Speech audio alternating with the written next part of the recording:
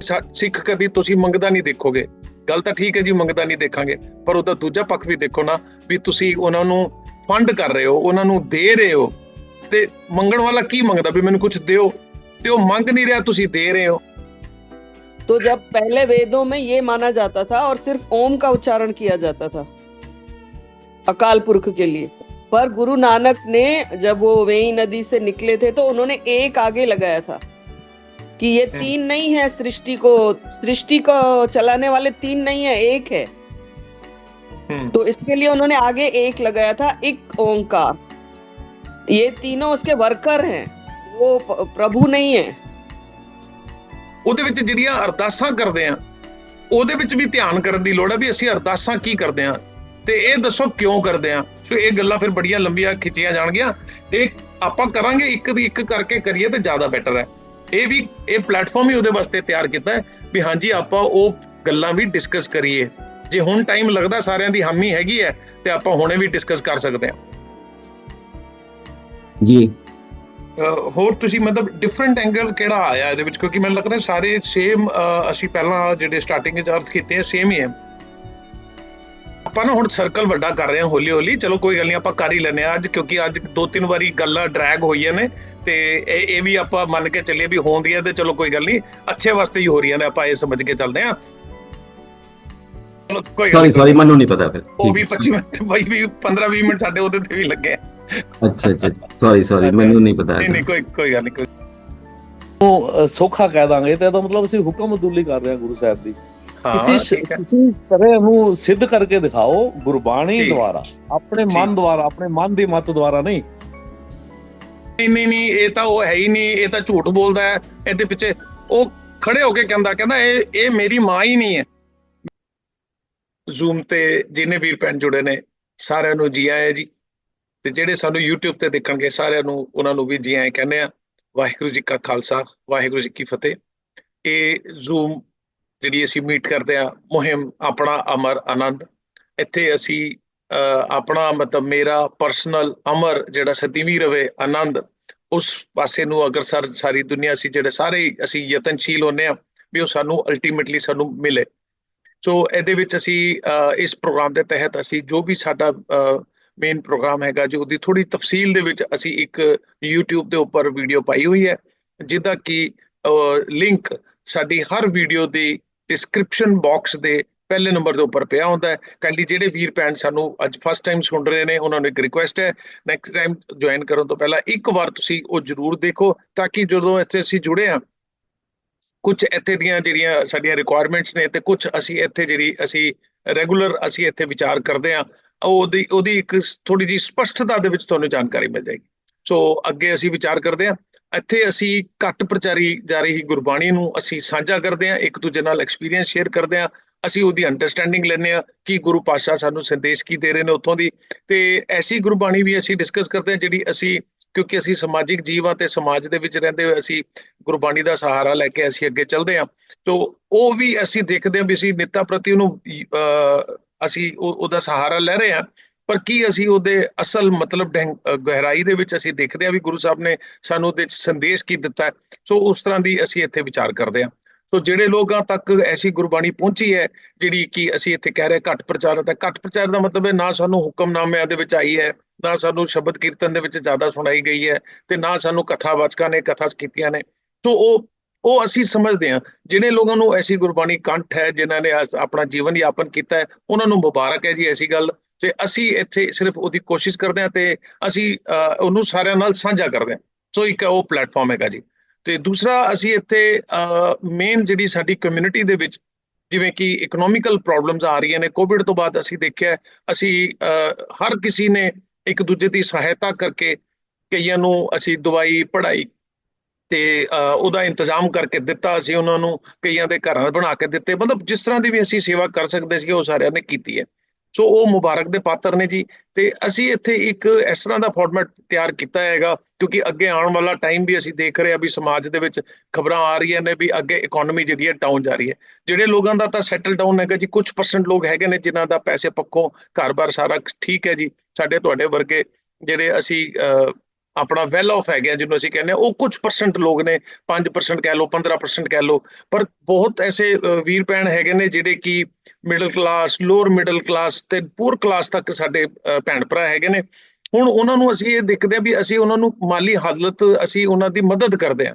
ਸੋ ਮਦਦ ਦੇ ਵਿੱਚ ਅਸੀਂ ਇਹ ਦੇਖਦੇ ਆ ਵੀ ਅਸੀਂ ਇੱਕ ਲਾਭਾਰਥੀ ਸੈਕਸ਼ਨ ਖੜਾ ਹੋ ਗਿਆ ਵੀ ਕਿਸੇ ਨੂੰ ਕਦੀ ਵੀ ਜ਼ਰੂਰਤ ਹੋਏ ਜੀ, ਕੋਈ ਗੱਲ ਨਹੀਂ ਜੀ, ਫੰਡ ਇਕੱਠਾ ਕਰੋ, ਉਹਨਾਂ ਦੇ ਘਰ ਕੋਈ ਵਿਆਹ ਹੈਗਾ ਤੇ ਉਹਨਾਂ ਨੂੰ ਪੈਸਾ ਦੇ ਦਿਓ, ਕੋਈ ਮਕਾਨ ਟੁੱਟ ਗਿਆ ਉਹਨਾਂ ਨੂੰ ਮਦਦ ਕਰ ਦਿਓ, ਕੋਈ ਬਿਮਾਰੀ ਆ ਗਈ ਉਹਨਾਂ ਦੇ ਘਰ ਪੈਸੇ ਇਕੱਠੇ ਕਰਕੇ ਅਸੀਂ ਉਹਨਾਂ ਦੀ ਮਦਦ ਕਰ ਦਈਏ। ਇਹ ਸਾਰਾ ਠੀਕ ਹੈ, ਇਹ ਮੁਬਾਰਕ ਦਾ ਕੰਮ ਹੈਗਾ। ਇਹਦੇ ਕਰਕੇ ਹੀ ਅਸੀਂ ਸਿੱਖ ਕੌਮ ਪੂਰੀ ਵਰਲਡ ਦੇ ਵਿੱਚ ਵੀ ਅਸੀਂ ਮਸ਼ਹੂਰ ਹੋਏ ਆ ਵੀ ਲੋਕਾਂ ਨੇ ਵਾਹਵਾਹੀ ਕੀਤੀ ਵੀ ਐਸੀ ਕੌਮ ਹੈ ਜਿਹੜੇ ਆਪਣਿਆਂ ਦੇ ਨਾਲ ਤਾਂ ਖੜਦੀ ਦੂਜੇ ਦੇ ਨਾਲ ਵੀ ਖੜੀ ਹੁੰਦੀ ਹੈ।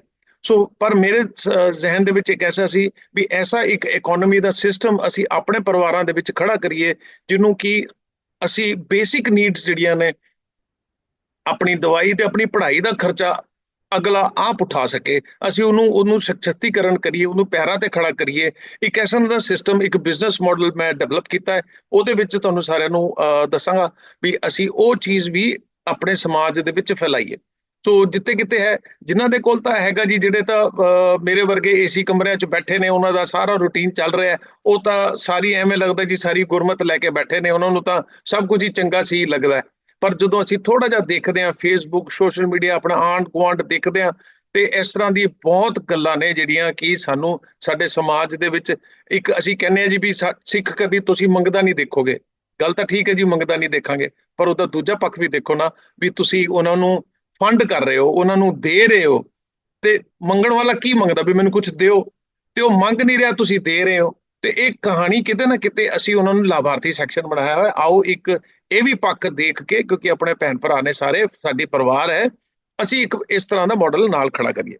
ਤੇ ਇੱਥੇ ਹੁਣ ਅਸੀਂ ਉਹਦੀ ਪ੍ਰੈਜੈਂਟੇਸ਼ਨ ਜਿਹੜੀ ਤੁਹਾਨੂੰ ਮੈਂ ਦੱਸੀ, ਜਿਹਦਾ YouTube ਲਿੰਕ ਵੀ ਤੁਹਾਨੂੰ ਦੱਸਿਆ, ਉਹਦੀ ਇੱਕ ਛੋਟੀ ਜਿਹੀ ਪ੍ਰੈਜੈਂਟੇਸ਼ਨ 2 ਮਿੰਟ ਤੁਹਾਡੇ ਸਾਰੇ ਵੀਰ ਭੈਣਾਂ ਦੇ ਹੋਰ ਲਵਾਂਗਾ, ਤੇ ਉਹ ਇੱਥੇ ਰੱਖ ਦੇਣਾ ਜੀ ਮੈਂ, ਤੇ ਉਸ ਤੋਂ ਬਾਅਦ ਫਿਰ ਅਸੀਂ ਅੱਜ ਦਾ ਜਿਹੜਾ ਸ਼ਬਦ ਵਿਚਾਰ ਹੈ ਉਹ ਸਟਾਰਟ ਕਰਾਂਗੇ। ਇੱਥੇ ਤੁਹਾਨੂੰ ਦਿਖਾਉਣ ਦੀ ਕੋਸ਼ਿਸ਼ ਕਰ ਰਹੇ ਹਾਂ ਵੀ ਇੱਥੇ ਸਾਡੇ ਸਰੀਰ ਦੇ ਫਿਜ਼ੀਕਲ ਅਪੀਅਰੈਂਸ ਦੇ ਸਾਡੇ 4 ਸਟੇਜਸ ਅਸੀਂ ਇੱਥੇ ਦੱਸਣ ਦੀ ਕੋਸ਼ਿਸ਼ ਕੀਤੀ ਹੈ, ਜਿਹਦੇ ਵਿੱਚ ਬਾਲਪਨ, ਬਚਪਨ, ਅਲੜ ਯਾਨੀ ਕਿ ਟੀਨੇਜ। ਅੱਜ ਕੱਲ ਇੱਕ ਟ੍ਰੈਂਡ ਚੱਲਿਆ ਪਿਛਲੇ 15-20 ਸਾਲਾਂ ਤੋਂ ਵੀ ਟੀਨੇਜ ਵੀ ਇੱਕ ਕਮਿਊਨਿਟੀ ਹੁੰਦੀ ਹੈ ਜੀ, ਇੱਕ ਅਵਸਥਾ ਆਉਂਦੀ ਹੈ, ਤੇ ਜਵਾਨੀ ਤੇ ਬੁਢਾਪਾ। ਇਹ ਮੈਂ ਤੁਹਾਨੂੰ ਪਹਿਲਾਂ ਬੇਨਤੀ ਕਰਦੀ ਜੀ, ਅਸੀਂ ਗੁਰਬਾਣੀ ਤੋਂ ਇਤਰ ਲੈ ਕੇ ਚੱਲ ਰਹੇ ਹਾਂ। ਇੱਥੇ ਅਸੀਂ ਅਲੜ ਸਿਰਫ ਇਸ ਕਰਕੇ ਪਾਇਆ ਵੀ ਇੱਕ ਸਾਈਕੋਲੋਜੀ ਜਿਹੜੀ ਲੋਕਾਂ ਦੀ ਬਣੀ ਹੋਈ ਹੈ ਟੀਨੇਜ ਨੂੰ ਲੈ ਕੇ, ਉਹਨੂੰ ਵੀ ਅਸੀਂ ਵਿੱਚ ਅਟਰੈਕਟ ਕਰਨ ਦੇ ਵਾਸਤੇ ਇਹ ਗੱਲ ਇੱਥੇ ਰੱਖ ਰਹੇ ਹਾਂ। ਸੋ ਇਹ 4 ਸਟੇਜਸ ਜਿਹੜੀਆਂ ਨੇ ਸਾਡੀਆਂ, ਅਸੀਂ ਇੱਥੇ ਦਿਖਾਉਣ ਦੀ ਕੋਸ਼ਿਸ਼ ਕੀਤੀ ਹੈ। ਹੁਣ ਇਹਦਾ ਸੋਰਸ ਹੈਗਾ, ਅਸੀਂ ਪਹਿਲੀ ਸਟੇਜ ਤੇ ਜਦੋਂ ਜੁੜਦੇ ਹਾਂ ਸਮਾਜ ਦੇ ਵਿੱਚ, ਅਸੀਂ ਦੇਖਦੇ ਹਾਂ ਪੂਰੇ ਵਰਲਡ ਦੇ ਵਿੱਚ ਸੁਣਨ ਨੂੰ ਆਉਂਦਾ ਹੈ ਵੀ ਕਈ ਹਜ਼ਾਰ ਧਰਮ ਚੱਲ ਪਏ ਨੇ।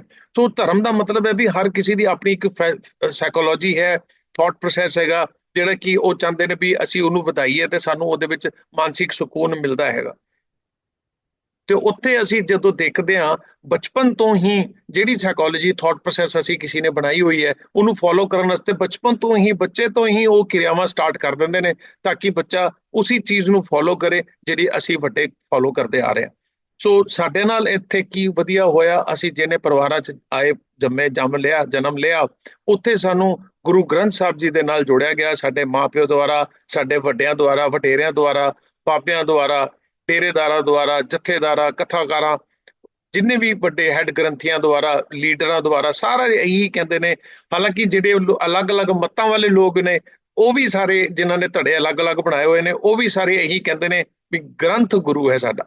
ਸੋ ਇਹ ਹੁਣ ਅੱਗੇ ਅਸੀਂ ਦੇਖਾਂਗੇ ਵੀ ਜਦੋਂ ਅਸੀਂ ਕਹਿੰਦੇ ਹਾਂ ਗ੍ਰੰਥ ਗੁਰੂ ਹੈ, ਇਹ ਸਾਨੂੰ ਵੱਡਿਆਂ ਨੇ ਸਾਨੂੰ ਗ੍ਰੰਥ ਦੇ ਨਾਲ ਜੋੜਿਆ। ਸੋ ਇਹ ਸਾਡੀ ਫਿਜ਼ੀਕਲ ਸਟੇਜ ਸੀ। ਇਸ ਤੋਂ ਹੁਣ ਸਾਡਾ ਅਗਲਾ ਪੜਾਅ ਸ਼ੁਰੂ ਹੋ ਜਾਣਾ ਚਾਹੀਦਾ, ਜੋ ਕਿ ਜਿਹੜੇ ਇਸ ਤਰ੍ਹਾਂ ਦਾ ਪਿਆਰ ਲੈ ਰਹੇ ਨੇ ਗੁਰੂ ਤੋਂ, ਉਹ ਗੁਰੂ ਦੀ ਬਾਣੀ ਨਾਲ ਜੁੜ ਜਾਂਦੇ ਨੇ। ਸੋ ਇਹ ਹੁਣ ਸਾਡੀ ਇੱਥੇ ਬੌਧਿਕਤਾ ਸਟਾਰਟ ਹੋ ਜਾਂਦੀ ਹੈ, ਇੱਥੇ ਸਾਡਾ ਬੌਧਿਕ ਲੈਵਲ ਸਟਾਰਟ ਹੋ ਜਾਂਦਾ ਹੈ। ਸਾਨੂੰ ਜਿਵੇਂ ਅਸੀਂ ਕਹਿੰਦੇ ਵਿਵੇਕ ਸਾਡਾ ਇੱਥੋਂ ਦੀ ਸ਼ੁਰੂ ਹੋ ਜਾਂਦਾ ਹੈ। ਸੋ ਇਹ ਹੈਗਾ ਗੁਰੂ ਗ੍ਰੰਥ ਸਾਹਿਬ ਜੀ ਦੇ ਨਾਲ ਜੁੜਨਾ। ਸੋ ਗੁਰਬਾਣੀ ਨਾਲ ਅਸੀਂ ਜੁੜ ਜਾਂਦੇ ਹਾਂ, ਗ੍ਰੰਥ ਸਾਹਿਬ ਸਾਨੂੰ ਗੁਰਬਾਣੀ ਦੇ ਨਾਲ ਜੋੜਦੇ ਨੇ। ਤੇ ਅੱਗੇ ਫਿਰ ਹੁਣ ਅਸੀਂ ਦੇਖਦੇ ਹਾਂ ਸ਼ਬਦ ਆ ਜਾਂਦਾ ਹੈ ਗੁਰਬਾਣੀ ਦੇ ਵਿੱਚ, ਫਿਰ ਅਸੀਂ ਜਦੋਂ ਦੇਖਦੇ ਹਾਂ ਫਿਰ ਸ਼ਬਦ ਜੁੜ ਜਾਂਦਾ ਹੈ। ਤੇ ਸ਼ਬਦ ਅੱਗੇ ਜਿਹੜਾ ਹੈਗਾ ਸਾਨੂੰ, ਇਹ ਅਗਲੀ ਸਟੇਜ ਦੇ ਵਿੱਚ ਸਾਨੂੰ ਗਿਆਨ ਗੁਰੂ ਦੇ ਨਾਲ ਜੋੜਦਾ ਹੈ। ਸੋ ਗਿਆਨ, ਕਿਉਂਕਿ ਸ਼ਬਦ ਸੀਗਾ, ਸ਼ਬਦ ਵਿੱਚ ਸਾਨੂੰ ਜੋ ਮਿਲਿਆ, ਜੋ ਪ੍ਰਾਪਤ ਕੀਤਾ ਅਸੀਂ, ਉਹ ਗਿਆਨ ਸੀਗਾ। ਸੋ ਉਹ ਗਿਆਨ ਸਾਨੂੰ ਮਿਲਿਆ ਸੋ ਗਿਆਨ ਜਿਹੜਾ ਹੈਗਾ ਸਾਡਾ ਗੁਰੂ ਬਣ ਗਿਆ। ਇਹ ਸਾਡੀ ਫਾਈਨਲ ਸਟੇਜ ਬਣਦੀ ਹੈ। ਸੋ ਫਾਈਨਲ ਸਟੇਜ ਦੇ ਵਿੱਚ ਅਸੀਂ ਦੇਖਦੇ ਹਾਂ ਵੀ ਗਿਆਨ ਸਾਡਾ ਗੁਰੂ ਹੈ। ਅੱਗੇ ਹੁਣ ਅਸੀਂ ਦੇਖਦੇ ਹਾਂ ਪਹਿਲੀ ਸਟੇਜ, ਦੂਜੀ ਸਟੇਜ, ਤੀਜੀ ਸਟੇਜ ਤੇ ਚੌਥੀ ਸਟੇਜ। ਇਹ ਅਸੀਂ ਇੰਡੀਵਿਜੂਅਲ ਲੈਵਲ ਤੇ ਅਸੀਂ ਆਪਣਾ ਦੇਖਣਾ ਵੀ ਅਸੀਂ ਕਿਹੜੇ ਪਾਸੇ ਅੱਗੇ ਅਗਰਸਰ ਹੋਏ ਆ। ਜਿਵੇਂ ਸਾਨੂੰ ਚਾਹੀਦਾ ਹੈ ਆਪਣਾ ਅਮਰ ਆਨੰਦ, ਸਾਨੂੰ ਮੈਂਟਲ ਪੀਸ ਸਾਨੂੰ ਆਪਣਾ ਚਾਹੀਦਾ।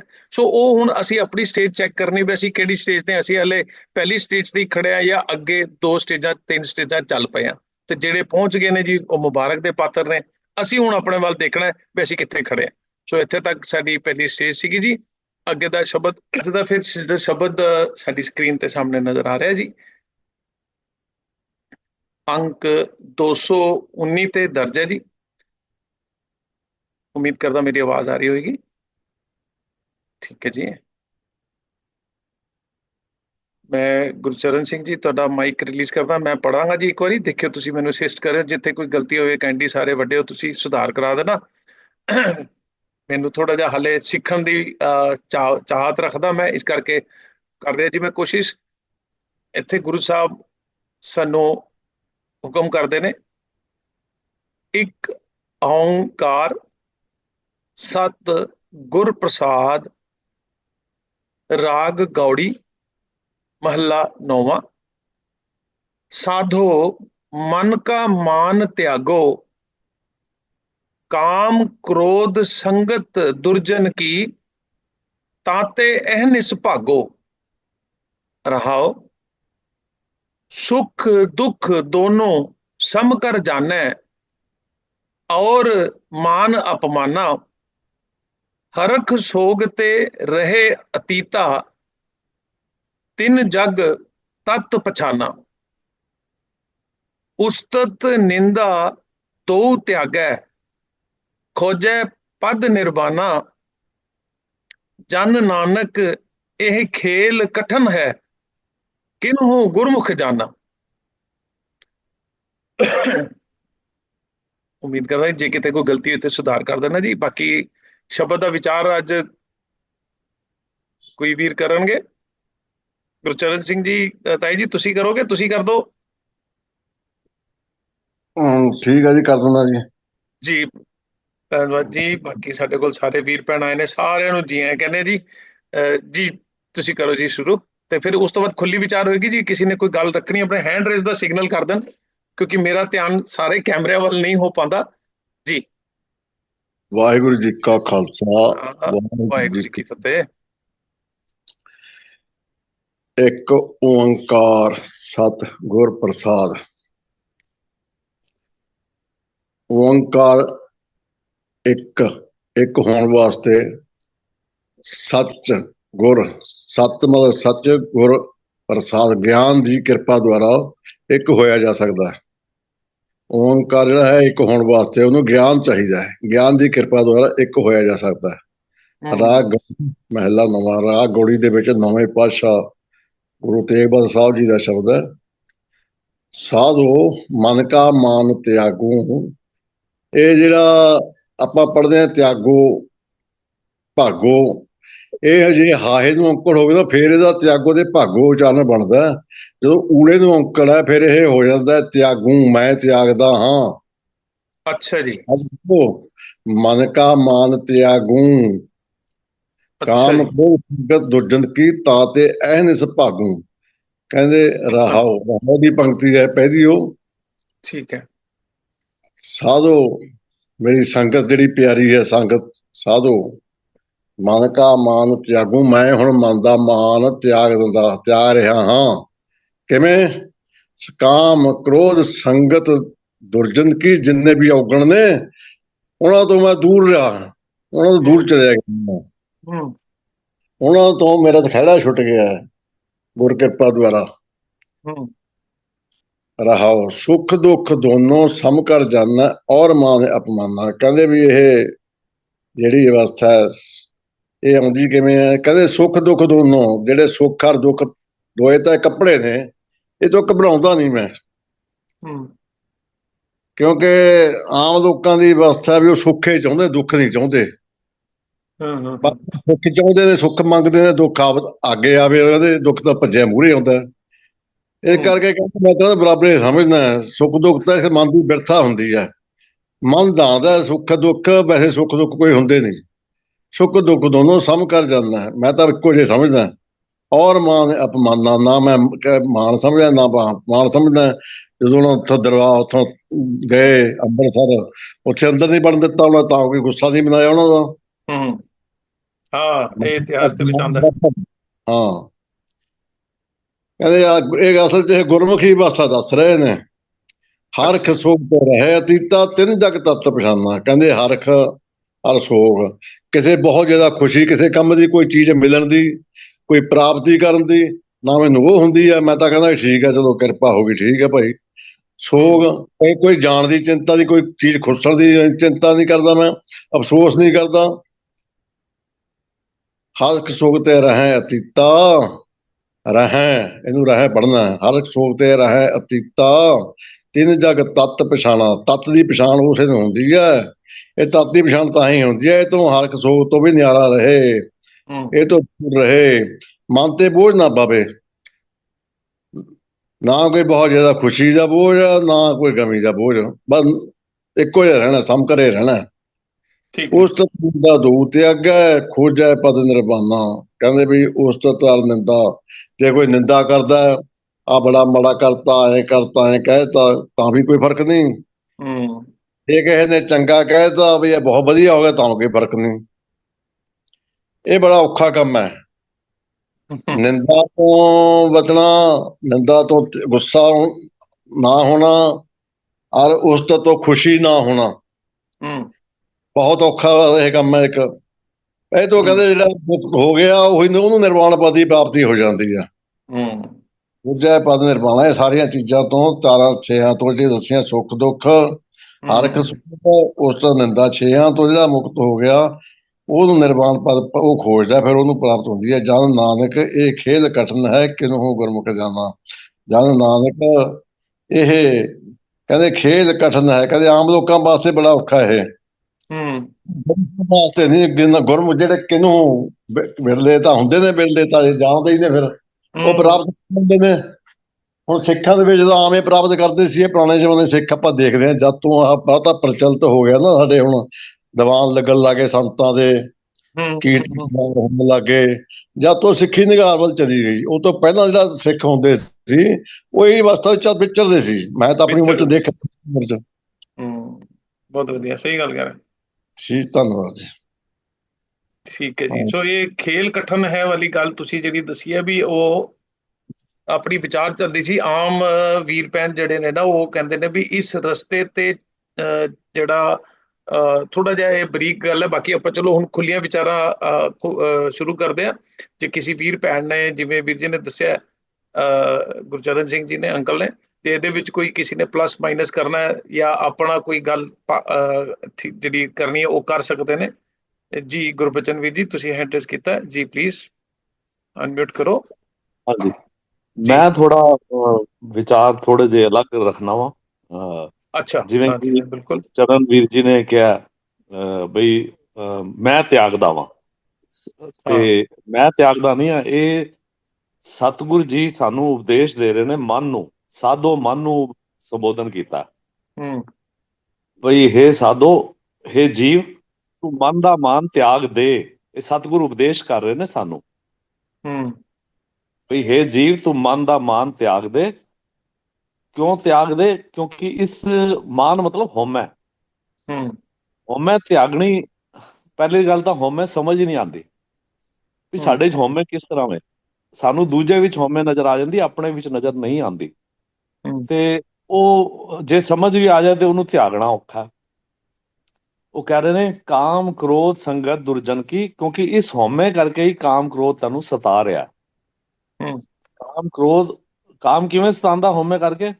ਅਸੀਂ ਕੁਝ ਹੁੰਨੇ ਆ, ਸਾਡੇ ਅੰਦਰ ਜਿਹੜੀ ਵਾਸਨਾ, ਅਸੀਂ ਉਸਨੂੰ ਕੰਟਰੋਲ ਨਹੀਂ ਕਰ ਪਾਉਂਦੇ ਆ, ਕਾਮ ਵਾਸਨਾ। ਤੇ ਵੀ ਕਿਉਂਕਿ ਸਾਨੂੰ ਇਹ ਗਲਤਫਹਿਮੀ ਹੁੰਦੀ ਹੈ ਕਿ ਅਸੀਂ ਕਿਸੇ ਨੂੰ ਅਟਰੈਕਟ ਕਰ ਸਕਦੇ ਹਾਂ। ਇਹ ਸਿੱਧੀ ਔਰ ਸਾਫ਼ ਗੱਲ ਹੈ, ਜਿਹੜੀ ਸਾਈਕੋਲੋਜੀ ਕਹਿੰਦੀ ਹੈ, ਜਿਹੜੀ ਹਿਊਮਨ ਸਾਈਕੋਲੋਜੀ ਅੱਜ ਕੱਲ੍ਹ ਕਹਿ ਰਹੀ ਹੈ ਨਾ।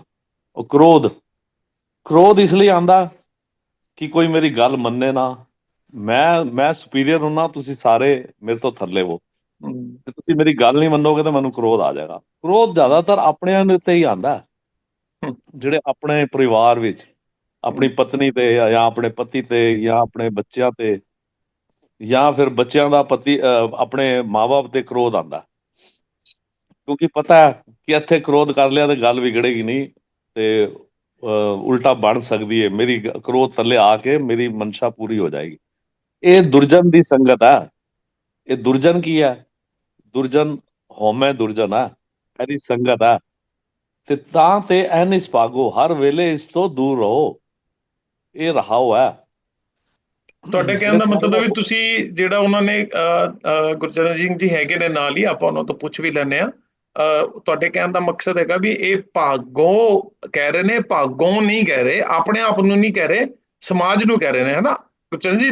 ਤੁਸੀਂ ਨਾਲ ਹੀ ਉਹ ਕੈਂਡੀ ਦੱਸਣਾ ਵੀਰ ਜੀ ਨੇ ਕੀ ਕਿਹਾ। हाँ जी, ਸਤਿਗੁਰੂ ਜੀ ਮਨ ਨੂੰ ਉਪਦੇਸ਼ ਦੇ ਦਿਓ। ਮੈਂ ਬਹੁਤ ਜ਼ਿਆਦਾ ਤਾਂ ਪਰ ਨਹੀਂ, ਜਿੰਨਾ ਕੁ ਮੈਂ ਗੁਰਬਾਣੀ ਵਿਆਕਰਨ ਜਾਣਦਾ ਤੇ ਜਾਂ ਮੈਂ ਉਹਨਾਂ ਵਿੱਚ ਸੰਗਤ ਕਰਦਾ, ਉਹ ਦੱਸਦੇ ਨੇ ਵੀ ਜਿਹੜਾ ਊੜੇ ਨੂੰ ਔਂਕੜ ਹੁੰਦਾ ਜਦੋਂ, ਉਦੋਂ ਆਪਣੇ ਵਾਸਤੇ ਹੁੰਦਾ ਮੈਂ ਤਿਆਗਦਾ ਹਾਂ, ਮੈਂ ਕਰਦਾ ਹਾਂ। ਤੇ ਜਿਹਦੇ ਹਾਹੇ ਨੂੰ ਔਂਕੜ ਆਉਂਦਾ ਤਾਂ ਉਹ ਦੂਜੇ ਵਾਸਤੇ ਉਪਦੇਸ਼ ਹੁੰਦਾ। ਗੁਰਬਾਣੀ ਵਿਆਕਰਨ ਵਾਲੇ ਸੱਜਣ ਇਹ ਦੱਸਦੇ ਨੇ, ਜੇ ਕੋਈ ਹੋਰ ਸੱਜਣ ਹੋਵੇ ਤਾਂ ਉਹ ਵੀ ਕਲੀਅਰ ਕਰ ਸਕਦਾ। ਮੈਨੂੰ ਜ਼ਿਆਦਾ ਤਾਂ ਬਹੁਤਾ ਨਹੀਂ, ਪਰ ਇੰਨਾ ਕੁ ਮੈਨੂੰ ਪਤਾ ਹੈ। ਠੀਕ ਹੈ। ਹਾਂਜੀ, ਦੋ ਹੈਂਡਸ ਹੋਰ ਰੇਜ਼ ਹੋਏ ਨੇ ਗੁਰਬਚਨ ਜੀ, ਆਪਾਂ ਉਹਨਾਂ ਤੋਂ ਵੀ ਵਿਊ ਲੈ ਲਈਏ। ਠੀਕ ਹੈ, ਠੀਕ ਹੈ, ਹਾਂਜੀ ਹਾਂਜੀ ਹਾਂਜੀ, ਬਿਲਕੁਲ ਹਾਂਜੀ ਬਿਲਕੁਲ। ਪਲੀਜ਼, ਤੁਸੀਂ ਅਨਮਿਊਟ ਰਹਿਣਾ ਤੇ ਪਿੱਛੋਂ ਦੀ ਥੋੜਾ ਜਿਹਾ ਸਾਊਂਡ ਦਾ ਧਿਆਨ ਰੱਖਣਾ ਜੀ। ਪਹਿਲੇ ਸਰਵਨ ਵੀਰ ਜੀ ਨੇ ਕੁਝ ਕਹਿਣਾ, ਕੁਝ ਜੀ ਵੀਰ ਜੀ। ਵਾਹਿਗੁਰੂ ਜੀ ਕਾ ਖਾਲਸਾ, ਵਾਹਿਗੁਰੂ ਜੀ ਕੀ ਫਤਿਹ। ਵਾਹਿਗੁਰੂ ਖਾਲਸਾ ਵਾਹਿਗੁਰੂ ਫਤਿਹ ਜੀ ਵੀਰ ਜੀ। ਭਾਈ ਸਾਹਿਬ ਨੇ ਜਿਹੜਾ ਇੱਕ ਓਂਕਾਰ ਸਤਿ ਪ੍ਰਸਾਦ ਦਾ ਜੋ ਵਿਆਖਿਆ ਕੀਤੀ, ਉਹ ਦੁਬਾਰਾ ਇੱਕ ਵਾਰੀ ਦੱਸਣ ਦੇਣ। ਮੇਰੇ ਹਿਸਾਬ ਨਾਲ ਤਾਂ ਅਕਾਲ ਪੁਰਖ ਇੱਕ ਹੈ ਤੇ ਸਤਿਗੁਰ ਦੀ ਕਿਰਪਾ ਨਾਲ ਮਿਲਦਾ ਹੈ। ਉਹਨਾਂ ਨੇ ਥੋੜਾ ਜਿਹਾ ਅਲੱਗ ਕੁਛ ਕਿਹਾ, ਮੈਨੂੰ ਸਮਝ ਨਹੀਂ ਆਇਆ। ਦੂਸਰਾ, ਅਤੀਤਾ ਦਾ ਕੀ ਭਾਵ ਹੈ ਤੇ ਨਿਰਵਾਣਾ ਦਾ ਕੀ ਭਾਵ ਹੈ? ਅੱਛਾ ਜੀ, ਗੁਰਚਰਨ ਜੀ ਦੱਸਣਾ। ਇੱਕ ਸਤਿਗੁਰ ਦੀ ਕੁਛ ਉਹ ਪੁੱਛ ਰਹੇ ਨੇ, ਤੇ ਅਤੀਤਾ ਤਾਂ ਤੇ ਦੂਜਾ ਕੀ ਪੁੱਛਿਆ ਸੀ? ਨਿਰਵਾਣਾ। ਜੀ ਜੀ ਗੁਰਬਚਨ ਜੀ ਜੀ। ਮੈਂ ਕੱਲ ਵੀ ਇਹ ਗੱਲ ਦੱਸੀ ਸੀ ਵੀ ਇੱਕ ਜਿਹੜਾ ਹੈਗਾ ਸਾਡਾ ਜਿਹੜਾ ਮਾਨਵ ਚੇਤਾ ਢੜ ਹੋਇਆ, ਅਸੀਂ ਵਿਛੜੇ ਹੋਏ ਆ ਆਪਣੇ ਆਪ ਤੋਂ, ਉਹ ਇੱਕ ਹੋਣ ਵਾਸਤੇ ਸਾਨੂੰ ਉਪਦੇਸ਼ ਹੈ, ਗੁਰਬਾਣੀ ਸਾਡੇ ਵਾਸਤੇ ਹੈ। ਤੇ ਜਿਹੜਾ ਇੱਕ ਸਿੰਪਲ ਇਹਦਾ ਅਰਥ ਹੈਗੇ, ਅਕਾਲ ਪੁਰਖ ਇੱਕ ਹੈ ਤੇ ਸਤਿਗੁਰ ਦੀ ਕਿਰਪਾ ਨਾਲ ਮਿਲਦਾ ਹੈ। ਹਾਂ, ਉਹ ਆਮ ਟੀਕਾਕਾਰ ਇਹੀ ਕਰਦੇ ਨੇ, ਪਰ ਮੈਂ ਇਹਨਾਂ ਤੋਂ ਵੱਖਰਾ ਹੀ ਕਰ ਰਿਹਾ ਜੀ। ਆਮ ਨਹੀਂ, ਹਰ ਜਗ੍ਹਾ ਮਤਲਬ ਉਹਦਾ ਇਹੀ ਅਰਥ ਦੱਸਿਆ ਜਾਂਦਾ, ਤੁਸੀਂ ਅਲੱਗ ਕਰ ਰਹੇ ਹੋ, ਮਤਲਬ ਸਮਝ ਨਹੀਂ ਆ ਰਿਹਾ। ਹਾਂਜੀ ਹਾਂਜੀ, ਉਹ ਹਰ ਕਿਸੇ ਦਾ ਮਤਲਬ ਇਹ ਹੋ ਗਿਆ ਨਾ ਵੀ ਆਮ ਜਿਹੜੇ ਉਹਦੇ ਅਰਥ ਨੇ ਐਵੇਂ ਹੀ ਕੀਤੇ ਜਾਂਦੇ ਨੇ। ਹਾਂਜੀ। ਤੇ ਆਪਾਂ ਇਹਨੂੰ ਕਿਵੇਂ ਕਲੀਅਰ ਕਰ ਸਕਦੇ ਆ ਚਰਨ ਅੰਕਲ, ਵੀ ਆਮ ਤਾਂ ਸਾਰੇ ਇਹੀ ਕਹਿੰਦੇ ਨੇ ਵੀ ਇੱਕ ਓਂਗ ਜਿਹੜਾ ਇੱਕ ਹੈ। ਓਂਕਾਰ ਹੁੰਦਾ ਜਿਹੜਾ ਮਤਲਬ ਵਿਆਪਕ, ਜਿਹੜਾ ਕਿਸੇ ਚੀਜ਼ ਦੇ ਵਿੱਚ ਵਿਆਪਕ ਹੋ ਗਿਆ। ਹੁਣ ਮਨੁੱਖ ਓਂਕਾਰ ਹੈ। ਤੇ ਮੈਂ ਕੱਲ ਵੀ ਦੱਸਿਆ ਵੀ ਜਿਹੜੇ ਗੁਣ ਨੇ, ਸਤਿਨਾਮ, ਕਰਤਾ ਪੁਰਖ, ਨਿਰਭਉ, ਨਿਰਵੈਰ, ਅਕਾਲ ਮੂਰਤ, ਅਜੂਨੀ, ਸੈਭੰਗ, ਇਹ ਜਿਹੜੇ ਗੁਣ ਨੇ 8 ਇੱਕ ਦੇ ਨੇ। ਇੱਕ ਓਂਕਾਰ ਹੈ, ਇੱਕ ਸਤਨਾਮ ਹੈ, ਇੱਕ ਕਰਤਾ ਪੁਰਖ ਹੈ, ਇੱਕ ਨਿਰਭਉ ਹੈ, ਇੱਕ ਨਿਰਵੈਰ ਹੈ, ਅਕਾਲ ਮੂਰਤ ਹੈ, ਇੱਕ ਹੀ ਅਜੂਨੀ ਹੈ, ਇੱਕ ਹੀ ਸੈਭੰਗ ਹੈ। ਵੀ ਜਿਹੜਾ ਮਨੁੱਖ ਹੈ, ਇਹਦੇ ਸਾਰੇ ਗੁਣ, ਇਹਨੇ ਅੱਛੇ ਗੁਣ ਸੀਗੇ ਇਹਦੇ ਵਿੱਚ ਪਹਿਲਾਂ, ਇਹ ਵਿਛੜ ਕੇ ਇਹਨੇ ਆਪਣੇ 4 ਗੁਣ ਗਵਾ ਦੇ। 4 ਦੇ ਗੁਣ ਵੀ ਹੈਗੇ, ਪਰ ਇਹ ਨਿਰਭਉ ਨਹੀਂ ਹੈ, ਨਿਰਵੈਰ ਨਹੀਂ ਹੈ, ਅਜੂਨੀ ਨਹੀਂ ਹੈ ਜੀ। ਇਹਨੇ ਗੁਣ ਪ੍ਰਾਪਤ ਕਰਨੇ ਨੇ, ਫਿਰ ਇਹ ਇੱਕ ਹੋਣਾ। ਇਹਨੇ ਇੱਕ ਹੋ ਕੇ 2 ਗੁਣ ਇਹਦੇ ਕੋਲ, 2 ਇਹਦੇ ਕੋਲ ਜਿਹੜੇ ਪਦਾਰਥ, 4 ਪਦਾਰਥ ਲੈਣੇ ਨੇ। 4 ਪਦਾਰਥ ਲੈਣ ਵਾਸਤੇ ਆਇਆ ਜੱਗ ਦੇ ਵਿੱਚ। ਇਹ ਅਜੂਨੀ ਤਾਂ ਹੋ ਹੀ ਨਹੀਂ ਨਾ ਸਕਦਾ। ਨਹੀਂ ਹੋ ਜਾਂਦਾ। ਅਜੂਨੀ ਕਿਵੇਂ ਹੋ ਜਾਏਗਾ? ਸਵੈਭੰਗ ਕਿਵੇਂ ਹੋ ਜਾਏਗਾ? ਸਵੈਭੰਗ ਹੋ ਕੇ ਆਇਆ ਇੱਥੇ। ਹਾਂ, ਸਵੈਭੰਗ ਹੋ ਕੇ ਆਇਆ, ਜਨਮ ਧਾਰਿਆ, ਤੇ ਅੱਗੇ ਵਾਸਤੇ ਰੋਕਣਾ ਸਵੈਭੰਗ ਹੋਣ, ਫੇਰ ਦੁਬਾਰਾ ਨਾ ਹੋਵੇ। ਉਹ ਕਸਰਤ ਇੱਥੇ ਕਰਨੀ ਹੈ, ਅਸੀਂ ਐਕਸਰਸਾਈਜ਼ ਕਰ ਰਹੇ ਹਾਂ ਉਹਦੇ ਵਾਸਤੇ।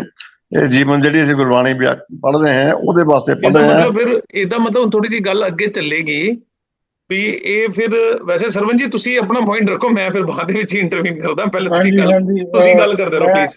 ਮੈਂ ਮਤਲਬ ਸੈਟੀਸਫੈਕਸ਼ਨ ਮੈਨੂੰ ਨਹੀਂ ਮਿਲੀ। ਚਲੋ ਅਗਲਾ ਜਿਹੜਾ ਹੈਗਾ ਨਹੀਂ ਅਤੀਤਾ, ਇਹਦਾ ਕੀ ਭਾਵ? ਤੁਸੀਂ ਕੰਟੀਨਿਊ ਕਰੋ ਜੀ, ਗੱਲ ਕਰੋ ਪੂਰੀ। ਇਹ ਤਾਂ ਮਨ ਚ ਹੀ ਸਾਡਾ ਜਿਹੜਾ ਨਾ ਡਿਸਕਸ਼ਨ ਵਾਸਤੇ ਹੈ, ਆਪਾਂ ਇੱਥੇ ਕਿਸੇ ਨਾਲ ਕੋਈ ਦਵੈਸ਼ ਨਹੀਂ ਹੈ, ਇੱਥੇ ਆਪਾਂ ਇੱਕ ਦੇਖੋ, ਦੂਜੇ ਨਾਲ ਸਾਂਝ ਹੀ ਕਰਨੀ ਹੈ ਜੀ। ਦੇਖੋ ਮੇਰਾ ਭਾਵ ਇਹ ਹੈ ਕਿ ਜਿਵੇਂ ਆਪਾਂ ਆਮ ਸੰਗਤ ਜਿਹੜੀ ਹੈਗੀ ਹੈ ਉਹਨੂੰ ਆਪਾਂ ਹਰ ਗੁਰਦੁਆਰੇ 'ਚ ਹਰ ਜਗ੍ਹਾ ਔਰ ਜਿੰਨੇ ਵਿਦਵਾਨ ਹੋਏ, ਭਾਈ ਪ੍ਰੋਫੈਸਰ ਸਾਹਿਬ ਸਿੰਘ ਜੀ ਹੈ, ਉਹ ਸਾਰਿਆਂ ਨੇ ਇੱਕੋ ਹੀ ਇਹੀ ਅਰਥ ਕੀਤਾ ਕਿ ਇੱਕ ਦਾ ਮਤਲਬ ਪਰਮਾਤਮਾ ਇੱਕ ਹੈ, ਅਕਾਲ ਪੁਰਖ ਇੱਕ ਹੈ, ਏਕ ਓਂਕਾਰ। ਔਰ ਇਹ ਸਤਿਗੁਰੂ ਦੀ ਕਿਰਪਾ, ਸਤਿਗੁਰੂ ਪ੍ਰਸਾਦ ਮਤਲਬ ਇਹ ਵਾਹਿਗੁਰੂ ਦੀ ਸਤਿਗੁਰੂ ਦੀ ਕਿਰਪਾ ਨਾਲ ਮਿਲਦਾ ਹੈ। ਮੈਨੂੰ ਅੱਜ ਤੱਕ ਇਹ ਤਾਂ ਉਹਨਾਂ ਨੇ ਕਿਹਾ ਹੀ ਹੈ ਨਾ ਜੀ, ਵੀ ਪਹਿਲਾਂ ਐਵੇਂ ਲੋਕ ਸੋਚਦੇ ਸੀ, ਪਹਿਲਾਂ ਇਹੀ ਅਰਥ ਕਰਦੇ ਸੀ। ਇਹ ਤਾਂ ਗੁਰਚਰਨ ਸਿੰਘ ਜੀ ਕਹਿ ਰਹੇ ਨੇ ਨਾ, ਉਹ ਤਾਂ ਕਹਿ ਹੀ ਰਹੇ ਨੇ। ਨਹੀਂ, ਹੁਣ ਮਤਲਬ ਕਿਤੇ ਦੂਸਰੀ ਜਗ੍ਹਾ ਦੂਸਰੇ ਅਰਥ ਤੇ ਨਹੀਂ ਮਿਲਦੇ। ਮੈਂ ਤਾਂ ਨਹੀਂ ਪੜ੍ਹੇ, ਚਲੋ ਮੈਂ ਕੋਸ਼ਿਸ਼ ਕਰਾਂਗਾ ਸਿੱਖਣ ਦੀ। ਚਲੋ ਇਹਨੂੰ ਤੁਸੀਂ ਅਗਲਾ ਆਪਣਾ ਅਤੀਤਾ ਦਾ ਕੀ ਭਾਵ ਹੈ? ਸਾਨੀ ਸਾਹਿਬ ਉਹ ਜਿਹੜਾ ਹੈ ਨਾ ਆਸਾ ਦੀ ਵਾਰ ਦੇ ਵਿੱਚ, ਉੱਥੇ ਗੁਰੂ ਸਾਹਿਬ ਜੇ ਇੱਕ ਹੋਏ ਤਾਂ ਉਗਵੇ, ਵੀ ਤੂੰ ਤਾਂ ਤੈਨੂੰ ਪ੍ਰਾਪਤੀ ਹੋਊਗੀ। ਉਗਵੇ ਦਾ ਮਤਲਬ ਪੂਰਨ ਪ੍ਰਾਪਤੀ ਹੋਣੀ ਤਾਂ ਹੋਏਗੀ ਜੇ ਤੂੰ ਇੱਕ ਹੋਏਗਾ। ਆਇਆ ਵੀ ਤੂੰ ਇਸੇ ਵਾਸਤੇ ਜਾ ਚੁੱਕ ਮੈਂ ਇਸ ਜੋ ਸਭ ਥਾਂ ਤੇਰਾ ਜਨਮ ਜਿਹੜਾ ਹੋਇਆ ਇੱਕ ਕੋ ਆਇਆ, ਇੱਕ ਵਾਸਤੇ ਆਇਆ। ਤੂੰ ਅੱਧਾ ਹੋ ਗਿਆ, ਤੂੰ ਇੱਕ ਪੂਰਨ ਹੋਣ ਵਾਸਤੇ ਆਇਆ। ਪੂਰਨ ਅਸੀਂ ਤਾਂ ਹੋਵਾਂਗੇ ਜੇ ਅਸੀਂ ਚਾਰੇ ਅੱਛੇ ਗੁਣ ਪ੍ਰਾਪਤ ਕਰਾਂਗੇ, ਬਰਾਬਰ ਪੂਰਨ ਹੋਣਗੇ। ਉਹ ਓਂਕਾਰ ਦਾ ਕੀ ਭਾਵ ਹੈਗਾ? ਓਂਕਾਰ ਹੁੰਦਾ ਜਦੋਂ ਇਹ ਮਤਲਬ ਸਾਡਾ ਕਿਸੇ ਚੀਜ਼ 'ਚ ਵਿਆਪਕ ਹੋ ਜਾਣਾ, ਵਰਤ ਜਾਣਾ ਪਾਣਾ। ਜਿਵੇਂ ਅਸੀਂ ਹੁਣ ਓਂਕਾਰ ਹੀ ਆ, ਸੀਟ ਧਾਰਦੇ ਆ ਮਨੁੱਖ ਨੇ, ਇਹ ਓਂਕਾਰ ਹੈ। ਮੈਨੂੰ ਤਾਂ ਜੋ ਅੱਜ ਤੱਕ ਜੋ ਮੈਂ ਸਮਝਿਆ ਜਾਂ ਸੁਣਿਆ ਹੈਗਾ, ਉਹ ਹੈਗਾ ਕਿ ਪਰਮਾਤਮਾ ਹੀ ਪੈਦਾ ਕਰਦਾ ਹੈ, ਉਹੀ ਪਾਲਦਾ ਹੈ ਤੇ ਉਹੀ ਮਾਰਦਾ ਹੈ। ਓਂਕਾਰ।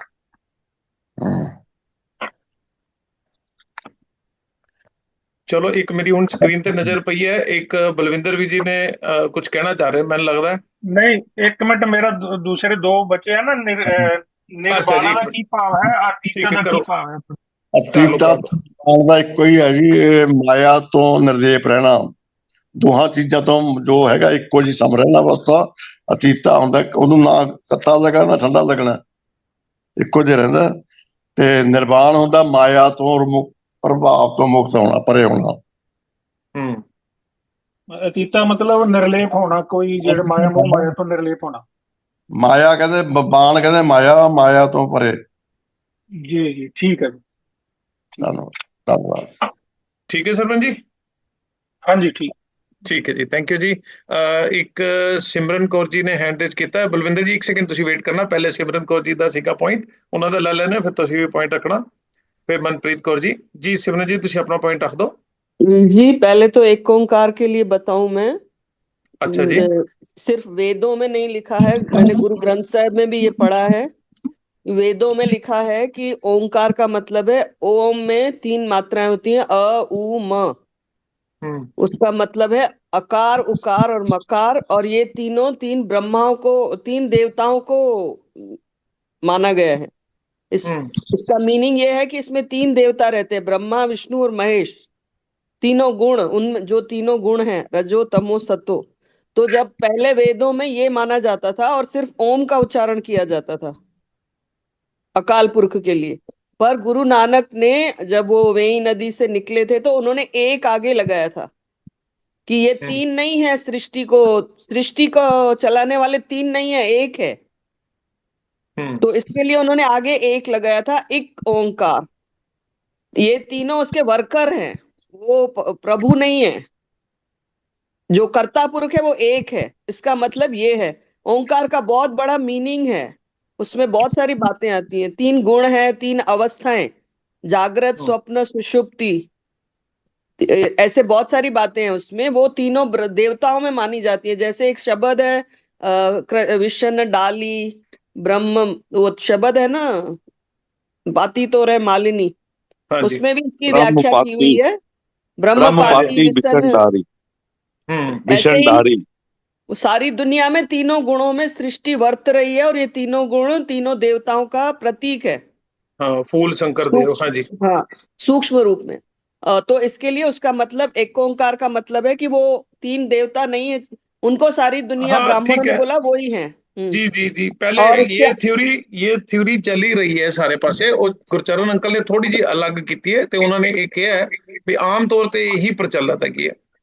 ठीक है भैन जी। उसके बाद आगे जो उन्होंने बोला, साधो मन का मान त्यागो, काम क्रोध संगत दुर्जन की ताते अहनिस भागो, उसका मतलब वही है जो गुरबचन वीर जी ने बोला है, जो कि भाई वो उपदेश है, वो गुरु साहब का उपदेश है। अगर वो उपदेश ना होता तो नीचे जो लिखा है वो उससे मैच नहीं हो रहा है हाँ जी हाँ जी, मेरे को भी लगा उस्तत ये वाली बात। उस्तत निंदा दो त्यागे, खोजे पद निर्वाणा। खोजेगा कौन? जिसको नहीं पता है, हम्म जो कर चुका है। ऊपर बोल रहे हैं कि वो त्याग चुका है, तो वो खोजेगा नहीं उस बात को। जी हाँ अगर वो जी खोज रहा है तो वो ऑर्डर है हमारे जी, लिए। बिल्कुल। और जो वासन निर्वासना, वो निर्वासना है, निर्वाण है, निर्वाण है, मीन्स निर्वासना रहता है जो। ਜੀ ਹਾਂ ਠੀਕ ਹੈ ਭੈਣ ਜੀ, ਅਸੀਂ ਅੱਗੇ ਹੋਰ ਵਿਚਾਰ ਕਰਦੇ ਹਾਂ। ਤੁਹਾਡੇ ਤੋਂ ਬਾਅਦ ਬਲਵਿੰਦਰ ਵੀ ਜੀ, ਤੁਸੀਂ ਆਪਣਾ ਪੁਆਇੰਟ ਰੱਖੋ ਪਲੀਜ਼। ਹਾਂਜੀ, ਮੈਂ ਵੀ ਸਰਵਣ ਸਿੰਘ ਵੀਰ ਜੀ ਦੇ ਨਾਲ ਸਹਿਮਤ ਹਾਂ ਕਿ ਇਹ ਉਹਨਾਂ ਨੇ ਮਨ ਨੂੰ ਕਿਹਾ ਹੈ, ਹੂੰ ਤੇ ਸਾਰਾ ਸ਼ਬਦ ਜਿਹੜਾ ਹੈਗਾ ਉਹਨਾਂ ਨੇ ਮਨ ਨੂੰ। ਇੱਕ ਇਹਦੇ ਨਾਲ ਦਾ ਸ਼ਬਦ ਸੋਠ ਰਾਗ ਦੇ ਵਿੱਚ ਵੀ ਹੈਗਾ, ਸੋਠ ਮਹਿਲਾ ਨਾਵਾਂ, ਜੋ ਨਰ ਦੁੱਖ ਮੈਂ ਦੁੱਖ ਨਹੀਂ ਮਾਨੈ, ਹੂੰ ਸੁਖ ਸਨੇਹ ਅਰ ਭੈ ਨਹੀਂ ਜਾਂਕੈ, ਕੰਚਨ ਮਾਟੀ ਮਾਨੈ, ਨੈ ਹਾਂਜੀ, ਨਿੰਦਿਆ ਮਿਲਾ ਨੈ ਜੁਲਾ। ਉਸਤਤ ਜਾਂਕੇ, ਹੈ ਨਾ, ਸੇਮ ਸ਼ਬਦ ਹੈ, ਨੈ ਹੁੰਦਿਆ ਨੈ ਨਿੰਦਿਆ ਨੈ ਉਸਤਤ ਜਾਂਕੇ, ਲੋਭ ਮੋਹ ਬਮਾਨਾ ਹਰਕ ਸੋਗ ਤੇ ਰਹੇ ਨਿਆਰੋ, ਨਾਹੇ ਮਾਨ ਅਪਮਾਨਾ, ਹੈ ਨਾ। ਤੋ ਇਹ ਉਹਦੇ ਨਾਲ ਇਹ ਮਨ ਨੂੰ ਹੀ ਸਮਝਾਇਆ ਉਹਨਾਂ ਨੇ ਕਿ ਮਨ ਹੈ ਮਨਾ ਤੂੰ, ਕਿਉਂਕਿ ਤੁਸੀਂ ਇਸ ਤੋਂ ਥੱਲੇ ਵਾਲਾ ਸ਼ਬਦ ਵੀ ਦੇਖੋ, ਗੁਰੂ ਨਾਨਕ ਗੌੜੀ ਮਹਲਾ ਵਾ ਜਿਹੜਾ, ਉਹ ਸਾਧੋ ਰਚਨਾ ਰਾਮ ਬਣਾਈ, ਜਿਹੜਾ ਅਗਲਾ ਸ਼ਬਦ ਵੀ ਇਸ ਤੋਂ ਹੈ ਨਾ। ਤੋ ਜਿੰਨੇ ਵੀ ਸ਼ਬਦ ਹੈਗੇ ਆ ਗੁਰੂ ਪਾਤਸ਼ਾਹ ਤੇਗ ਬਹਾਦਰ ਸਾਹਿਬ ਜੀ ਦੇ, ਉਹ ਤਕਰੀਬਨ ਜਾਂ ਤਾਂ ਉਹਨਾਂ ਨੇ ਮਨ ਨੂੰ ਸੰਬੋਧਿਤ ਕੀਤੇ ਆ, ਜਾਂ ਕਿਤੇ ਕਿਤੇ ਮਾਈ ਨੂੰ ਸੰਬੋਧਿਤ ਕੀਤੇ ਆ, ਹੈਨਾ। ਤੇ ਇਹ ਜਿਹੜਾ ਸ਼ਬਦ ਹੈਗਾ ਇਹ ਸਿਰਫ ਮਨ ਨੂੰ ਕਿਹਾ ਗਿਆ ਹੈ ਸਾਰਾ, ਕਿਉਂਕਿ ਜਿੱਦਾਂ ਭੈਣ ਜੀ ਨੇ ਵੀ ਕਿਹਾ ਕਿ ਅਗਲੇ ਤੁਕਾਂ ਦੇ ਨਾਲ ਫਿਰ ਉਹ ਮੇਲ ਨਹੀਂ ਖਾਂਦਾ ਜੇ ਅਸੀਂ ਉਹਨੂੰ ਕਹੀਏ ਵੀ ਉਹ ਆਪਣੇ ਆਪ ਉੱਤੇ ਲੈ ਰਿਹਾ, ਇਹ ਨਹੀਂ ਹੈ। ਦੂਜੀ ਗੱਲ ਇਹ ਹੈ ਕਿ ਜਿਹਦਾ ਉਹਨਾਂ ਨੇ ਅਰਥ ਕੀਤੇ ਹੈ ਨਾ ਗੁਰਬਚਨ ਸਿੰਘ ਵੀਰ ਜੀ ਨੇ ਜਾਂ ਭਾਜੀ ਨੇ, ਜਿੱਦਾਂ ਵੀ ਹੈ, ਇਹ ਦੇਖੋ ਵੀ ਜੀ, ਹਰ ਬੰਦੇ ਦੀ ਨਾ ਆਪਣੀ ਆਪਣੀ ਮਾਨਸਿਕ ਅਵਸਥਾ ਹੈਗੀ ਹੈ। ਕੋਈ ਜਿਹੜੀ ਅਵਸਥਾ ਦੇ ਵਿੱਚ ਬੰਦਾ ਹੈ ਨਾ, ਉਹ ਅਰਥ ਆਪਣੇ ਹਿਸਾਬ ਨਾਲ ਕਰਦਾ ਹੈ, ਉਹ ਉਸ ਤੋਂ ਜ਼ਿਆਦਾ ਉਹ ਸਮਝ ਨਹੀਂ ਸਕਦਾ। ਦੂਜੀ ਗੱਲ ਉਹਨੂੰ ਸਮਝ ਨਹੀਂ ਆਉਣੀ, ਉਹਨੇ ਆਪਣੇ ਹਿਸਾਬ ਨਾਲ ਹੀ ਚੱਲਣਾ। ਜਿਹੜੇ ਬੰਦੇ ਵੀ ਖੋਜੀ ਬੰਦੇ ਹੈਗੇ ਨਾ, ਜਿੰਨਾ ਕੁ ਉਹਨਾਂ ਦੀ ਮਾਨਸਿਕ ਅਵਸਥਾ ਹੈਗੀ ਆ, ਉਹਨਾਂ ਨੇ ਉਹਦੇ ਹਿਸਾਬ ਨਾਲ ਹੀ ਅਰਥ ਕਰਨੇ ਆ।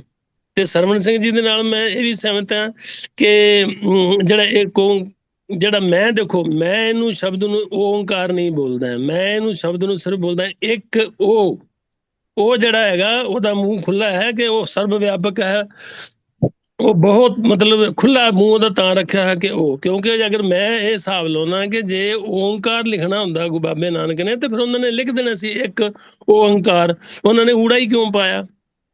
ਇਹਦਾ ਮਤਲਬ ਅਸੀਂ ਆਪਣੇ ਆਪ ਹੀ ਲਾਉਨੇ ਆ ਨਾ ਵੀ ਉਹ, ਇਹ ਮੇਰੀ ਸਮਝ ਹੈ, ਮੈਂ ਨਹੀਂ ਕਹਿੰਦਾ ਤੁਸੀਂ ਸਾਰਿਆਂ ਦੇ, ਲੇਕਿਨ ਸਤਿਗੁਰੂ ਪ੍ਰਸਾਦ, ਉਹ ਜਿੱਦਾਂ ਸਰਵਣ ਸਿੰਘ ਜੀ ਨੇ ਕਿਹਾ ਕਿ ਉਹ ਉਸੇ ਦੀ ਕਿਰਪਾ, ਇੱਕ ਉਹਦੀ ਕਿਰਪਾ ਦੇ ਨਾਲ ਹੀ ਸਾਨੂੰ ਉਹਦੀ ਪ੍ਰਾਪਤੀ ਹੁੰਦੀ ਹੈ। ਇੱਕ ਮਤਲਬ ਮੇਰਾ ਇਹ ਹੈ। ਦੂਜਾ ਬੀਬੀ ਸਿਮਰਨ ਕੌਰ ਜੀ ਨੇ ਜੋ ਕਿਹਾ ਹੈ ਬ੍ਰਹਮਾ ਵਿਸ਼ਨੂੰ ਮਹੇਸ਼ ਹੋਊਗਾ, ਇਹ ਤੁਹਾਨੂੰ ਦੱਸਾਂ ਵੀ ਇਹ ਜਿਹੜਾ ਹੈਗਾ ਨਾ ਪੰਥ ਪ੍ਰਕਾਸ਼ ਵਗੈਰਾ, ਜਿਹੜੀਆਂ ਝੂਠੀਆਂ ਸਾਖੀਆਂ ਜਿਹੜੀਆਂ ਹੈਗੀਆਂ, ਇਹਨਾਂ ਦੇ ਵਿੱਚ ਇਹੋ ਜਿਹੀਆਂ ਗੱਲਾਂ ਲਿਖੀਆਂ ਹੋਈਆਂ, ਜਿਹੜੇ ਕਿ ਸਾਡੇ ਗੁਰਦੁਆਰਿਆਂ ਦੇ ਵਿੱਚ ਵੀ ਇਹਨਾਂ ਦਾ ਪ੍ਰਚਾਰ ਹੋ ਰਿਹਾ। ਇਹ ਬਿਲਕੁਲ ਝੂਠੇ ਗ੍ਰੰਥ ਹੈਗਾ, ਇਹਨਾਂ ਨੂੰ ਕਿਸੇ ਨੇ ਪੜ੍ਹਿਆ ਨਹੀਂ ਹੈ। ਜਿਹੜੇ ਬੰਦਿਆਂ ਨੇ ਪੜ੍ਹਿਆ ਉਹਨਾਂ ਨੂੰ ਸਮਝ ਹੈਗੀ ਹੈ ਕਿ ਇਹ ਬਿਲਕੁਲ ਹੀ ਇਹ ਇਦਾਂ ਦਾ ਨਹੀਂ ਹੈ। ਉਹਦੇ ਵਿੱਚ ਇੱਕ ਮਿੰਟ ਮੇਰੀ ਪਲੀਜ਼ ਗੱਲ ਕੰਪਲੀਟ ਹੋ ਲੈਣ ਦਿਓ। ਉਹਦੇ ਚ ਇਹ ਵੀ ਲਿਖਿਆ, ਉਹਦੇ ਚ ਇਹ ਵੀ ਉਹਨਾਂ ਨੇ ਲਿਖਿਆ ਹੋਇਆ ਹੈ ਕਿ ਗੁਰੂ ਨਾਨਕ ਪਾਤਸ਼ਾਹ ਨੇ ਜਿਹੜਾ ਵਾਹਿਗੁਰੂ ਸ਼ਬਦ ਸੀਗਾ ਸਤਯੁਗ ਦੇ ਵਿੱਚ ਪਤਾ ਨਹੀਂ ਕਿੰਨੇ ਕਰੋੜਾਂ ਸਾਲ ਉਹਨਾਂ ਨੇ ਉਹਦੀ ਊੜਾ ਲਿਆ ਉੱਥੋਂ, ਉਹਨੂੰ ਕਹਿੰਦੇ ਵੀ ਉੱਥੋਂ ਊੜਾ ਲਿਆ। ਫਿਰ ਕਹਿੰਦੇ ਅੱਗਾ ਹਾ ਅੱਖਰ ਜਿਹੜਾ ਲਿਆ ਉਹਨਾਂ ਨੇ ਤ੍ਰੇਤਾ ਤੋਂ ਲਿਆ, ਤੇ ਗੱਗਾ ਅਰਥ ਉਹਨਾਂ ਨੇ ਉਹਦੇ ਤੋਂ ਲਿਆ ਦੁਆਪਰ ਤੋਂ ਲਿਆ, ਤੇ ਹਾ ਅਰਥ ਉਹਨਾਂ ਨੇ ਰਾਰਾ ਅਰਥ ਉਹਨਾਂ ਨੇ ਰਾਮ ਮਤਲਬ ਕਲਯੁਗ ਤੋਂ ਲਿਆ। ਤੇ ਇਸ ਕਰਕੇ ਗੁਰੂ ਗੋਬਿੰਦ ਸਿੰਘ ਇਹ ਵਾਹਿਗੁਰੂ ਅਰਥ ਉੱਥੋਂ ਆਇਆ, ਇਹ ਵੀ ਉਹਨਾਂ ਗ੍ਰੰਥਾਂ 'ਚ ਹੀ ਲਿਖਿਆ ਹੋਇਆ। ਤੇ ਮੇਰਾ ਉਹਨਾਂ ਵੀਰਾਂ ਨੂੰ ਇਹ ਸਵਾਲ ਹੈ ਕਿ ਜਿਹੜੇ ਅਗਰ ਬਾਬੇ ਨਾਨਕ ਨੇ ਇੰਨੇ ਯੁੱਗ ਦੇ ਵਿੱਚ ਇੰਨੇ ਸਾਲ ਭਰਤੀ ਕੀਤੇ, ਤੇ ਉਹਨਾਂ ਨੇ ਇੱਕ ਉਹ ਤੋਂ ਬਾਅਦ ਸਤਨਾਮ ਕਿਉਂ ਨਹੀਂ ਲਿਖਿਆ? ਇੱਕ ਉਹ ਤੋਂ ਬਾਅਦ ਉਹਨਾਂ ਨੇ ਵਾਹਿਗੁਰੂ ਲਿਖ ਦੇਣਾ ਸੀ ਵੀ ਇਹ ਵਾਹਿਗੁਰੂ ਅਗਰ ਇੰਨਾ ਹੀ ਵਧੀਆ ਲਫ਼ਜ਼ ਜਿਹਦੀ ਕਿ ਉਹਨਾਂ ਨੇ ਪ੍ਰਾਪਤੀ ਵਾਸਤੇ ਇੰਨੇ ਯੁੱਗ ਇੱਕ ਇੱਕ ਅੱਖਰ ਨੂੰ ਲੈਣ ਵਾਸਤੇ, ਕਿ ਇਹ ਉਹਨਾਂ ਗ੍ਰੰਥਾਂ 'ਚ ਕਲੀਅਰਲੀ ਲਿਖਿਓ। ਜਿਹੜਾ ਮੇਰਾ ਵੀਰ ਪੜ੍ਹਨਾ ਚਾਹੇ ਪੜ੍ਹੇ, ਉਹਨਾਂ ਨੂੰ ਅਸੀਂ PDF ਵੀ ਭੇਜ ਓਮਕਾਰ ਦਿਆਂਗੇ। ਦੀ ਗੱਲ ਤੋਂ ਕੀ ਡਿਫਰ ਕੀ ਕਰ ਰਹੇ ਹੋ? ਮੈਂ ਸਮਝਿਆ ਨਹੀਂ ਤੁਹਾਡੀ ਗੱਲ ਤੋਂ ਭੈਣ ਜੀ ਨੇ ਮੈਂ ਜੋ ਕਹਿੰਦਾ ਕਿਹਾ, ਵੀ ਤੁਸੀਂ ਕੀ ਡਿਫਰ ਕਰ ਰਹੇ ਹੋ? ਇੱਕ ਓਂਕਾਰ ਦਾ ਮਤਲਬ ਹੈ ਮੇਰੇ ਹਿਸਾਬ ਦੇ ਨਾਲ ਇੱਕ ਉਹ ਆ, ਮਤਲਬ ਸਤਿਗੁਰੂ ਪ੍ਰਸਾਦ ਉਹ ਇੱਕ ਹੈ। ਉਹ ਠੀਕ ਹੈ। ਤੁਸੀਂ ਜਿਹੜਾ ਭੈਣ ਜੀ ਨੇ ਕਿਹਾ ਵੀ ਇੱਕ ਉਹ ਓਮ ਦੇ ਬ੍ਰਹਮਾ ਵਿਸ਼ਨੂੰ ਮਹੇਸ਼ ਜਿਹੜਾ ਕਿਹਾ ਹੈ ਨਾ, ਇਹ ਜਿਹੜਾ ਬ੍ਰਹਮਾ ਵਿਸ਼ਨੂੰ ਮਹੇਸ਼ ਹੈ, ਏਦਾਂ ਦੀ ਕੋਈ ਗੱਲ ਨਹੀਂ ਹੈ। ਇੱਕ ਉਹ ਜਿਹੜਾ ਹੈਗਾ ਉਹ ਇੱਕੋ ਹੀ ਹੈ, ਉਹ ਇੱਕ ਹੈ। ਨਹੀਂ ਔਰ ਠੀਕ ਹੈ ਤੁਹਾਡੀ, ਉਹ ਮਤਲਬ ਠੀਕ ਹੈ ਬਿਲਕੁਲ ਠੀਕ ਹੈ। ਹੋਰ ਕੋਈ ਗੱਲ ਵੀ ਸੀ? ਹੋਰ ਕੋਈ ਪੁਆਇੰਟ ਤੁਹਾਡਾ? ਨਹੀਂ, ਬਸ ਮੇਰਾ ਇਹੋ ਸੀਗਾ ਕਿ ਬਾਕੀ ਹਾਂ ਜਿੰਨੀ ਕਿਸੇ ਦੀ ਸਮਝ ਹੁੰਦੀ ਹੈ ਨਾ ਉਹਦੇ, ਮੈਂ ਵੀ ਆਪਣੀ ਸਮਝ ਨਾਲ ਗੱਲ ਕਰਦਾ। ਮੈਂ ਇਹ ਨਹੀਂ ਕਹਿੰਦਾ ਕਿ ਮੈਂ ਸੱਚ ਹੈ ਜਾਂ ਗੁਰਬਖਸ਼ ਸਿੰਘ ਜੀ ਸੱਚ ਹੈ ਜਾਂ ਤਰੁਣ ਸਿੰਘ ਜੀ ਹੈ, ਆਪੋ ਆਪਣੀ ਸਾਡੀ ਸੁਮਤ ਹੈਗੀ। ਠੀਕ ਹੈ ਜੀ, ਥੈਂਕ ਯੂ, ਤੁਸੀਂ ਪਾਰਟਿਸਿਪੇਟ ਕੀਤਾ, ਥੈਂਕ ਯੂ। ਦੇਖੋ, ਪਹਿਲੇ ਤਾਂ ਮੈਂ ਤੁਹਾਡੀ ਗੱਲ ਨੂੰ ਐਡਰੈਸ ਕਰਦਾ। ਇੱਕ ਸਿਮਰਨ ਕੌਰ ਜੀ ਨੇ ਦੁਬਾਰਾ ਹੈਂਡ ਰੇਜ਼ ਕੀਤਾ, ਮਨਪ੍ਰੀਤ ਕੌਰ ਜੀ ਨੇ ਵੀ ਕੀਤਾ ਸੀਗਾ। ਮਨਪ੍ਰੀਤ ਕੌਰ ਜੀ ਤੁਸੀਂ ਬੋਲ ਲੈਣਾ ਪਹਿਲਾਂ।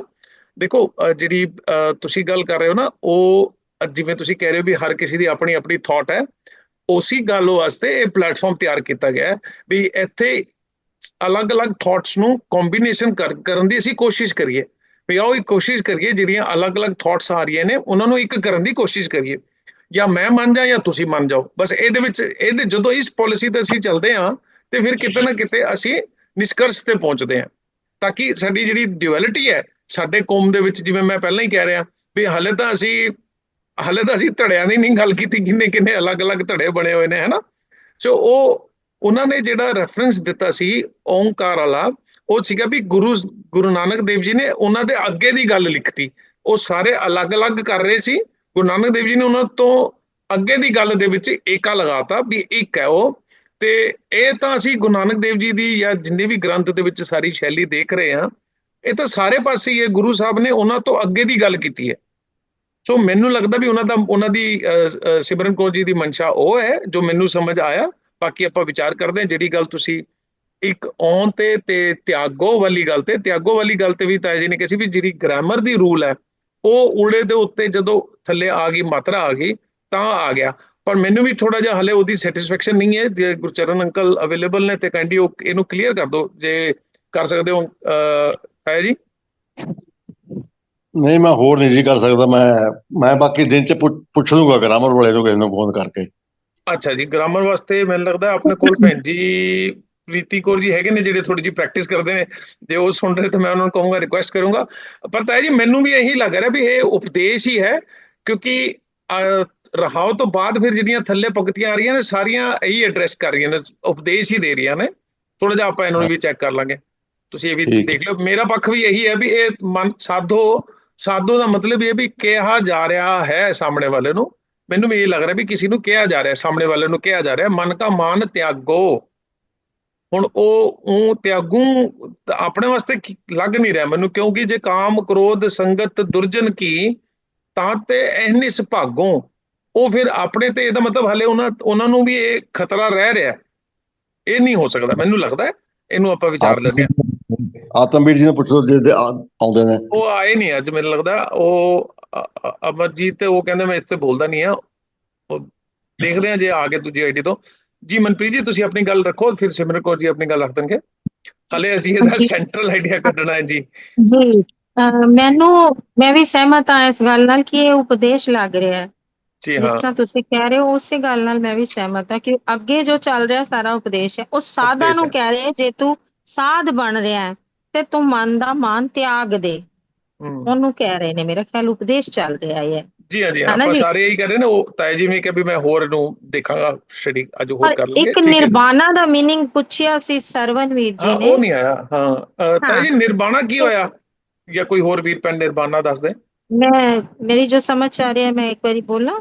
ਜੀ ਜੀ ਬਿਲਕੁਲ ਕਰ ਦੇਣਾ ਜੀ। ਬਿਲਕੁਲ ਨਿਰਵਾਣਾ ਦਾ ਮੀਨਿੰਗ ਮੇਰੇ ਖਿਆਲ ਨਾਲ ਆ ਰਿਹਾ ਕਿ ਤੂੰ ਉਸ ਅਵਸਥਾ ਨੂੰ ਫਿਰ ਪ੍ਰਾਪਤ ਹੋਏਗਾ, ਕਿਉਂਕਿ ਇੱਥੇ ਆ ਰਿਹਾ ਖੋਜੇ ਪਦ ਨਿਰਵਾਣਾ, ਫਿਰ ਤੂੰ ਉਸ ਅਵਸਥਾ ਨੂੰ ਖੋਜ ਸਕਦਾ ਹੈ। ਨਹੀਂ ਪਦ ਨਿਰਵਾਣਾ ਕੀ ਹੋਇਆ? ਉਹ ਤਾਂ ਠੀਕ ਹੈ, ਉਹ ਖੋਜ ਸਕਦਾ। ਨਿਰਵਾਣਾ ਕੀ ਹੋਇਆ? ਮੈਨੂੰ ਨਹੀਂ ਸਮਝ ਆਇਆ। ਨਿਰਵਾਣਾ ਉਹ ਅਵਸਥਾ, ਉਸ ਦੇ ਵਿੱਚ ਰਲ ਜਾਣਾ, ਉੱਥੇ ਤੱਕ ਪਹੁੰਚਣਾ, ਉਹ ਕਿਹੜੀ ਪਦ ਅਵਸਥਾ? ਪਾਣਾ ਹੈ ਨਾ, ਅਵਸਥਾ ਜਿਸ ਕਿਹੜੀ ਦੇ ਹੋਈ? ਵਿੱਚ ਅਸੀਂ ਇੱਕ ਚ ਰਲਦੇ ਹਾਂ। ਅੱਛਾ ਠੀਕ ਹੈ, ਮੈਂ ਥੋੜਾ ਜਿਹਾ ਹਾਲੇ ਸੈਟੀਸਫਾਈ ਨਹੀਂ ਹੋਇਆ, ਆਪਾਂ ਹੋਰ ਕੋਸ਼ਿਸ਼ कोई ਕਰਦੇ ਹਾਂ नहीं, मैं खुद जी। समझना चाह रही हूँ। जी हाँ हाँ जी, जी, सिमरन कौर जी तुसी हैंड रेज किया है जी, प्लीज। कुल जी मैंने अभी बताया तो सही आपको कि जब निर्वासना हो जाते हैं, जैसे बुद्ध अच्छा। के लिए बोलते हैं कि वो निर्वाण पद प्राप्त करके गए, जब वो एनलाइटन हो जाते हैं, उनको पूरी समझ आ जाती है, वो विकारों विषयों इन सब से निर्वासना हो हाँ जाती है। एनलाइटनमेंट थोड़ा जा अंग्रेजी का वर्ड सानू जल्दी समझ आ गया, बाकी देखते हैं आगे। निर्वासना मीन्स सब विकारों वासनाओं से जो अलग हो गया, निर हो अलग हो गया। गया, ठीक है। निर्वाणा जी। मीन्स तो निर्वाण, हाँ, निर्वाण पद प्राप्त कर लिया उसने। हाँ जी हाँ जी। और जो आप बोल रहे हैं ग्रामर की बात, तो मैंने अभी फोन में देखा, जिसमें नीचे उसमें लिखा हुआ मीनिंग, तो उसमें लिखा हुआ है कि ये गुरु तेग बहादुर की बाणी में, वैसे इसका हर बाणी गुरु ग्रंथ साहब में जो भी बाणी है वह ह होता है, त्यागहो भागहो ऐसे आना चाहिए, पर गुरु तेग बहादुर की बाणी पूरे ग्रंथ साहब में ऐसे ही है, त्यागो भागो है, उसका हाँ, हाँ। मतलब यही, अच्छा, उसका हाँ मीनिंग हाँ हाँ नहीं है, त्यागहो वाला ही है, पर वो ठीक। बाणी वो हमेशा उड़ा लगाते हैं। मतलब हाँ हाँ नहीं पाते हो, आप देख लेंगे नहीं, भी तुसी। क्योंकि उनकी भाषा गुरुमुखी नहीं रहती है, ठीक है, ठीक है जी, उनकी मैं भाषा है वहां की है ना, बिहार की है ना, पटना बिहार से थे ना, हाँ जी। तो उसके कारण वो ऊ लगाते हैं, ह नहीं लगाते। ह अब आपकी गुरुमुखी भाषा में बोली जाती है, पर ठीक है। उसका मीनिंग वो ह वाला ही है, ऐसे खास लिखा हुआ है, फोन में मैंने देखा अभी मीनिंग। अच्छा अच्छा अच्छा, ਅੱਗੇ ਇਹ ਚੀਜ਼ ਕਲੀਅਰ ਹੋ ਰਹੀ ਹੈ ਨਾ ਵੀਰ ਜੀ, ਅਗਲੀ ਲਾਈਨ ਪੜ੍ਹੀਏ ਤੇ ਜਨ ਨਾਨਕ ਇਹ ਖੇਲ ਕਠਨ ਹੈ। ਹੁਣ ਉਹ ਕਹਿ ਰਹੇ ਨੇ ਤੇਰੇ ਵਾਸਤੇ ਇਹ ਖੇਲ ਕਠਨ ਹੈ, ਕਿਨਹੂ ਗੁਰਮੁਖ ਜਾਣਾ, ਕਿ ਤੂੰ ਕਿਹਨੂੰ ਗੁਰਮੁਖ ਸਮਝੇਗਾ, ਇਹ ਤੇਰੇ ਵਾਸਤੇ ਖੇਲ कठिन है। सारा ठीक है। किन्हू उपदेश ही गुरुमुख चल रहा है। जाना का मतलब है किसी किसी गुरुमुख ने जाना है, किसी ने जाना, हाँ जी हाँ जी। अच्छा, और किसी वीर जी गुरमुख ने जाने हाँ, कोई और है ये जो जेड़ा जेड़ा गुरमुख है, कोई है विरला जिन्हों जी कहने जी, आप, कोई कोई है। विरला। और ये जो ठीक है। आप एक ओंकार की बात बोल रहे हैं, तो एक ओंग नहीं है, कार भी है, जैसे है कि वो एक शब्द है रामकार, चौगिर्द हमारे रामकार, तो दुख कार का लगे मतलब लुकाई। होता है नहीं नहीं, रेखा। ਉਹ ਪਤਾ ਕੀ ਕਹਿੰਦੇ ਨੇ, ਉਹ ਦੱਸਦਾ ਮੈਂ, ਉੱਥੇ ਨਾ ਕਾਰ ਲਿਖਿਆ ਹੋਇਆ, ਇਸ ਕਰਕੇ ਕਾਰ ਕਹਿ ਰਹੇ ਨੇ, ਇੱਥੇ ਕਾਰ स्पेल्ड नहीं है, इस करके कार लगी हुई है ना ज्यादा एक्स्ट्रा वीर जी ऊपर। हाँ वो एक विषय लंबा है, अभी मैं उसको नहीं इन्वॉल्व कर रहा हूँ। बलविंदर वीर जी का ਜਿਹੜਾ ਕਹਿਣਾ ਹੁੰਦਾ ਨਾ, ਨਹੀਂ ਤੇ ਇੱਥੇ ਕਾਰ ਲਿਖਿਆ ਹੁੰਦਾ, ਆਪਾਂ ਉਹ ਪੱਖ ਵੀ ਲੈ ਕੇ ਚੱਲਾਂਗੇ ਅੱਗੇ, ਪਰ ਹਲੇ ਨਹੀਂ ਮੈਂ ਉਹਨੂੰ ਲੈਣਾ ਚਾਹੁੰਦਾ, ਆਪਾਂ ਪਹਿਲੇ ਜਿਹੜਾ ਮੇਨ ਡਿਸਕਸ ਹੈ ਉਹਨੂੰ ਲੈ ਲਈਏ। Thank you Simran Kaur ji. ਇੱਕ ਸਰਵਨ ਵੀਰ ਜੀ ਨੇ ਫਿਰ ਹੈਂਡ ਰੇਜ਼ ਕੀਤਾ ਜੀ। ਸਰਵਨ ਵੀਰ ਜੀ। ਨਿਰਵਾਣਾ ਦਾ ਅਰਥ ਭਾਈ ਸਾਹਿਬ ਨੇ ਪਹਿਲਾਂ ਦੱਸ ਦਿੱਤਾ ਸੀ, ਉਹੀ ਹੈਗਾ ਕਿ ਜਿਹੜੀ ਸਾਡੀ ਆਤਮਕ ਅਵਸਥਾ ਹੈਗੀ ਹੈ, ਜਿਸ ਵਿੱਚ ਕੋਈ ਵਾਸਨਾ ਨਾ ਹੋਏ, ਪੋ ਨਾ ਸਕੇ, ਲਾਗੇ ਨਾ ਆ ਸਕੇ। ਜੀ ਹਾਂ, ਹਾਂਜੀ, ਠੀਕ ਹੈ ਨਿਰਵਾਣਾ ਮਤਲਬ ਜੀ ਹਾਂ। ਇੱਕ ਮੈਨੂੰ ਮੈਸੇਜ ਵੀ ਆ ਗਿਆ ਹੈਗਾ ਗਜਿੰਦਰ ਸਿੰਘ ਜੌਲੀ ਜੀ ਦਾ, और वो कह रहे ने निर्वाणा चौथी अवस्था है, निवृत्ति विकारों से निवृत्ति। ठीक है गजिंदर जी। एक गुरबचन सिंह जी अपना पॉइंट रखो प्लीज। ਹਾਂਜੀ, ਜਿਹੜੀ ਬਲਵਿੰਦਰ ਸਿੰਘ ਜੀ ਨੇ ਗੱਲ ਕੀਤੀ ਹੈ ਨਾ, ਉਹ ਵੈਸੇ ਹਜੇ ਨਾ ਹੀ ਲਈ ਜਾਏ ਤੇ ਚੰਗਾ, ਪਰ ਮੈਂ ਉਹਨਾਂ ਦੀ ਗੱਲ ਤੋਂ ਸਹਿਮਤੀ ਨਜ਼ਰ ਆ ਰਹੀ ਹੈ ਮੈਨੂੰ। ਪੌਜ਼ ਕੀਤਾ ਹਾਂ, ਕੋਈ ਗੱਲ ਨਹੀਂ, ਮੈਂ ਸਿਰਫ ਸਹਿਮਤੀ ਪ੍ਰਗਟ ਕਰ ਰਿਹਾ, ਮੈਂ ਲੰਬੀ ਨਹੀਂ ਲਿਜਾ ਰਿਹਾ ਉਸਨੂੰ। ਮੈਂ ਉਹਨਾਂ ਦੀ ਗੱਲ ਤੋਂ ਸਹਿਮਤੀ ਨਜ਼ਰ ਆ ਰਹੀ ਹੈ, ਮੈਨੂੰ ਹੁੰਦੀ ਨਜ਼ਰ ਆ ਰਹੀ ਹੈ ਵੀ ਓਂਕਾਰ ਨਹੀਂ ਹੈ, ਉਹ ਹੀ ਹੈ। ਠੀਕ ਹੈ ਵੀਰ ਜੀ। ਹਾਂਜੀ ਹਾਂਜੀ, ਉਹ ਪਹਿਲੇ ਆਪਣੇ ਕੋਲ ਕਈ ਸਾਲ ਪਹਿਲਾਂ ਇੱਕ ਵੀਰ ਜੀ ਆਉਂਦੇ ਸੀਗੇ, ਜਸਪਾਲ ਵੀਰ ਜੀ, ਉਹ ਵੀ ਇਹੀ ਕਹਿੰਦੇ ਸੀ, ਆਪਾਂ ਉਹਨੂੰ ਵੀ ਡਿਸਕਸ ਕਰਦੇ ਹਾਂ। ਠੀਕ ਹੈ, ਹੋਰ ਕੋਈ ਵੀਰ ਭੈਣ ਆਪਣੀ ਗੱਲ? ਗੁਰਬਚਨ ਸਿੰਘ ਜੀ ਤੁਸੀਂ ਗੱਲ ਕਰ ਲਈ, ਹੈਂਡ ਡਾਊਨ ਕਰਤਾ ਤੁਹਾਡਾ ਜੀ। ਰਣਬੀਰ ਵੀਰ ਜੀ ਤੁਸੀਂ ਆਪਣਾ ਪੁਆਇੰਟ ਰੱਖੋ। ਹਾਂਜੀ ਜੀ, ਭਾਈ ਖਾਲਸਾ ਫਤਿਹ। ਵਾਹਿਗੁਰੂ ਜੀ ਕਾ ਖਾਲਸਾ, ਵਾਹਿਗੁਰੂ ਜੀ ਕੀ ਫਤਿਹ। ਅੱਜ ਦੇ ਸ਼ਬਦ ਵਿੱਚ ਨੌਵੇਂ ਨਾਨਕ ਗੁਰੂ ਤੇਗ ਬਹਾਦਰ ਸਾਹਿਬ ਜੀ ਸਾਨੂੰ ਸਹਿਜ ਅਵਸਥਾ ਵੱਲ ਲਿਜਾਣਾ ਚਾਹ ਰਹੇ ਨੇ।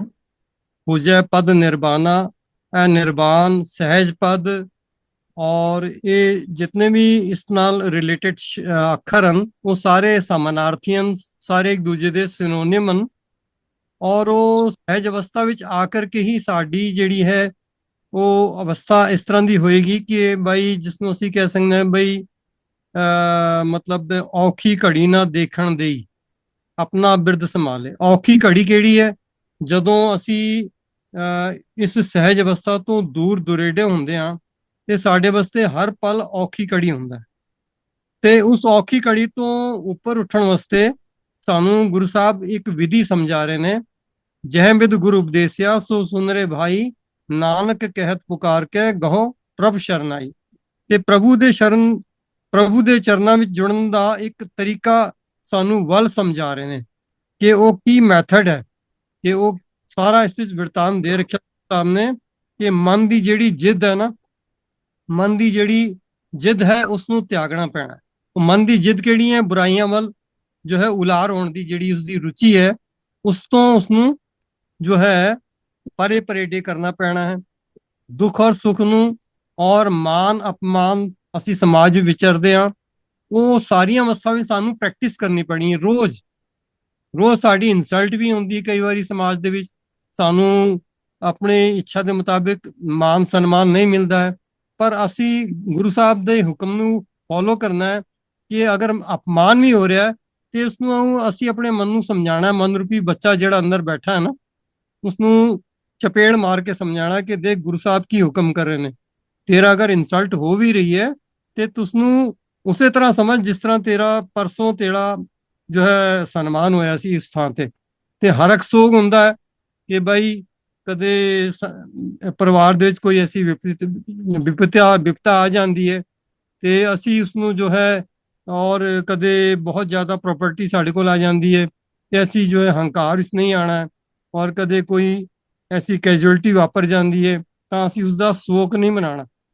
ਫॉर एग्जांपल ਸੋਗ ਦਾ ਮੈਂ ਇਹ ਵੀ ਲੈ ਸਕਦਾ, ਬਾਈ ਚਾਂਸ ਮੈਂ MP ਬਣ ਜਾਵਾਂ ਪਾਰਲੀਮੈਂਟ ਵਿੱਚ, ਜਦੋਂ ਕੋਈ ਕਿਸੇ ਦੀ ਡੈਥ ਹੁੰਦੀ ਹੈ ਜਾਂ ਉਹਦੇ ਸ਼ੋਕ ਪ੍ਰਸਤਾਵ ਪਾਰਿਤ ਕੀਤਾ ਜਾਂਦਾ ਹੈ ਔਰ ਸਾਰੇ ਉੱਥੇ ਮੈਂਬਰ ਜਿਹੜੇ ਨੇ ਉਹ ਖੜੇ ਹੋ ਜਾਂਦੇ ਨੇ, ਪਰ ਮੈਂ ਸ਼ਰਤੀਆਂ ਕਹਿਣਾ ਅਗਰ ਜੇ ਮੈਂ MP ਬਣਾਂਗਾ ਮੈਂ ਉੱਥੇ ਖੜੇ ਨਹੀਂ ਹੋਵਾਂਗਾ, ਕਿਉਂਕਿ ਸਿੱਖੀਜ਼ਮ ਵਿੱਚ ਸੋਗ ਹੈ ਨਹੀਂ, ਸ਼ੋਕ ਹੈ ਨਹੀਂ, ਜੋ ਕੁਝ ਹੋ ਰਿਹਾ ਪਰਮਾਤਮਾ ਦੇ ਭਾਣੇ 'ਚ ਹੋ ਰਿਹਾ। ਇਹ ਸਾਰੀਆਂ ਗੱਲਾਂ ਨੂੰ ਪ੍ਰੈਕਟੀਕਲੀ ਜੋ ਹੈ ਅਪਲਾਈ ਕਰਨ ਦੀ ਲੋੜ ਹੈ, ਤਾਂ ਹੀ ਅਸੀਂ ਸਹਿਜ ਪਦ ਨਿਰਵਾਣ ਪਦ ਵੱਲ ਜੋ ਰੁਖਸਤ ਹੋ ਪਾਵਾਂਗੇ। ਹਾਂਜੀ, ਥੈਂਕ ਯੂ ਵੀਰ ਜੀ, ਥੈਂਕ ਯੂ ਵੀਰ ਜੀ। ਠੀਕ ਹੈ ਜੀ, ਹੋਰ ਕਿਸੇ ਵੀਰ ਭੈਣ ਦਾ ਆਪਣਾ ਪੱਖ ਕੋਈ ਰੱਖਣਾ ਚਾਹੁੰਦੇ ਨੇ? ਚਾਵਲਾ ਭੈਣ ਜੀ ਕਾਫੀ ਦਿਨਾਂ ਬਾਅਦ ਆਏ ਨੇ, ਜੀ ਆਏ ਕਹਿੰਦੇ ਭੈਣ ਜੀ। ਹੋਰ ਕੋਈ ਵੀਰ ਭੈਣ ਆਪਣੀ ਕੋਈ ਪੁਆਇੰਟ ਰੱਖਣਾ ਚਾਹੁੰਦੇ, ਪਲੀਜ਼ ਰੱਖ ਸਕਦੇ ਨੇ। ਠੀਕ ਹੈ ਜੀ, ਮੈਨੂੰ ਥੋੜਾ ਜਿਹਾ ਜਿਹੜਾ सिमरन कौर जी हाँ बहन जी। वीर जी मुझे ये बात नहीं समझ में आई कि उन्होंने बोला MP हो गए हैं तो वो वहां अगर किसी की डेथ हुई है वहां खड़े होना है, तो मैं नहीं खड़ा हूंगा क्योंकि मैं निर्वाण हूँ। वो एक एग्जांपल है, एक अगर हम एग्जांपल खड़े हो गए भी तो क्या गलत है? हमको इतना नहीं डर क्यों? वो नहीं मैं वो बताता हूँ। देखो दो गल्लां ने सारियां, ਜਦੋਂ ਸਮਾਜ ਦੀ ਸਿਰਜਣਾ ਹੋ ਰਹੀ ਹੈ ਨਾ, ਇੱਥੇ ਹੀ ਕਨਫਿਊਜ਼ਨ ਹੈ ਸਾਡੇ ਸਮਾਜ ਦੇ ਵਿੱਚ ਨਾ। ਅਸੀਂ ਇੱਕਦਮ ਜਦੋਂ ਅਗੇਂਸਟ ਜਾਂਦੇ ਆ ਉਹ ਡਿਸਟਰਬੈਂਸ ਦਿੰਦਾ ਹੈ। ਇਹ ਵੀ ਹਰਕ ਸੋਗ ਦੇ ਵਿੱਚ ਆ ਜਾਂਦਾ ਵੀ ਮੈਂ ਕਿਹੜੀ ਗੱਲ ਕਿੱਥੇ ਕਰ ਰਿਹਾ, ਉਹ ਕਿੱਥੇ ਸੋਗ ਦੇ ਵਿੱਚ ਆ ਰਹੀ ਹੈ। ਸੋਗ ਦੇ ਦੇਣਾ ਵੀ ਇਹ ਨਿਰਵਾਣ ਪਦ ਵੱਲ ਨਹੀਂ ਜਾਂਦਾ, ਜੇ ਤੁਸੀਂ ਕਿਸੇ ਨੂੰ ਸੋਗ ਹੀ ਦੇ ਦਿਓ ਉਹ ਵੀ नहीं आप भी उस तरफ नहीं बात कर रहे हैं। मैं उसी तरह बात कर रहा हूँ, उसी तरह बात करने की कोशिश करता हूँ। बाकी आप बताओ मैं की नहीं किया, मैं वो बोल रहा हूँ। उन्होंने कहा है कि मैं खड़े नहीं होता हूँ, सारी जैसे अंतिम अरदास है तो सब लोग खड़े होंगे तो मैं नहीं खड़ा होता हूँ। हाँ मैं मानती हूँ अंदर की मेरे को हर्क सोग नहीं है, पर खड़े होने से अगर हो भी गए तो क्या हो जाएगा? मैं बता वही दसन लगा ना, मैं तो वही दसन पर आप दूसरी बात कह रहे हैं, मुझे ऐसे लग रहा है। हाँ वो इसीलिए लग रहा है ना क्योंकि मैं थोड़ा सा भूमिका दे रहा था। आप दूसरे को हर्ट नहीं करना बोल रहे हैं ना। मैं वही मैं ਤੁਹਾਨੂੰ ਦੱਸ ਰਿਹਾ ਸੀ ਨਾ, ਥੋੜੀ ਜਿਹੀ ਭੂਮਿਕਾ ਮੈਂ ਬਣ ਰਿਹਾ ਸੀਗਾ ਉਹਦੇ ਵਾਸਤੇ ਵੀ ਜਦੋਂ ਮੈਂ ਨਹੀਂ ਖੜਾ ਹੋ ਰਿਹਾ ਨਾ ਤੇ ਮੈਂ ਦੂਜੇ ਨੂੰ ਇੱਕ ਤਰ੍ਹਾਂ ਦਾ ਸਾਰੀ ਅਟਰੈਕਸ਼ਨ ਆਪਣੇ ਵੱਲ ਲੈ ਕੇ ਆ ਰਿਹਾ। ਇੱਕ ਤਾਂ ਇਹ ਆਈਡੀਆ ਹੁੰਦਾ ਵੀ ਮੈਂ ਖੜਾ ਨਹੀਂ ਹੋ ਰਿਹਾ ਤੇ ਮੈਂ ਅਟਰੈਕਸ਼ਨ ਆਪਣੇ ਵੱਲ ਲੈ ਕੇ ਆ ਰਿਹਾ। ਹੁਣ ਮੈਨੂੰ ਫਰਜ਼ ਕਰੋ ਜੇ 500 ਬੰਦਾ ਹੈਗਾ ਤੇ 500 ਬੰਦਾ ਆ ਕੇ ਮੈਨੂੰ ਨਹੀਂ ਪੁੱਛਣ ਲੱਗਾ ਵੀ ਤੂੰ ਕਿਉਂ ਨਹੀਂ ਖੜਾ ਹੋਇਆ। ਸੋ ਇਹ ਕੰਟਰਾਡਿਕਸ਼ਨਸ ਜਿਹੜੀਆਂ ਨੇ ਇਹ स्लोली बिहेव करनी पैणगियां। जे नहीं आप नहीं समझ रहे हैं बात को ना, मैं जो बोल रही हूँ। हो सकता है मैं नहीं समझ रहा, मैं बोल रही हूँ उन्होंने बोला कि जब MP बन जाऊंगा तो मैं नहीं खड़ा होऊंगा क्योंकि सोग है, सोग में खड़े हो रहे हैं। हाँ तो तो फिर आप वो खुशी में भी नहीं खड़े होंगे ना, वो अगर किसी नहीं, का आप बच्चा नहीं समझ रहे, बात नहीं समझ रहे वीर जी, मैं जो कहना चाह रही हूँ, मैं ਤੁਸੀਂ कह रही खुल हूँ के कि बोलो ना, फिर की कह रहे हो? वो इसलिए नहीं खड़े होना चाह रहे हैं कि भाई मैं अब निर्माण सहज हो गया हूँ। अवस्था में आ गया हूँ, हाँ ठीक है, यही मैं बोल दुख रहे हो। सुख नहीं, मेरे लिए दुख सुख कुछ नहीं है, हाँ तो ठीक है दूसरों ना। जिनके लिए है वो खड़े हुए हैं। तो हाँ ठीक आप है। क्या बोल रहे हैं कि हम दूसरों को हर्ट नहीं करना चाह रहे हैं। नहीं नहीं, वो मैं तो थोड़ी सी बात को घुमा के इस नहीं, तो पॉइंट पे अभी ला रहा तक था। आपने बात क्लियर नहीं की है ना, वही तो बोल रही हूँ तो मैं। आप करने दे, तुसी करन दियोगे तो मैं करांगा ना हाँ, भैन तो जी। आप कीजिए, आप बोलिए बोलिए हाँ ना। हाँ, अब मैं बोल चुका ना, मैं अब हुण मैं तुहानू दोबारा दस देना, जे वो किसी नहीं, दी मुझे मौत नहीं ते। समझ आ रही है बात, आपकी बात भी नहीं समझ, उनकी तो समझ आ गई थी, आपकी नहीं समझ आ रही है। अच्छा हुण आप सुनो, और दूसरे वर्ड्स में बताइए मुझे। मैं वही कह रहा ना, तुसी एक गल तो उन्हां दी समझ गए ना भी मैं निर्वाण पद च पहुंच गया जे मैं नहीं खड़ा होया था, ठीक है ना? नहीं नहीं, वो ये नहीं बोल रहे हैं, वो बोल रहे हैं मैं निर्वाण हूं इसलिए नहीं खड़ा हो रहा हूं। हाँ तो मैं भी तो यही कह रहा भी वो कह रहे ने मैं निर्वाण पद च पहुंच गया इस करके नहीं मैं खड़ा हो रहा। हाँ, ਤੇ ਮੈਂ ਹੋਰ ਕੁਝ ਨਹੀਂ ਬੋਲ ਰਿਹਾ ਨਾ, ਮੈਂ ਵੀ ਇਹੀ ਬੋਲ ਰਿਹਾ, आप ਤੁਸੀਂ क्या ਧਿਆन बोल ਨਾਲ रहे सुनो। हैं, आप क्या बोल रहे हैं, ऐसे सुनो, ही एक लाइन में बताइए आप क्या बोल रहे हैं। इसका मतलब ये है भी वो निर्वाण पद में पहुंच गए, वो पहुंच गए ने निर्वाण पद ਦੇ ਵਿੱਚ, ਉਹ ਨਹੀਂ ਖੜੇ ਹੋਣਗੇ, ਸਿੰਪਲ। मैं बोला। ਇੱਕ ਮਿੰਟ ਭੈਣ ਜੀ, ਉਹ ਉਹਨਾਂ ਨੂੰ क्लियर कर दो, क्योंकि ਮੈਨੂੰ भी तो क्लियर होना है देखो ना मैं भी वो वही की बोल कर। रही हूँ ना, अगर वो खड़े हो भी जाए तो निर्वाण पद चला थोड़ी जाता है, मैं अगर हम ਹੁਣ दुनिया में कहीं ਅਗਲੀ ਗੱਲ ਤੁਹਾਡੀ ਇਹ ਹੈ, ਇਹੀ ਮੈਂ ਤੁਹਾਨੂੰ ਕਲੀਅਰ ਕਰਨ ਲੱਗਾ ਸੀ, ਤੁਸੀਂ 2 ਮਿੰਟ ਸ਼ਾਂਤ ਰਹਿ ਕੇ ਪੂਰੀ ਗੱਲ ਸੁਣ ਲਓ, ਤਾਂ ਤੁਹਾਨੂੰ ਸਮਝ ਆਏਗੀ ਵੀ ਮੈਂ ਕੀ ਕਹਿ ਰਿਹਾ। ਮੈਂ ਕਹਿ ਰਿਹਾ, ਮੈਂ ਥੋੜੀ ਜਿਹੀ ਭੂਮਿਕਾ ਦੇ ਰਿਹਾ ਸੀ ਪਹਿਲਾਂ, ਵੀ ਜਿਹੜੀ ਪਦ ਨਿਰਵਾਣ ਤੇ ਜੇ ਕੋਈ ਬੰਦਾ ਪਹੁੰਚ ਗਿਆ ਨਾ, ਤੇ ਉਹ ਫਿਰ ਖੁਸ਼ੀ ਚ ਵੀ ਨਹੀਂ ਹੋਏਗਾ, ਗਮੀ ਚ ਨਹੀਂ ਹੋ ਰਿਹਾ ਤੇ ਖੁਸ਼ੀ ਚ ਵੀ ਨਹੀਂ ਹੋਏਗਾ, ਤਾਂ ਹੀ ਉਹਦਾ ਪਦ ਨਿਰਮਾਣ ਕੰਪਲੀਟ ਹੈ। ਇੱਕ ਹੁਣ ਇਸ ਤੋਂ ਅਗਲੀ ਗੱਲ ਮੈਂ ਕਰ ਰਿਹਾ, ਉਹ ਫਿਰ ਸੋਗ ਦੇਗਾ ਵੀ ਨਹੀਂ ਕਿਸੇ ਨੂੰ, ਜੇ ਆਪ ਨਹੀਂ ਲੈ ਰਿਹਾ ਤੇ ਕਿਸੇ ਨੂੰ ਦੇਗਾ ਵੀ ਨਹੀਂ ਸੋਗ। ਫਿਰ ਇਸ ਅਵਸਥਾ ਦੇ ਵੱਲ ਵੀ ਥੋੜਾ ਜਿਹਾ ਧਿਆਨ ਲਾਣਾ ਪਏਗਾ ਤੁਹਾਨੂੰ, ਠੀਕ ਹੈ ਜੀ? ਤੇ ਜਿਹੜੀ ਗੱਲ ਤੁਸੀਂ ਕਹਿ ਰਹੇ ਹੋ ਵੀ ਖੜਾ ਹੋ ਜਾਂਦਾ ਤਾਂ ਕੀ ਗੱਲ ਹੈ, ਉਹ ਗੱਲ ਇਹੀ ਹੈ ਵੀ ਮੈਂ ਫਿਰ ਡਿਫਰੈਂਟ ਕਿਵੇਂ ਦਿਖਾਂਗਾ, ਮੈਂ ਅਲੱਗ ਭੀੜ ਤੋਂ ਅਲੱਗ ਕਿਵੇਂ ਦਿਖਾਂਗਾ, ਜਦੋਂ ਮੈਂ ਕੁਝ ਐਸੀ ਐਕਟੀਵਿਟੀ ਕਰਾਂਗਾ ਤਾਂ ਹੀ ਮੈਂ ਕੁਤਰੋਂ ਅਲੱਗ ਦਿਖਾਂਗਾ ਨਾ। ਇਸ ਕਰਕੇ ਇਹ ਮੈਂ ਇਹਨੂੰ ਕਹਿ ਰਿਹਾ ਸੀ ਵੀ ਇਹ ਸਮਾਜ ਦੀ ਗੱਲ ਹੈ, ਤੇ ਰਹਿਣਾ ਅਸੀਂ ਸਮਾਜ ਵਿੱਚ ਹੀ ਹੈ, ਪਰ ਜਦੋਂ ਅਸੀਂ ਕਹੀਏ ਨਾ ਵੀ ਇੱਕਦਮ ਹੀ ਕਿਸੇ ਦਾ ਸਿਰ ਭੰਨ ਦੇਣਾ, ਉਹ ਵਾਲਾ ਹੱਲ ਨਹੀਂ वीर जी वो नहीं आया। भीड़ में तो अलग दिखाने के लिए नहीं खड़े हो रहे हैं, वो एमपी है इसके लिए खड़े नहीं हो रहे कि मैं ਤੁਸੀਂ एमपी हूँ। ਉਹਨਾਂ ने जे किया ना जी, ਤੁਸੀਂ ਸੁਣਿਆ ਨਹੀਂ, ਉਹਨਾਂ ਨੇ ਕਿਹਾ ਜੇ मैं अच्छा, एमपी होवा अच्छा, आप जो बोल रहे हैं ना, मैं आपको बताती हूँ, मैं हमारे में जो होते हैं ना कि हम बैठते हैं, हमारे में बैठक बोलते हैं उसको। बैठक ही बोलते हैं, हाँ जी। हाँ, तो मैंने 15 साल से मैंने उसमें जाना छोड़ दिया है, हम्म चाहे वो मेरी मदर भी थी। हम्म मैं निर्वाण पद पे अभी नहीं हूँ, पर हम्म मुझे लगा कि ये सब दिखावा है, उसमें जाने की वो नहीं है, वो बात अलग। मैं बोल रही हूँ अगर मैं चली भी जाऊं तो मेरा क्या चला जाएगा, वो बोल रही हूँ मैं। मैं समझ गया जी ਤੁਹਾਡੀ ਗੱਲ, ਮੈਂ ਸਮਝ ਗਿਆ, ਨਹੀਂ ਚਲੇ ਜਾਓਗੇ ਤਾਂ ਵੀ ਕੀ ਹੋ ਜਾਏਗਾ, ਕਿਉਂ ਤੁਸੀਂ ਤੇ ਅੰਦਰੋਂ ਦੀ ਨਿਰਵਾਣ ਹੋ ਨਾ, ਤੁਸੀਂ ਚਲੇ ਜਾਓਗੇ ਤਾਂ ਕੀ ਹੋ ਜਾਏਗਾ। ਆਪਾਂ ਇਹਨੂੰ ਬਾਅਦ ਚ ਡਿਸਕਸ ਕਰਦੇ ਹਾਂ, ਕੋਈ ਗੱਲ ਨਹੀਂ, ਇਹਨੂੰ ਕਰਦੇ ਹਾਂ ਆਪਾਂ ਡਿਸਕਸ ਵੀ ਤੁਸੀਂ ਕੀ ਕਹਿਣਾ ਚਾਹੁੰਦੇ ਹੋ। ਰਣਵੀਰ ਵੀਰ ਜੀ ਨੇ ਹੈਂਡ ਰੇਜ਼ ਕਰ ਹੀ ਦਿੱਤਾ ਜੀ। ਰਣਵੀਰ ਵੀਰ ਜੀ ਤੁਸੀਂ ਆਪਣੀ ਗੱਲ ਰੱਖੋ। ਇਹ ਸਿਮਰਨ ਕੌਰ ਭੈਣ ਜੀ ਦਾ ਮੈਂ ਧੰਨਵਾਦ ਕਰਨਾ, ਦੇਖੋ ਪੂਰੀ ਰੁਚੀ ਨਾਲ ਜਿਹੜੀਆਂ ਵਾਰਤਾ ਨੂੰ ਸੁਣਦੇ ਨੇ, ਤੇ ਹਾਂ ਆਭਾਰੀਆਂ ਸਿਮਰਨ ਕੌਰ ਭੈਣ ਜੀ ਦੇ। ਅੱਛਾ, ਉਹਨਾਂ ਨੇ ਗੱਲ ਕੀਤੀ ਹੈ ਕਿ ਭਾਈ ਜੇ ਅਗਰ ਮੈਂ ਉਸ ਜਿਹੜੀ ਸ਼ੋਕ ਪ੍ਰਸਤਾਵ ਪਾਰਿਤ ਕੀਤਾ ਜਾਂਦਾ ਹੈ, ਉੱਤੇ ਜਦੋਂ अपना स्पीकर कहता भाई हम शोक प्रस्ताव पारित किया गया है तो सब लोग 2 मिनट का मौन रखेंगे, ਤੇ ਸਾਰੇ ਫਿਰ ਖੜੇ ਹੋ ਜਾਂਦੇ ਨੇ। ਦੇਖੋ ਅਸੀਂ ਸ਼ੋਕ ਪ੍ਰਸਤਾਵ ਨਾਲ ਸਹਿਮਤ ਨਹੀਂ ਹਾਂ, ਕਿਉਂਕਿ ਦੇਖੋ ਜੋ ਕੁਝ ਵੀ ਪਰਮਾਤਮਾ ਦੇ ਭਾਣੇ ਵਰਤਾਰਾ ਹੋ ਰਿਹਾ ਹੈ, ਉਹ ਸਭ ਪਰਮਾਤਮਾ ਦੇ ਭਾਣੇ 'ਚ ਹੋ ਰਿਹਾ। ਸਾਨੂੰ ਰਜ਼ਾ ਨੂੰ ਮਿੱਠਾ ਮੰਨ ਕੇ ਚੱਲਣ ਦੀ ਤਾਕੀਦ ਕੀਤੀ ਹੈ ਗੁਰੂ ਗ੍ਰੰਥ ਸਾਹਿਬ ਨੇ, ਔਰ Guru Granth Sahib is the supreme for ए सिख। ਔਰ ਸਵਾਲ ਮੈਂ ਇੱਥੇ ਇਹ ਵੀ ਲਿਖਣਾ ਚਾਹਾਂਗਾ, ਅਸੀਂ ਨਿਰਵਾਣ ਪਦ ਦੀ ਪ੍ਰਾਪਤੀ ਕੀਤੀ ਹੈ ਜਾਂ ਨਹੀਂ ਕੀਤੀ ਹੈ।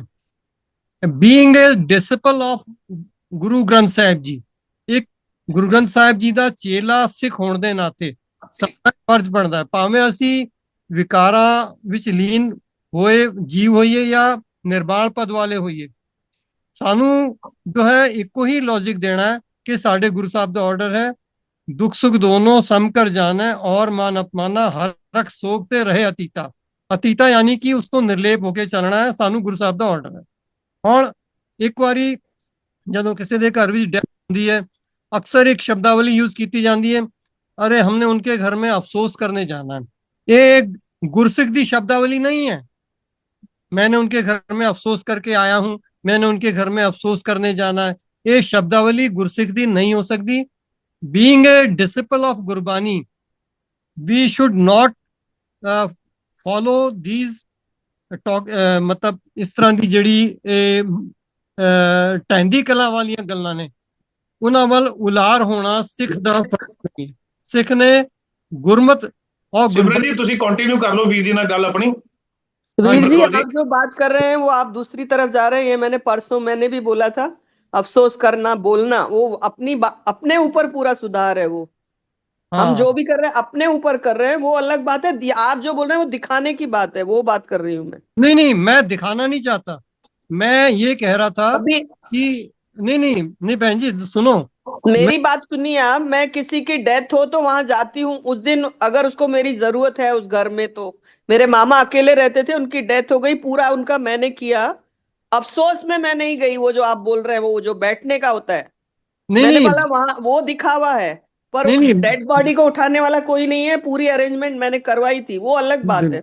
बिल्कुल वो करना चाहिए, दिखाने के लिए नहीं करना है, वो बोल रही हूँ मैं। हाँ बिल्कुल आप ठीक कह रहे हो। हमने कोई दिखावा थोड़ी करना, हमने अपने गुरु ग्रंथ साहब जी की बाणी को फॉलो करना है। जो गुरुबाणी सानू हमको उपदेश कर रही है कि देखो अब मैंने बात करी थी, मैं पार्लियामेंट में बैठा हूं, वहां पर सब लोग खड़े हो जाएंगे पर मैं नहीं खड़ा हूंगा, क्योंकि हम तो पत्रकार पूछेंगे भाई आप क्यों नहीं खड़े हुए, ये तो पहली बार हुआ ऐसा भारत के इतिहास में। तो हम ये कहेंगे भाई हमें तो गुरबाणी जो है हरक सोखते रहे अतीता का निर्देश देती है। हमारे वहां तो शोक प्रस्ताव होता ही नहीं है। जो कुछ परमात्मा कर रहा है वो उसकी हम बगावत नहीं कर सकते। ये शोक प्रस्ताव पारित करना एक तरह की परमात्मा के आगे बगावत है, या मैं अफसोस करने जा रहा हूं ये परमात्मा के आगे बगावत है। तो गुरसिख जो है परमात्मा के आगे बगावत नहीं कर सकता। जी अंतिम अरदास भी तो वही होती है ना? नहीं अंतिम अरदास देखो वो समाजिक इकट्ठ है, सोशल गैदरिंग है। ਉੱਥੇ ਅਰਦਾਸ ਵਿੱਚ ਇੱਕ ਅਰਦਾਸ ਜਦੋਂ ਵੀ ਹੁੰਦੀ ਹੈ ਤੇ ਜਿਹੜਾ ਗੁਰਸਿੱਖ ਉੱਤੇ ਹੁੰਦਾ ਸਟੈਂਡ ਅਪ ਹੋ ਜਾਂਦਾ, ਜਿਵੇਂ ਕਿ ਨੈਸ਼ਨਲ ਐਂਥਮ ਹੈ, ਰਾਸ਼ਟਰੀ ਗਾਨ ਹੁੰਦਾ ਜਨਗਣ ਮਨ, ਤਾਂ ਵੀ ਬੰਦਾ ਖੜੇ ਹੋ ਕੇ ਕੀ ਜਨਗਣ ਮਨ ਕਰਦਾ, ਬੈਠੇ ਹੋਏ ਤੇ ਕੋਈ ਨਹੀਂ ਕਰਦਾ ਨਾ। ਤੇ ਉਸੇ ਤਰ੍ਹਾਂ ਅਰਦਾਸ ਕਰਨ ਦਾ ਵੀ ये सब अपने अपने अंदर विचार करने की बात है। ठीक है ਹਾਂਜੀ ਹੁਣ ਕੋਈ ਠੀਕ ਹੈ ਕੋਈ ਬਿਮਾਰ ਬੰਦਾ ਹੈ ਉਹ ਬੈਠੇ ਹੋਏ ਵੀ ਅਰਦਾਸ ਕਰ ਲੈਂਦਾ, ਕੋਈ ਇਸਦਾ ਭਰਮ ਵਹਿਮ ਨਹੀਂ ਹੈ। ਲੇਟ ਕਰਕੇ ਆਦਮੀ ਪਾਠ ਵੀ ਕਰ ਸਕਦਾ, ਸਭ ਕੁਝ ਚੱਲਦਾ, ਕਿਉਂਕਿ ਸਾਡਾ ਜਿਹੜਾ ਗੁਰੂ ਸਾਹਿਬ ਨਾਲ ਸੰਜੋਗ ਹੈ ਉਹ ਸੁਰਤ ਮਤ ਮਨ ਬੁੱਧੀ ਕਰਕੇ ਹੈ, ਸਰੀਰ ਕਰਕੇ ਨਹੀਂ। ਹਾਂਜੀ ਸਰਵਨ ਸਿੰਘ ਵੀਰ ਜੀ मैं कुछ बोला? रणबीर सिंह जी ने। अच्छा हाँ जी कुछ मैं बोला जी? बिल्कुल वीर जी बिल्कुल। हाँ मैं सिर्फ तो तुसी काफी देर तो उठ के बैठक हो रही है कि कोई कहता मैं बैठक च नहीं जाता है, कोई कहता मैं खड़ा नहीं होएगा। देखो मेरी गल सुनो, चाहे खड़े हो चाहे बैठो, गल तो यह है कि भावना की गल होंदी है ना। तुसी उठ के कह की रहे हो, मन च की कह रहे हो? तुसी उठ के अगर परमात्मा का शुक्र अदा करो भी परमात्मा सच्चे पातशाह परमात्मा तेरा भाना सीगा। ਤੁਸੀਂ ਅਗਰ ਬੈਠਕ 'ਚ ਜਾਓ, ਜਿੱਦਾਂ ਭੈਣ ਜੀ ਕਹਿੰਦੇ ਮੈਂ ਬੈਠਕ 'ਚ ਨਹੀਂ ਜਾਂਦੀ ਉੱਥੇ ਮੰਨਦਾ, ਤੁਸੀਂ ਬੈਠਕ 'ਚ ਜਾਣਾ ਜਾਓ, ਨਹੀਂ ਵੀ ਜਾਣਾ ਜਾਓ, ਜੋ ਵੀ ਕਹੋ ਤੁਸੀਂ ਕਹੋ ਵੀ ਉੱਥੇ ਬੈਠ ਕੇ ਅਗਰ ਚਲੇ ਵੀ ਜਾਂਦੇ ਹੋ ਤਾਂ ਤੁਸੀਂ ਉੱਥੇ ਵੀ ਆਪਣੇ ਮਨ 'ਚ ਕਹਿ ਦਿਓ, ਜਾਂ ਲੋਕਾਂ ਨੂੰ ਵੀ ਸਗੋਂ ਸਮਝਾਓ ਵੀ ਭਈ ਇਹ ਅਕਾਲ ਪੁਰਖ ਦਾ ਭਾਣਾ ਸੀਗਾ, ਇਹ ਜੋ ਹੋਇਆ ਹੋ ਗਿਆ।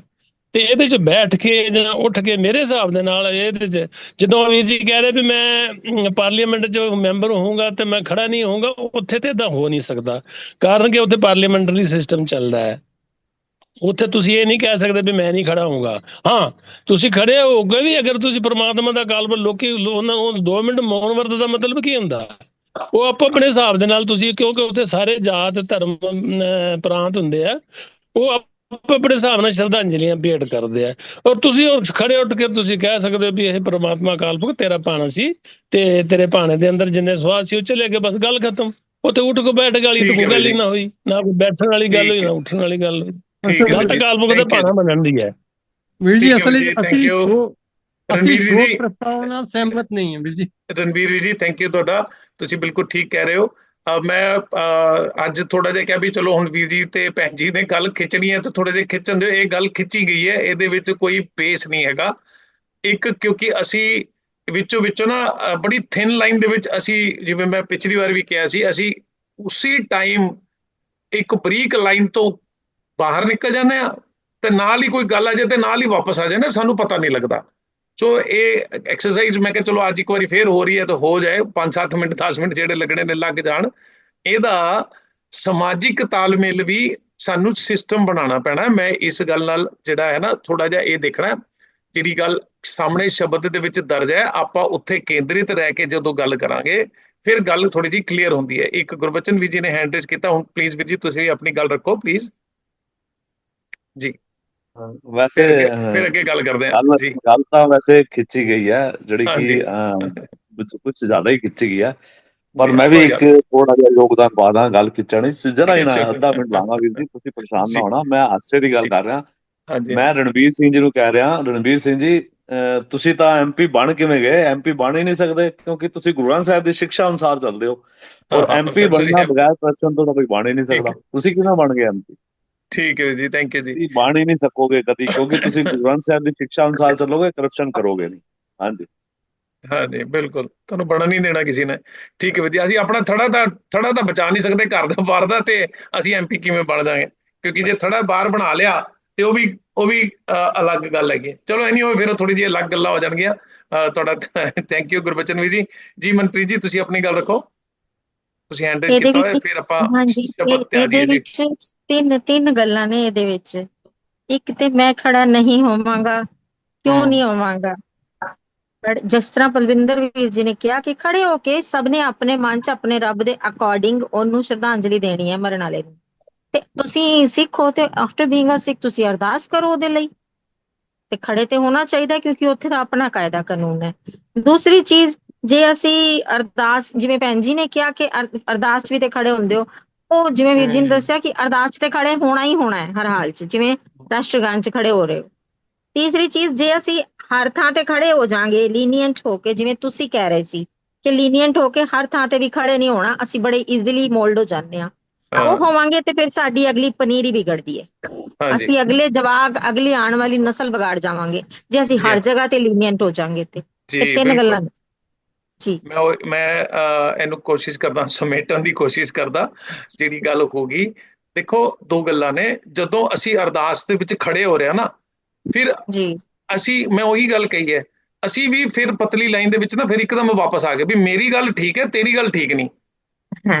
ਇਹ ਗੱਲ ਜਿਹੜੀ ਹੈ ਨਾ, ਸਾਨੂੰ ਤੁਸੀਂ ਇੱਕ ਪਾਸੇ ਕਹਿ ਰਹੇ ਆ ਅਫਸੋਸ ਨਹੀਂ ਕਰਨਾ, ਫਿਰ ਅਰਦਾਸ ਕਿਉਂ ਕਰ ਰਹੇ ਆ? ਸਾਨੂੰ ਉਹਦਾ ਸਿਸਟਮ ਨਹੀਂ ਪਤਾ ਵੀ ਅਰਦਾਸ ਕਿਉਂ ਬਣੀ। ਇਸੀ ਕਰਕੇ ਸਾਨੂੰ ਇਹ ਨਹੀਂ ਪਤਾ ਵੀ ਉੱਥੇ ਪਾਰਲੀਮੈਂਟ ਦੇ ਵਿੱਚ ਕਿਉਂ ਖੜਾ ਕੀਤਾ ਜਾਂਦਾ ਹੈ, ਸਾਨੂੰ ਇਹ ਪਤਾ ਨਹੀਂ ਹੈ। ਇਸ ਕਰਕੇ ਅਸੀਂ ਕੁਝ ਇਸ ਤਰ੍ਹਾਂ ਦੀਆਂ ਥਾਟਸ ਡਿਵੈਲਪ ਕਰ ਲੈਂਦੇ ਹਾਂ। ਜਿਹੜੀ ਗੱਲ ਸਮਾਜ ਦੀ ਹੈ ਨਾ, ਉਹਨੂੰ ਆਪਾਂ ਜਿਵੇਂ ਅਸੀਂ ਕਹਿੰਦੇ ਵੀ ਨਿਤਨੇਮ ਦੀ ਗੱਲ, ਹੁਣ ਮੈਂ ਨਵਾਂ ਪੱਖ ਛੇੜ ਰਿਹਾ ਕਿਉਂਕਿ ਇਹ ਵੀ ਗੱਲ ਚੱਲ ਰਹੀ ਹੈ ਨਾ ਵੀ ਨਿਤਨੇਮ ਇਹ ਵਾਲਾ ਕਰਨਾ, ਇਹ ਵਾਲਾ ਨਹੀਂ ਕਰਨਾ। ਹੁਣ ਗੁਰਮਤ ਤਾਂ ਕੁਝ ਹੋਰ ਕਹਿ ਰਹੀ ਹੈ, ਪਰ ਅਸੀਂ ਗੁਰਮਤ ਤੋਂ ਅਗੇਂਸਟ ਜਾ ਕੇ ਅਸੀਂ ਨਿਤਨੇਮ ਦੀ ਲੜਾਈ ਦੇ ਵਿੱਚ ਪਏ ਹਾਂ। ਜਿਵੇਂ ਹੁਣ ਵੀਰ ਜੀ ਨੇ ਕਹਿਤਾ ਮੈਂ ਇੱਕ ਉਹ ਬੋਲਾਂਗਾ, ਕੋਈ ਕਹਿੰਦਾ ਨਹੀਂ ਜੀ ਕਾਰ ਵੀ ਬੋਲੋ। ਸੋ ਇਹ ਗੁਰਮਤ ਦੇ ਸਿਧਾਂਤ ਤੇ ਕੁਝ ਹੋਰ ਗੱਲ ਹੈ, ਸਮਾਜ ਦੇ ਸਿਧਾਂਤ ਤੇ ਕੁਝ ਹੋਰ ਗੱਲ ਹੈ। ਕਾਈਂਡਲੀ ਇਹਨੂੰ ਅਸੀਂ ਸਮਝ ਕੇ ਰੱਖੀਏ। ਬੇਸਿਕ ਗੱਲ ਤੁਹਾਡੀ ਹੈਗੀ ਹੈ, ਜੇ ਤੁਹਾਨੂੰ ਪਦ ਨਿਰਵਾਣ ਚਾਹੀਦਾ ਤੇ ਤੁਹਾਡੀਆਂ ਡਿਊਐਲਿਟੀਜ਼, ਦੋ ਚਿੱਤੀਆਂ ਖਤਮ ਹੋਣਗੀਆਂ ਤਾਂ ਮਿਲੇਗਾ। ਜਦ ਤੱਕ ਤੁਸੀਂ ਦੋ ਚਿੱਤੀਆਂ ਚ ਹੋ, ਇਹ ਸਾਰੀਆਂ ਦੋ ਚਿੱਤੀਆਂ ਦੀਆਂ ਗੱਲਾਂ ਹੋਈਆਂ ਨੇ, ਹਾਲੇ ਤੱਕ ਸਾਨੂੰ ਕਲੈਰਿਟੀ ਨਹੀਂ ਆਈ ਹੈ ਵੀ ਅਸੀਂ ਕਰਨਾ ਕੀ ਚਾਹੁੰਦੇ ਹਾਂ। ਸੋ ਇਹ ਗੱਲ ਨੂੰ ਰਣਵੀਰ ਜੀ ਤੁਹਾਨੂੰ ਮੈਂ ਅਨਮਿਊਟ ਕੀਤਾ, ਤੁਸੀਂ ਹੈਂਡ ਰੇਜ਼ ਕੀਤਾ ਹੋਇਆ, ਤੁਸੀਂ ਅਨਮਿਊਟ ਨਹੀਂ ਕਰ ਰਹੇ, ਤੇ ਆਪਣਾ ਪੁਆਇੰਟ ਰੱਖੋ, ਫਿਰ ਆਪਾਂ ਸਮਾਪਤੀ ਵੱਲ ਚੱਲੀਏ। ਹਾਂਜੀ, ਬਸ ਮੈਂ ਮਨਪ੍ਰੀਤ ਕੌਰ ਭੈਣ ਜੀ ਨੂੰ ਥੋੜੀ ਬੇਨਤੀ ਕਰਨੀ ਚਾਹਾਂਗਾ, ਜਿਹੜਾ ਪਾਰਲੀਮੈਂਟ ਵਿੱਚ ਖੜੇ ਹੋਣ ਦਾ ਜਿਹੜਾ ਉਹ ਹੈ, ਉਹ ਸੰਕੇਤ ਇੰਗਿਤ ਕਰਦਾ ਹੈ। ਇਟ ਮੀਨਸ ਕਿ ਜਿਹੜੇ ਵੀ ਲੋਕ ਖੜੇ ਹੋ ਰਹੇ ਨੇ, ਜਿਵੇਂ स्पीकर ने किया भाई अब शोक सभा रखी जा रही है, 2 मिनट का मौन व्रत रखा जाएगा, ਤੇ ਅਸੀਂ ਜਿਹੜੇ ਉੱਥੇ ਖੜੇ ਹੁੰਦੇ ਨੇ ਉਹ ਸ਼ੋਕ ਪ੍ਰਸਤਾਵ ਨਾਲ ਸਹਿਮਤ ਹਨ। ਔਰ being a ਡਿਸਿਪਲ of Guru Granth Sahib ji, ਅਸੀਂ ਉਸ ਸ਼ੋਕ ਪ੍ਰਸਤਾਵ ਨਾਲ ਸਹਿਮਤ ਨਹੀਂ ਆ, ਕਿਉਂਕਿ ਉਹ ਇੱਕ ਤਰ੍ਹਾਂ ਦੀ ਬਗਾਵਤ ਹੈ, ਉਹ ਇੱਕ ਠੀਕ ਹੈ ਤਰ੍ਹਾਂ ਵੀਰ ਦਾ ਜੀ, ਤੁਸੀਂ ਅਫਸੋਸ ਪ੍ਰਗਟਾਵਾ। ਆਪਾਂ ਤੁਹਾਡਾ ਪੱਖ ਲੈ ਲਿਆ, ਫਿਰ ਗੱਲ ਰਿਪੀਟ ਹੋ ਜਾਏਗੀ। ਹੁਣ ਮੈਂ ਇੰਟਰਵੀਨ ਕਰਦਾ, ਮੈਂ ਤੁਹਾਨੂੰ ਦੱਸਦਾ ਸ਼ੋਕ ਸਭਾ ਉੱਥੇ ਕਿਉਂ ਹੁੰਦੀ ਹੈ। ਦੀ ਇਹੀ ਗੱਲ ਹੈ ਨਾ, ਸਾਨੂੰ ਸਮਾਜਿਕ ਕਿਰਿਆਵਾਂ ਦਾ ਹੀ ਨਹੀਂ ਪਤਾ ਹਲੇ। ਸਮਾਜ ਨੂੰ ਦੱਸਣਾ ਹੁੰਦਾ ਹੈ ਵੀ ਇਹ ਇੱਕ MP ਸੀਗਾ ਸਾਡਾ, ਇਹ ਸਰੀਰ ਛੋੜ ਗਿਆ, ਕੋਈ ਕਹਿੰਦਾ ਸਵਰਗ ਸਿਧਾਰ ਗਿਆ, ਤੁਸੀਂ ਨਰਕ ਕਹਿ ਦੋ ਸਵਾਰ ਗਿਆ। ਉੱਤੇ ਹਰ ਕਿਸੇ ਨੂੰ ਸਮਾਜ ਦੇ ਵਿੱਚ ਇੰਟੀਮੇਟ ਕਰਨਾ ਹੁੰਦਾ ਹੈ ਵੀ ਇਹ ਇੰਟੀਮੇਸ਼ਨ ਦਿੱਤੀ ਜਾ ਰਹੀ ਹੈ ਵੀ ਇੱਕ ਬੰਦਾ ਸਾਡੇ ਵਿੱਚੋਂ ਚਲਾ ਗਿਆ, ਉਸ ਦੀ ਇਨਫੋਰਮੇਸ਼ਨ ਹੈ। ਹਾਂ, ਤੁਸੀਂ ਜਦੋਂ MP ਬਣੋਗੇ, ਬਸ ਤੁਸੀਂ ਉਸ ਪ੍ਰਸਤਾਵ ਦਾ ਨਾਮ ਚੇਂਜ ਕਰ ਦੇਣਾ, ਵੀ ਇਹਨੂੰ ਸ਼ੋਕ ਸਭਾ ਛੋੜ ਕੇ ਨਾਮ ਰਖਾ ਦੇਣਾ ਅਲੱਗ। ਐਕਚੁਅਲੀ ਉਹਦੀ ਇੰਟੀਮੇਸ਼ਨ ਹੁੰਦੀ ਹੈ ਵੀ ਸਾਰੇ ਜਿੰਨੇ ਮੈਂਬਰਸ ਨੇ ਉਹਨਾਂ ਤੱਕ ਇਹ ਮੈਸੇਜ ਪਹੁੰਚਿਆ ਵੀ ਇੱਕ ਬੰਦਾ ਸਾਡੇ ਚੋਂ ਗਾਇਬ ਹੋ ਗਿਆ, ਉਹਦਾ ਸਰੀਰ ਅਸੀਂ ਕੱਲ ਸਾੜ ਆਏ ਹਾਂ ਜਾਂ ਉਹਨਾਂ ਦੇ ਘਰਦਿਆਂ ਨੇ ਸਾੜਤਾ। ਠੀਕ ਹੈ ਜੀ, ਇੱਥੇ ਆਪਾਂ ਇਸ ਗੱਲ ਨੂੰ ਵਿਰਾਮ ਕਰਦੇ ਹਾਂ। ਜੇ ਤੁਸੀਂ ਹਾਲੇ ਗੱਲ ਕਰਨਾ ਚਾਹੁੰਦੇ ਹੋ ਤੇ ਉਹ ਗੱਲ, ਸਾਡੇ ਸਮਾਜ ਦੇ ਵਿੱਚ ਵੀ ਜਿਹੜੇ ਅਸੀਂ ਭੋਗ ਪਾਉਂਦੇ ਹਾਂ, ਉਹਦੇ ਵਿੱਚ ਜਿਹੜੀਆਂ ਅਰਦਾਸਾਂ ਕਰਦੇ ਹਾਂ, ਉਹਦੇ ਵਿੱਚ ਵੀ ਧਿਆਨ ਕਰਨ ਦੀ ਲੋੜ ਹੈ ਵੀ ਅਸੀਂ ਅਰਦਾਸਾਂ ਕੀ ਕਰਦੇ ਹਾਂ ਤੇ ਇਹ ਦੱਸੋ ਕਿਉਂ ਕਰਦੇ ਹਾਂ। ਸੋ ਇਹ ਗੱਲਾਂ ਫਿਰ ਬੜੀਆਂ ਲੰਬੀਆਂ ਖਿੱਚੀਆਂ ਜਾਣਗੀਆਂ, ਤੇ ਆਪਾਂ ਕਰਾਂਗੇ ਇੱਕ ਦੀ ਇੱਕ ਕਰਕੇ ਕਰੀਏ ਤੇ ਜ਼ਿਆਦਾ ਬੈਟਰ ਹੈ। ਇਹ ਪਲੇਟਫਾਰਮ ਹੀ ਉਹਦੇ ਵਾਸਤੇ ਤਿਆਰ ਕੀਤਾ ਹੈ ਵੀ ਹਾਂਜੀ ਆਪਾਂ ਉਹ ਗੱਲਾਂ ਵੀ ਡਿਸਕਸ ਕਰੀਏ। ਜੇ ਹੁਣ ਟਾਈਮ ਲੱਗਦਾ, ਸਾਰਿਆਂ ਦੀ ਹਾਮੀ ਹੈਗੀ ਹੈ, ਤੇ ਆਪਾਂ ਹੁਣੇ ਵੀ ਡਿਸਕਸ ਕਰ ਸਕਦੇ ਹਾਂ, ਕਿਉਂਕਿ ਸ਼ਬਦ ਵਾਲੀ ਜਿਹੜੀ ਗੱਲ ਸੀਗੀ ਉਹ ਹਾਲੇ ਥੋੜੀ ਜਿਹੀ ਪਿੱਛੇ ਚਲੀ ਗਈ ਲੱਗਦੀ ਹੈ। ਆਪਾਂ ਡਿਸਕਸ ਕਰ ਸਕਦੇ ਜੇ ਕਿਸੇ ਨੇ ਕਰਨੀ ਹੈ। ਮੈਨੂੰ ਲੱਗਦਾ ਗਜਿੰਦਰ ਵੀ ਜੀ ਡਿਸਕਸ ਕਰਨਾ ਚਾਹੁੰਦੇ ਨੇ, ਕਿਉਂਕਿ ਅਸੀਂ ਨਾ ਮਿਕਸ ਕਰ ਚੁੱਕੇ ਹਾਂ ਪੰਥ ਦੀ ਗੱਲਾਂ ਨੂੰ ਤੇ ਆਪਣੀ ਗੁਰਮਤ ਦੀਆਂ ਗੱਲਾਂ ਨੂੰ ਅਸੀਂ ਮਿਕਸ ਕਰਤੀਆਂ ਨੇ, ਉਹ ਕਨਫਿਊਜ਼ਨ ਕ੍ਰੀਏਟ ਕਰਦੀਆਂ ਨੇ। ਮੈਨੂੰ ਲੱਗਦਾ ਆਪਾਂ ਸਾਰੇ ਡਿਸਕਸ ਕਰਨਾ ਚਾਹੁੰਦੇ ਹਾਂ ਜੀ। ਗਜਿੰਦਰ ਜੀ ਤੁਸੀਂ ਹੈਂਡ ਰੇਜ਼ ਕੀਤਾ, ਆਤਮਵੀਰ ਜੀ ਜੁਆਇਨ ਕਰਕੇ, ਤੁਸੀਂ ਅਨਮਿਊਟ ਕਰੋ ਸਰ। ਗਜਿੰਦਰ ਜੀ ਅਨਮਿਊਟਡ ਹੋ, ਗੱਲ ਕਰੋ। ਵਾਹਿਗੁਰੂ ਜੀ ਕਾ ਖਾਲਸਾ, ਵਾਹਿਗੁਰੂ ਜੀ ਕੀ ਫਤਿਹ ਜੀ। ਵਾਹਿਗੁਰੂ ਖਾਲਸਾ, ਵਾਹਿਗੁਰੂ ਜੀ ਕੀ ਫਤਿਹ ਜੀ। ਮੈਂ ਜਿਹੜਾ ਖਿਲਾਰਾ ਪੈ ਗਿਆ ਸੀ ਉਹਨੂੰ ਸਮੇਟਣ ਦੀ ਕੋਸ਼ਿਸ਼ ਕਰਨਾ ਜੀ, ਔਰ ਮੈਂ ਫਿਰ ਸ਼ਬਦ ਤੇ ਆ ਜਾਣਾ। ਅੱਛਾ ਜੀ। ਹਾਂ, ਇਹ ਨਾ ਮਾਧੋ ਸਾਧੋ ਮਨ ਕਾ ਮਾਨ ਤਿਆਗੋ, ਕਾਮ ਕ੍ਰੋਧ ਸੰਗਤ ਦੁਰਜੰਤੀ ਤਾਕੇ ਅਹਨਿਸ ਭਾਗੋ। ਇਹ ਜਿੰਨੇ ਕਾਮ ਕ੍ਰੋਧ ਮਨ ਦੀ ਜਿਹੜੀ ਅਵਸਥਾ ਨੇ ਨਾ, ਮਾਨ सम्मान ਹਰ ਭੋਗ, ਇਹ ਸਾਰੀਆਂ ਅਵਸਥਾ ਤੋਂ ਜਦੋਂ ਅਸੀਂ ਦੂਰ ਹੋ ਜਾਂਦੇ ਹਾਂ, ਸਾਡੇ ਮਨ ਦੇ ਇਹਨਾਂ ਉੱਤੇ ਕੋਈ ਪ੍ਰਭਾਵ ਨਹੀਂ ਪੈਂਦਾ, ਉਸ ਵੇਲੇ ਜੀ ਸਹਿਜ ਅਵਸਥਾ ਚ ਹੁੰਦੇ ਆ। ਲੇਕਿਨ ਇਹ ਨਿਰਵਾਣਾ ਜਿਹੜਾ ਸ਼ਬਦ ਹੈ ਨਾ, ਉਹ ਨਿਰਵਾਣ ਅਵਸਥਾ ਹੈ, ਉਹ ਮੋਕਸ਼ ਦੀ ਅਵਸਥਾ ਹੈ। ਇੱਕ ਹੁੰਦਾ ਹੈ ਮੁਕਤੀ, ਇੱਕ ਹੁੰਦੀ ਹੈ ਮੋਕਸ਼। ਜਦੋਂ ਅਸੀਂ ਵਿਕਾਰਾਂ ਤੋਂ ਵਿਰਕਤ ਹੋ ਜਾਂਦੇ ਹਾਂ, ਮੁਕਤ ਹੋ ਜਾਂਦੇ ਹਾਂ, ਤਾਂ ਅਸੀਂ ਕਹਿੰਦੇ ਹਾਂ ਮੁਕਤ ਹੋ ਗਏ। ਉਸ ਵੇਲੇ ਅਸੀਂ ਮੁਕਤੀ ਦੀ ਅਵਸਥਾ ਚ ਹੁੰਦੇ ਹਾਂ, ਸਹਿਜ ਭਾਵ ਚ ਹੁੰਦੇ ਹਾਂ, ਸਹਿਜਤਾ ਦੀ ਅਵਸਥਾ ਹੁੰਦੀ ਹੈ। ਠੀਕ ਹੈ, ਚੌਥਾ ਪਦ ਹੁੰਦਾ ਹੈ। ਲੇਕਿਨ ਨਿਰਵਾਣ ਦਾ ਮਤਲਬ ਹੈ, ਨਿਰਵਾਣ ਦਾ ਅਰਥ ਹੈ ਕਿ ਉਹ ਮੋਕਸ਼ ਹੋ ਗਿਆ, ਆਵਾਗਮਨ ਤੋਂ ਮੁਕਤ ਹੋ ਗਿਆ, ਉਹਨੂੰ ਜੀਵਨ ਦੇ ਆਵਾਗਮਨ ਤੋਂ ਮੁਕਤ ਹੋ ਗਿਆ। ਐਸੇ ਚੌਥੇ ਪਦ ਦੋਨੋਂ ਮਿਲਾ ਕੇ ਨਾ ਕੀਤਾ ਜਾਏ। ਚੌਥਾ ਪਦ ਹੋਰ ਹੁੰਦਾ ਹੈ ਜੀਵਨ ਰਹਿੰਦੇ ਹੋਇਆ। ਨਿਰਵਾਣ ਉਹ ਹੁੰਦਾ ਹੈ ਮੋਕਸ਼ ਦੀ ਅਵਸਥਾ, ਜਿੱਥੇ ਆਵਾਗਮਨ ਤੋਂ ਮੁਕਤ ਹੋ ਜਾਂਦਾ। ਵੀ ਜੀ ਚੌਥੇ ਪਦ ਨਾ ਨਿਰਵਾਣਾ ਚੌਥੀ ਅਵਸਥਾ, ਇਹ ਤੁਸੀਂ ਮੈਸੇਜ ਭੇਜਿਆ ਸੀਗਾ, ਤੁਸੀਂ ਭੇਜਿਆ ਸੀ ਚੌਥੀ। ਮੈਂ ਉਹਨੂੰ ਫਿਰ ਹੋਰ ਡਿਟੇਲ ਵਿੱਚ ਦੇਖਿਆ ਕਿ ਇਹਨਾਂ ਥੋੜਾ ਜਿਹਾ ਡਿਫਰੈਂਸ ਹੈ। ਅੱਛਾ, ਮਤਲਬ ਚੌਥੀ ਅਵਸਥਾ ਨਹੀਂ ਹੈ, ਤੁਸੀਂ ਹੁਣ ਇਹ ਕਹਿ ਰਹੇ ਹੋ, ਹੁਣ ਤੁਸੀਂ ਇਹ ਕਹਿ ਰਹੇ ਹੋ। ਹਾਂਜੀ ਹਾਂਜੀ, ਠੀਕ ਹੈ। ਉਸ ਵੇਲੇ ਜੋ ਟੌਪਿਕ ਚੱਲ ਰਿਹਾ ਸੀ, ਮੈਂ ਉਸ ਹਿਸਾਬ ਨਾਲ ਕੀਤੀ ਸੀ ਗੱਲ। ਪਰ ਅਸਲੀ ਦੋਵਾਂ ਦੇ ਭੇਦ ਹੈ, ਇਹ ਮੋਕਸ਼ ਹੈ, ਉਹ ਮੁਕਤ ਹੈ। ਮੋਕਸ਼ ਕੀ ਹੋਇਆ, ਦੁਬਾਰਾ ਦੱਸ ਦਿਓ ਇੱਕ ਵਾਰੀ ਜਰਾ। ਮੋਕਸ਼ ਨਹੀਂ ਕਲੀਅਰ ਹੋਇਆ। ਇੱਕ ਤਾਂ ਮੁਕਤੀ ਹੋ ਗਈ ਵੀ ਪਰੇਸ਼ਾਨੀਆਂ ਤੋਂ ਛੁੱਟ ਗਏ।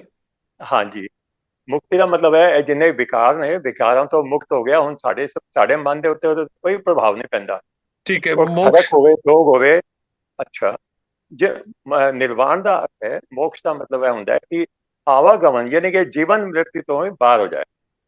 ਜੀਵਨ ਦਾ ਜਨਮ ਦੇ ਚੱਕਰ ਚ ਪੈ ਗਿਆ, ਜਨਮ ਦੇ ਚੱਕਰ ਚ ਪੈ ਗਿਆ, ਉਹ ਨਿਰਵਾਣ ਅਵਸਥਾ ਉਹ ਬੋਲੀ ਜਾਂਦੀ ਹੈ, ਜਿਹਨੂੰ ਮੋਕਸ਼ ਕਿਹਾ ਜਾਂਦਾ ਹੈ।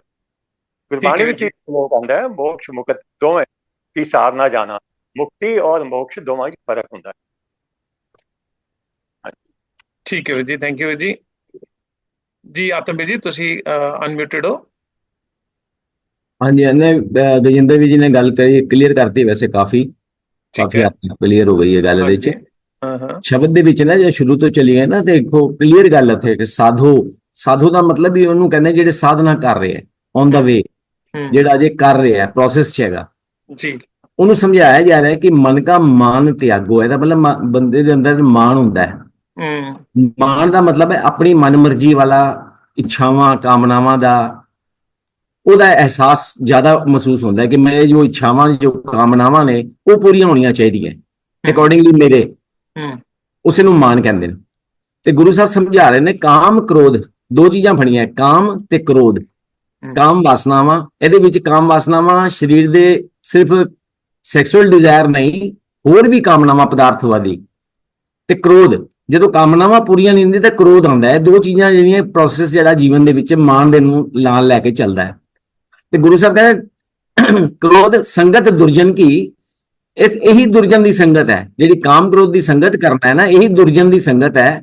ਤਾਤੇ ਅਹਨਿਸ ਭਾਗੋ, ਇਸ ਤੋਂ ਹਮੇਸ਼ਾ ਦੂਰ ਰਹੋ, ਭਾਜੀ ਜਾਓ, ਦੂਰ ਰਹੋ। ਕਹਿਣ ਦਾ ਮਤਲਬ ਹੈ ਕਾਮ ਕ੍ਰੋਧ ਆਪਣੇ ਅੰਦਰ ਪੈਦਾ ਨਾ ਹੋਣ ਦਿਓ। ਇਹ ਮੇਨ ਹੈ ਰਾਹੋ ਹੈ ਸ਼ਬਦ ਦਾ।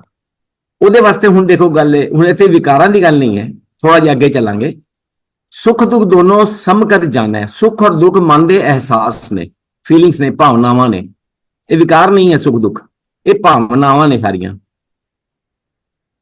ਕਹਿੰਦੇ ਸੁੱਖ ਦੁੱਖ ਦੋਨੋਂ ਸਮ ਕਰ ਜਾਣਾ। ਕਹਿੰਦੇ ਇਹਦਾ ਮਤਲਬ ਜਿਹਨੂੰ ਜੀਵਨ ਦਾ ਗਿਆਨ ਹੋ ਜਾਂਦਾ ਹੈ, ਸਾਧੂ ਜਿਹੜਾ ਹੈ ਮਨ ਦਾ ਮਾਨ ਤਿਆਗ ਕੇ ਗੁਰੂ ਦੀ ਮੱਤ ਲੈਣੀ ਸ਼ੁਰੂ ਕਰ ਦਿੰਦਾ ਹੈ, ਉਹਨੂੰ ਫਿਰ ਸਮਝ ਲੈਂਦਾ ਕਿ ਜੇ ਜੀਵਨ, ਜਿੱਦ ਤੱਕ ਜੀਵਨ ਹੈ ਇਹਦੇ ਚ ਸੁੱਖ ਔਰ ਦੁੱਖ, ਮਤਲਬ ਸੁੱਖ ਦੁੱਖ ਚੱਲਦੇ ਹੀ ਰਹਿੰਦੇ ਨੇ। ਭਾਵੇਂ ਮੇਰੀਆਂ ਕਾਮਨਾਵਾਂ ਪੂਰੀਆਂ ਵੀ ਹੋਣਗੀਆਂ, ਨਹੀਂ ਵੀ ਹੋਣਗੀਆਂ, ਇਹ ਚੱਲਦਾ ਹੀ ਰਹਿੰਦਾ ਹੈ। ਹਮੇਸ਼ਾ ਮੇਰੀ ਮਨ ਦੀ ਇੱਛਾ ਪੂਰੀ ਨਹੀਂ ਹੋਏਗੀ, ਪਰ ਹਮੇਸ਼ਾ ਮਨ ਦੀ ਇੱਛਾ ਨਹੀਂ ਪੂਰੀ ਹੋਗੀ, ਐਸੀ ਗੱਲ ਵੀ ਨਹੀਂ ਹੈ।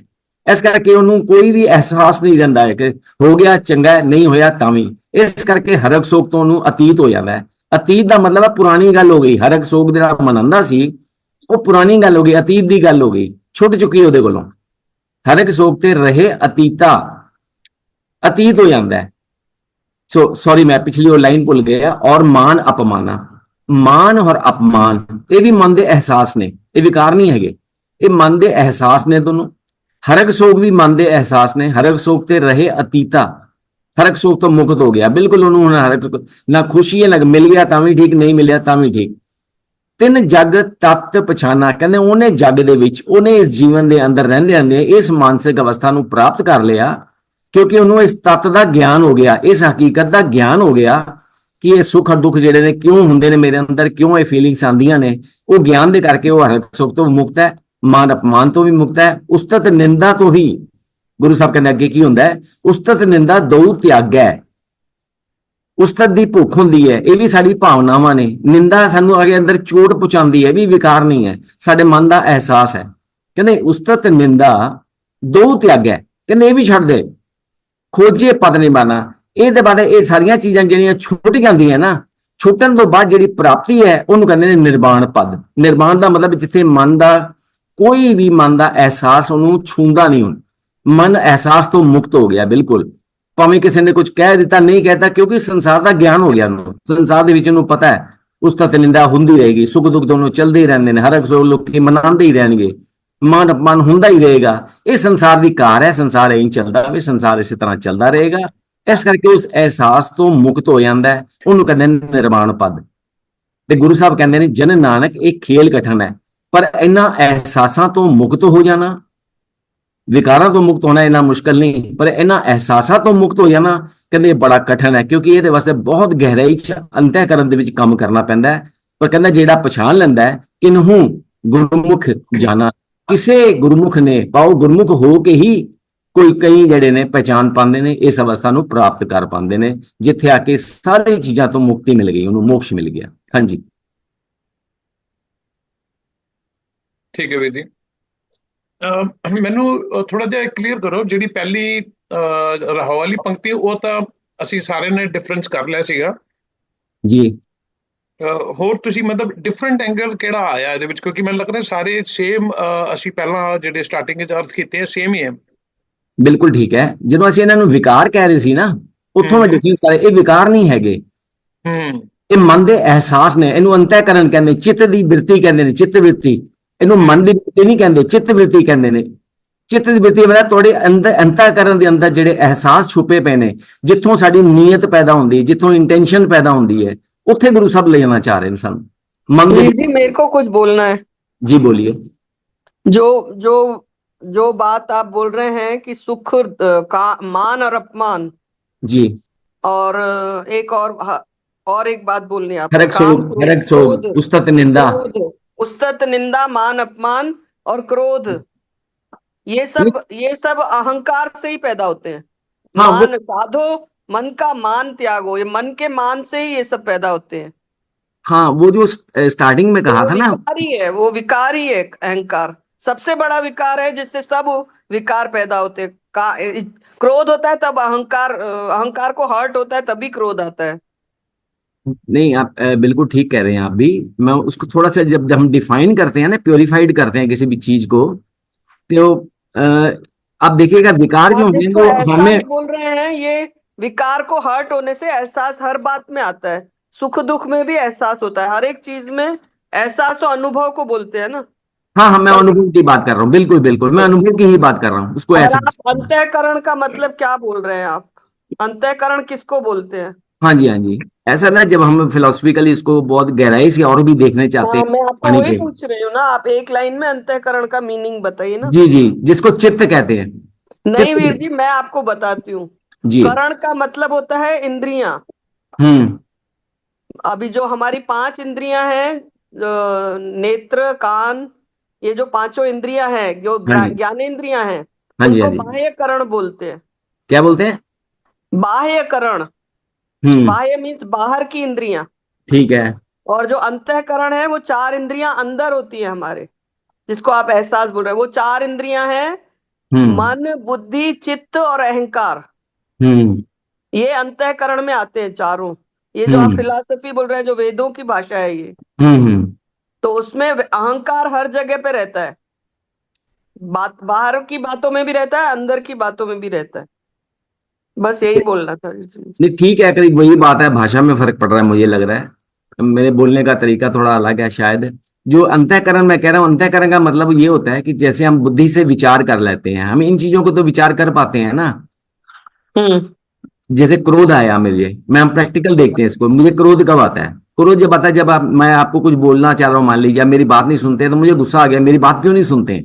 मैं एट प्रेजेंट रहता हूँ, मान लीजिए अभी। क्रोध आता है, क्रोध आता है बाहरी इंद्रियों से हम जो कुछ देखते हैं उसके कारण। बिल्कुल बिल्कुल, यही मैं कह रहा था। उसके बाद वो अंतःकरण में जाता है। जो अगर हाँ। आपने कुछ देखा और आपको अच्छा नहीं लगा, अगर आपने कुछ सुना और आपको अच्छा नहीं लगा, अगर आपको खाना अपनी पसंद का नहीं मिला, मीन जीभ, तो आपको गुस्सा आ गया, तो वो बाहरी जी इंद्रियों थोड़ा के जिहा संपर्क में जब हम आते मैं हैं। ਮੈਂ ਇੰਟਰਵੀਨ ਕਰਾਂ ਜੀ ਥੋੜਾ ਜਿਹਾ। जी। जी। ਮੈਨੂੰ ਲੱਗਦਾ ਤੁਸੀਂ ਦੋਨੋਂ ਨਾ ਪਿਕਚਰ ਵਿੱਚੋਂ ਦੀ ਸ਼ੁਰੂ ਕਰ ਰਹੇ ਹੋ। ਜਦੋਂ ਮੈਂ ਤੁਸੀਂ ਗੱਲ ਕਰ ਰਹੇ ਹੋ, ਜਦੋਂ ਮੈਂ 50 ਸਾਲ ਦਾ ਹੋ ਗਿਆ, ਉਦੋਂ ਮੈਨੂੰ ਬਾਹਰਲੀ ਇੰਦਰੀਆਂ ਨੇ ਮੈਨੂੰ ਅਟਰੈਕਟ ਕੀਤਾ, ਫਿਰ ਮੈਨੂੰ ਗੁੱਸਾ ਆਇਆ। ਹੁਣੇ नहीं, हमेशा के लिए ये बात। ਹਾਂਜੀ, ਤੁਸੀਂ ਹੁਣੇ ਗੱਲ ਕਰ ਰਹੇ ਨਾ ਵੀ ਮੇਰੀ ਬਾਹਰਲੀਆਂ ਇੰਦਰੀਆਂ ਨੇ ਮੈਨੂੰ ਜਿਹੜੀ ਚੀਜ਼ ਮੇਰੀ ਜੀਭ ਤੋਂ ਮੈਨੂੰ ਟੇਸਟ नहीं मिलिया ਤੇ ਮੈਂ ਗੁੱਸੇ 'ਚ छोटे आ गया। बच्चे को खिलौना नहीं मिला तो उसको क्रोध आता है। हाँ 50 साल वही, की बात नहीं है वो। हाँ मैं वही वही दस रहा ना। ਜਦੋਂ ਜਦੋਂ ਤੁਹਾਡੀ ਅਪਬ੍ਰਿੰਗਿੰਗ ਹੋ ਰਹੀ ਹੈ ਨਾ, ਇਹ ਪ੍ਰੋਸੈਸ ਉਦੋਂ ਚੱਲ ਪਿਆ। ਸੋ ਠੀਕ ਹੈ, ਤੁਸੀਂ ਲੋਕ ਡਿਫਾਈਨ ਕਰ ਰਹੇ ਹੋ, ਪਰ ਇਹਦੀ ਡਿਫਾਈਨੇਸ਼ਨ ਦੀ ਜਿਹੜੀ ਗਰਾਊਂਡ ਹੈ ਨਾ, ਅਸੀਂ ਉਹਨੂੰ ਵੀ ਪਕੜ ਲਈਏ ਨਾਲ, ਅਸੀਂ ਗਰਾਊਂਡ ਨੂੰ ਛੋੜ ਰਹੇ ਹਾਂ। ਗਰਾਊਂਡ ਇਹ ਹੈ ਵੀ ਤੁਹਾਡੇ ਸਮਾਜ ਦੇ ਵਿੱਚ ਇਹ ਚੀਜ਼ ਭਰ ਦਿੱਤੀ ਗਈ ਹੈ ਵੀ ਜੇ ਇਹ ਨਾ ਹੋਇਆ ਤੇ ਸਾਨੂੰ ਰੋਸ करना है। समाज में नहीं वीर जी, समाज की बात नहीं, अंदर की बात है ये। ਭੈਣ ਜੀ मैं ये ਉਹੀ, ਉਹ ਤੁਸੀਂ वीर ਗੱਲ जी, पूरा ਤੁਸੀਂ गुरु ਗੱਲ ग्रंथ साहब हमारे अंदर के उसको मिटाने की बात है, तो समाज में अपने आप आता है वो। नहीं जी, समाज से हमारे में आता है, हमारे नहीं में जब नहीं नहीं, ये विकार हम पिछले जन्मों से लेके आते हैं। आप जन्म नहीं मानते हैं, वो अलग बात है। मन हमेशा हमारे कर्मों को साथ लेके आता है। ਨਹੀਂ ਨਹੀਂ, ਹੁਣ जो ਤੁਸੀਂ जीव है, ਆਪਾਂ ਨਾ ਹੁਣ ਸਰਕਲ ਵੱਡਾ ਕਰ ਰਹੇ ਹਾਂ ਹੌਲੀ ਹੌਲੀ। ਚਲੋ ਕੋਈ ਗੱਲ ਨਹੀਂ, ਆਪਾਂ ਕਰ ਹੀ ਲੈਨੇ ਆ ਅੱਜ, ਕਿਉਂਕਿ ਅੱਜ 2-3 ਵਾਰੀ ਗੱਲਾਂ ਡਰੈਗ ਹੋਈਆਂ ਨੇ, ਤੇ ਇਹ ਵੀ ਆਪਾਂ ਮੰਨ ਕੇ ਚੱਲੀਏ ਵੀ ਹੋਣਦੀਆਂ, ਤੇ ਚਲੋ ਕੋਈ ਗੱਲ ਨਹੀਂ, ਅੱਛੇ ਵਾਸਤੇ ਹੀ ਹੋ ਰਹੀਆਂ ਨੇ, ਆਪਾਂ ਇਹ ਸਮਝ ਕੇ ਚੱਲਦੇ ਆ। ਜਿਹੜੀਆਂ ਸਾਡੀਆਂ 5 ਇੰਦਰੀਆਂ ਦੀ ਜਿਹੜੀ ਗੱਲ ਹੈ ਨਾ, ਤੁਸੀਂ ਵੈਸਟਰਨ ਕਲਚਰ ਨੂੰ ਜਦੋਂ ਤੁਸੀਂ ਦੇਖਦੇ ਹੋ, ਉਹਨਾਂ ਲੋਕਾਂ ਦੀ ਜਦੋਂ ਆਪਾਂ ਲਾਈਫ ਸਟਾਈਲ ਦੇਖਦੇ ਆ, ਸਾਡੇ ਲੋਕਾਂ ਦੇ ਵਿੱਚ ਕ੍ਰੋਧ ਦਾ ਜਿਹੜਾ ਪਰੇਸ਼ਾਨੀ, ਸੜਨ, ਜਲਨ, ਅੰਦਰੋਂ ਦੀ ਈਰਖਾ, द्वेष ਸਾਡੇ ਕੋਲ ਬਹੁਤ ਜ਼ਿਆਦਾ ਹੈ। ਉਹਨਾਂ ਦੇ ਕੋਲ ਬਹੁਤ ਘੱਟ ਹੈ ਉਹਨਾਂ ਕੋਲ ਵੀ। ਮੈਂ ਇਹ ਨਹੀਂ ਕਹਿ ਰਿਹਾ ਮਤੇ ਕੋਈ ਹੁਣ ਆ ਕੇ ਕਵੇ ਜੀ ਉਹਨਾਂ ਕੋਲ ਵੀ ਹੈਗੀ ਹੈ, ਮੈਨੂੰ ਪਤਾ ਉਹਨਾਂ ਕੋਲ ਵੀ ਹੈ, ਤੁਹਾਡੇ ਕੋਲ ਬਹੁਤ ਜ਼ਿਆਦਾ ਹੈ। ਤੇ ਬਹੁਤ ਜ਼ਿਆਦਾ ਤੁਹਾਡੇ ਕੋਲ ਕਿਉਂ ਹੈ? ਕਿਉਂਕਿ ਤੁਹਾਡੀ ਜਿਹੜੀ ਅਪਬ੍ਰਿੰਗਿੰਗ ਹੈ, ਇਸ ਏਰੀਏ ਦੀ ਜਿਹੜੀ ਅਪਬ੍ਰਿੰਗਿੰਗ ਹੈ, ਉਹ ਸਾਰੀ ਉਸੇ ਤਰ੍ਹਾਂ ਹੈ ਕਿ ਤੁਹਾਡੇ ਟੇਸਟ, ਤੁਹਾਡੀ ਗੱਲ, ਤੁਹਾਡੀ ਸਬਜ਼ੀ ਥੋੜਾ ਲੂਣ ਘੱਟ ਆ ਜਾਏ ਜਾਂ ਵੱਧ ਆ ਜਾਏ, ਤੁਸੀਂ ਚਿੜ ਜਾਂਦੇ ਹੋ। ਹੁਣ ਮੂੰਹ ਤੋਂ ਨਹੀਂ ਚਿੜ ਰਹੇ, ਪਰ ਅੰਦਰ ਚਿੜ ਰਹੇ ਹੋ। ਉਹ ਅੰਤःਕਰਨ ਦੀ ਗੱਲ ਹੈ। ਮੂੰਹ ਤੋਂ ਨਹੀਂ ਬੋਲਿਆ ਤੁਸੀਂ ਕਿਸੇ ਨੂੰ, ਪਰ ਅੰਦਰ ਤੁਸੀਂ ਚਿੜ ਰਹੇ ਹੋ, ਉਹ ਅੰਤःਕरण ਦੀ ਗੱਲ ਹੈ। ਸੋ जी ਇਹ आप जो ਸਾਰੀਆਂ बोल ਚੀਜ਼ਾਂ, रहे हैं, आप बाहर की बात बोल रहे हैं, तो यहाँ क्रोध है तो वहाँ काम ज्यादा है यहाँ से। अरे नहीं है जी, नहीं है। वो आपने जो देखा वो थोड़ा सा है, वहां पर कुछ भी ज्यादा नहीं है।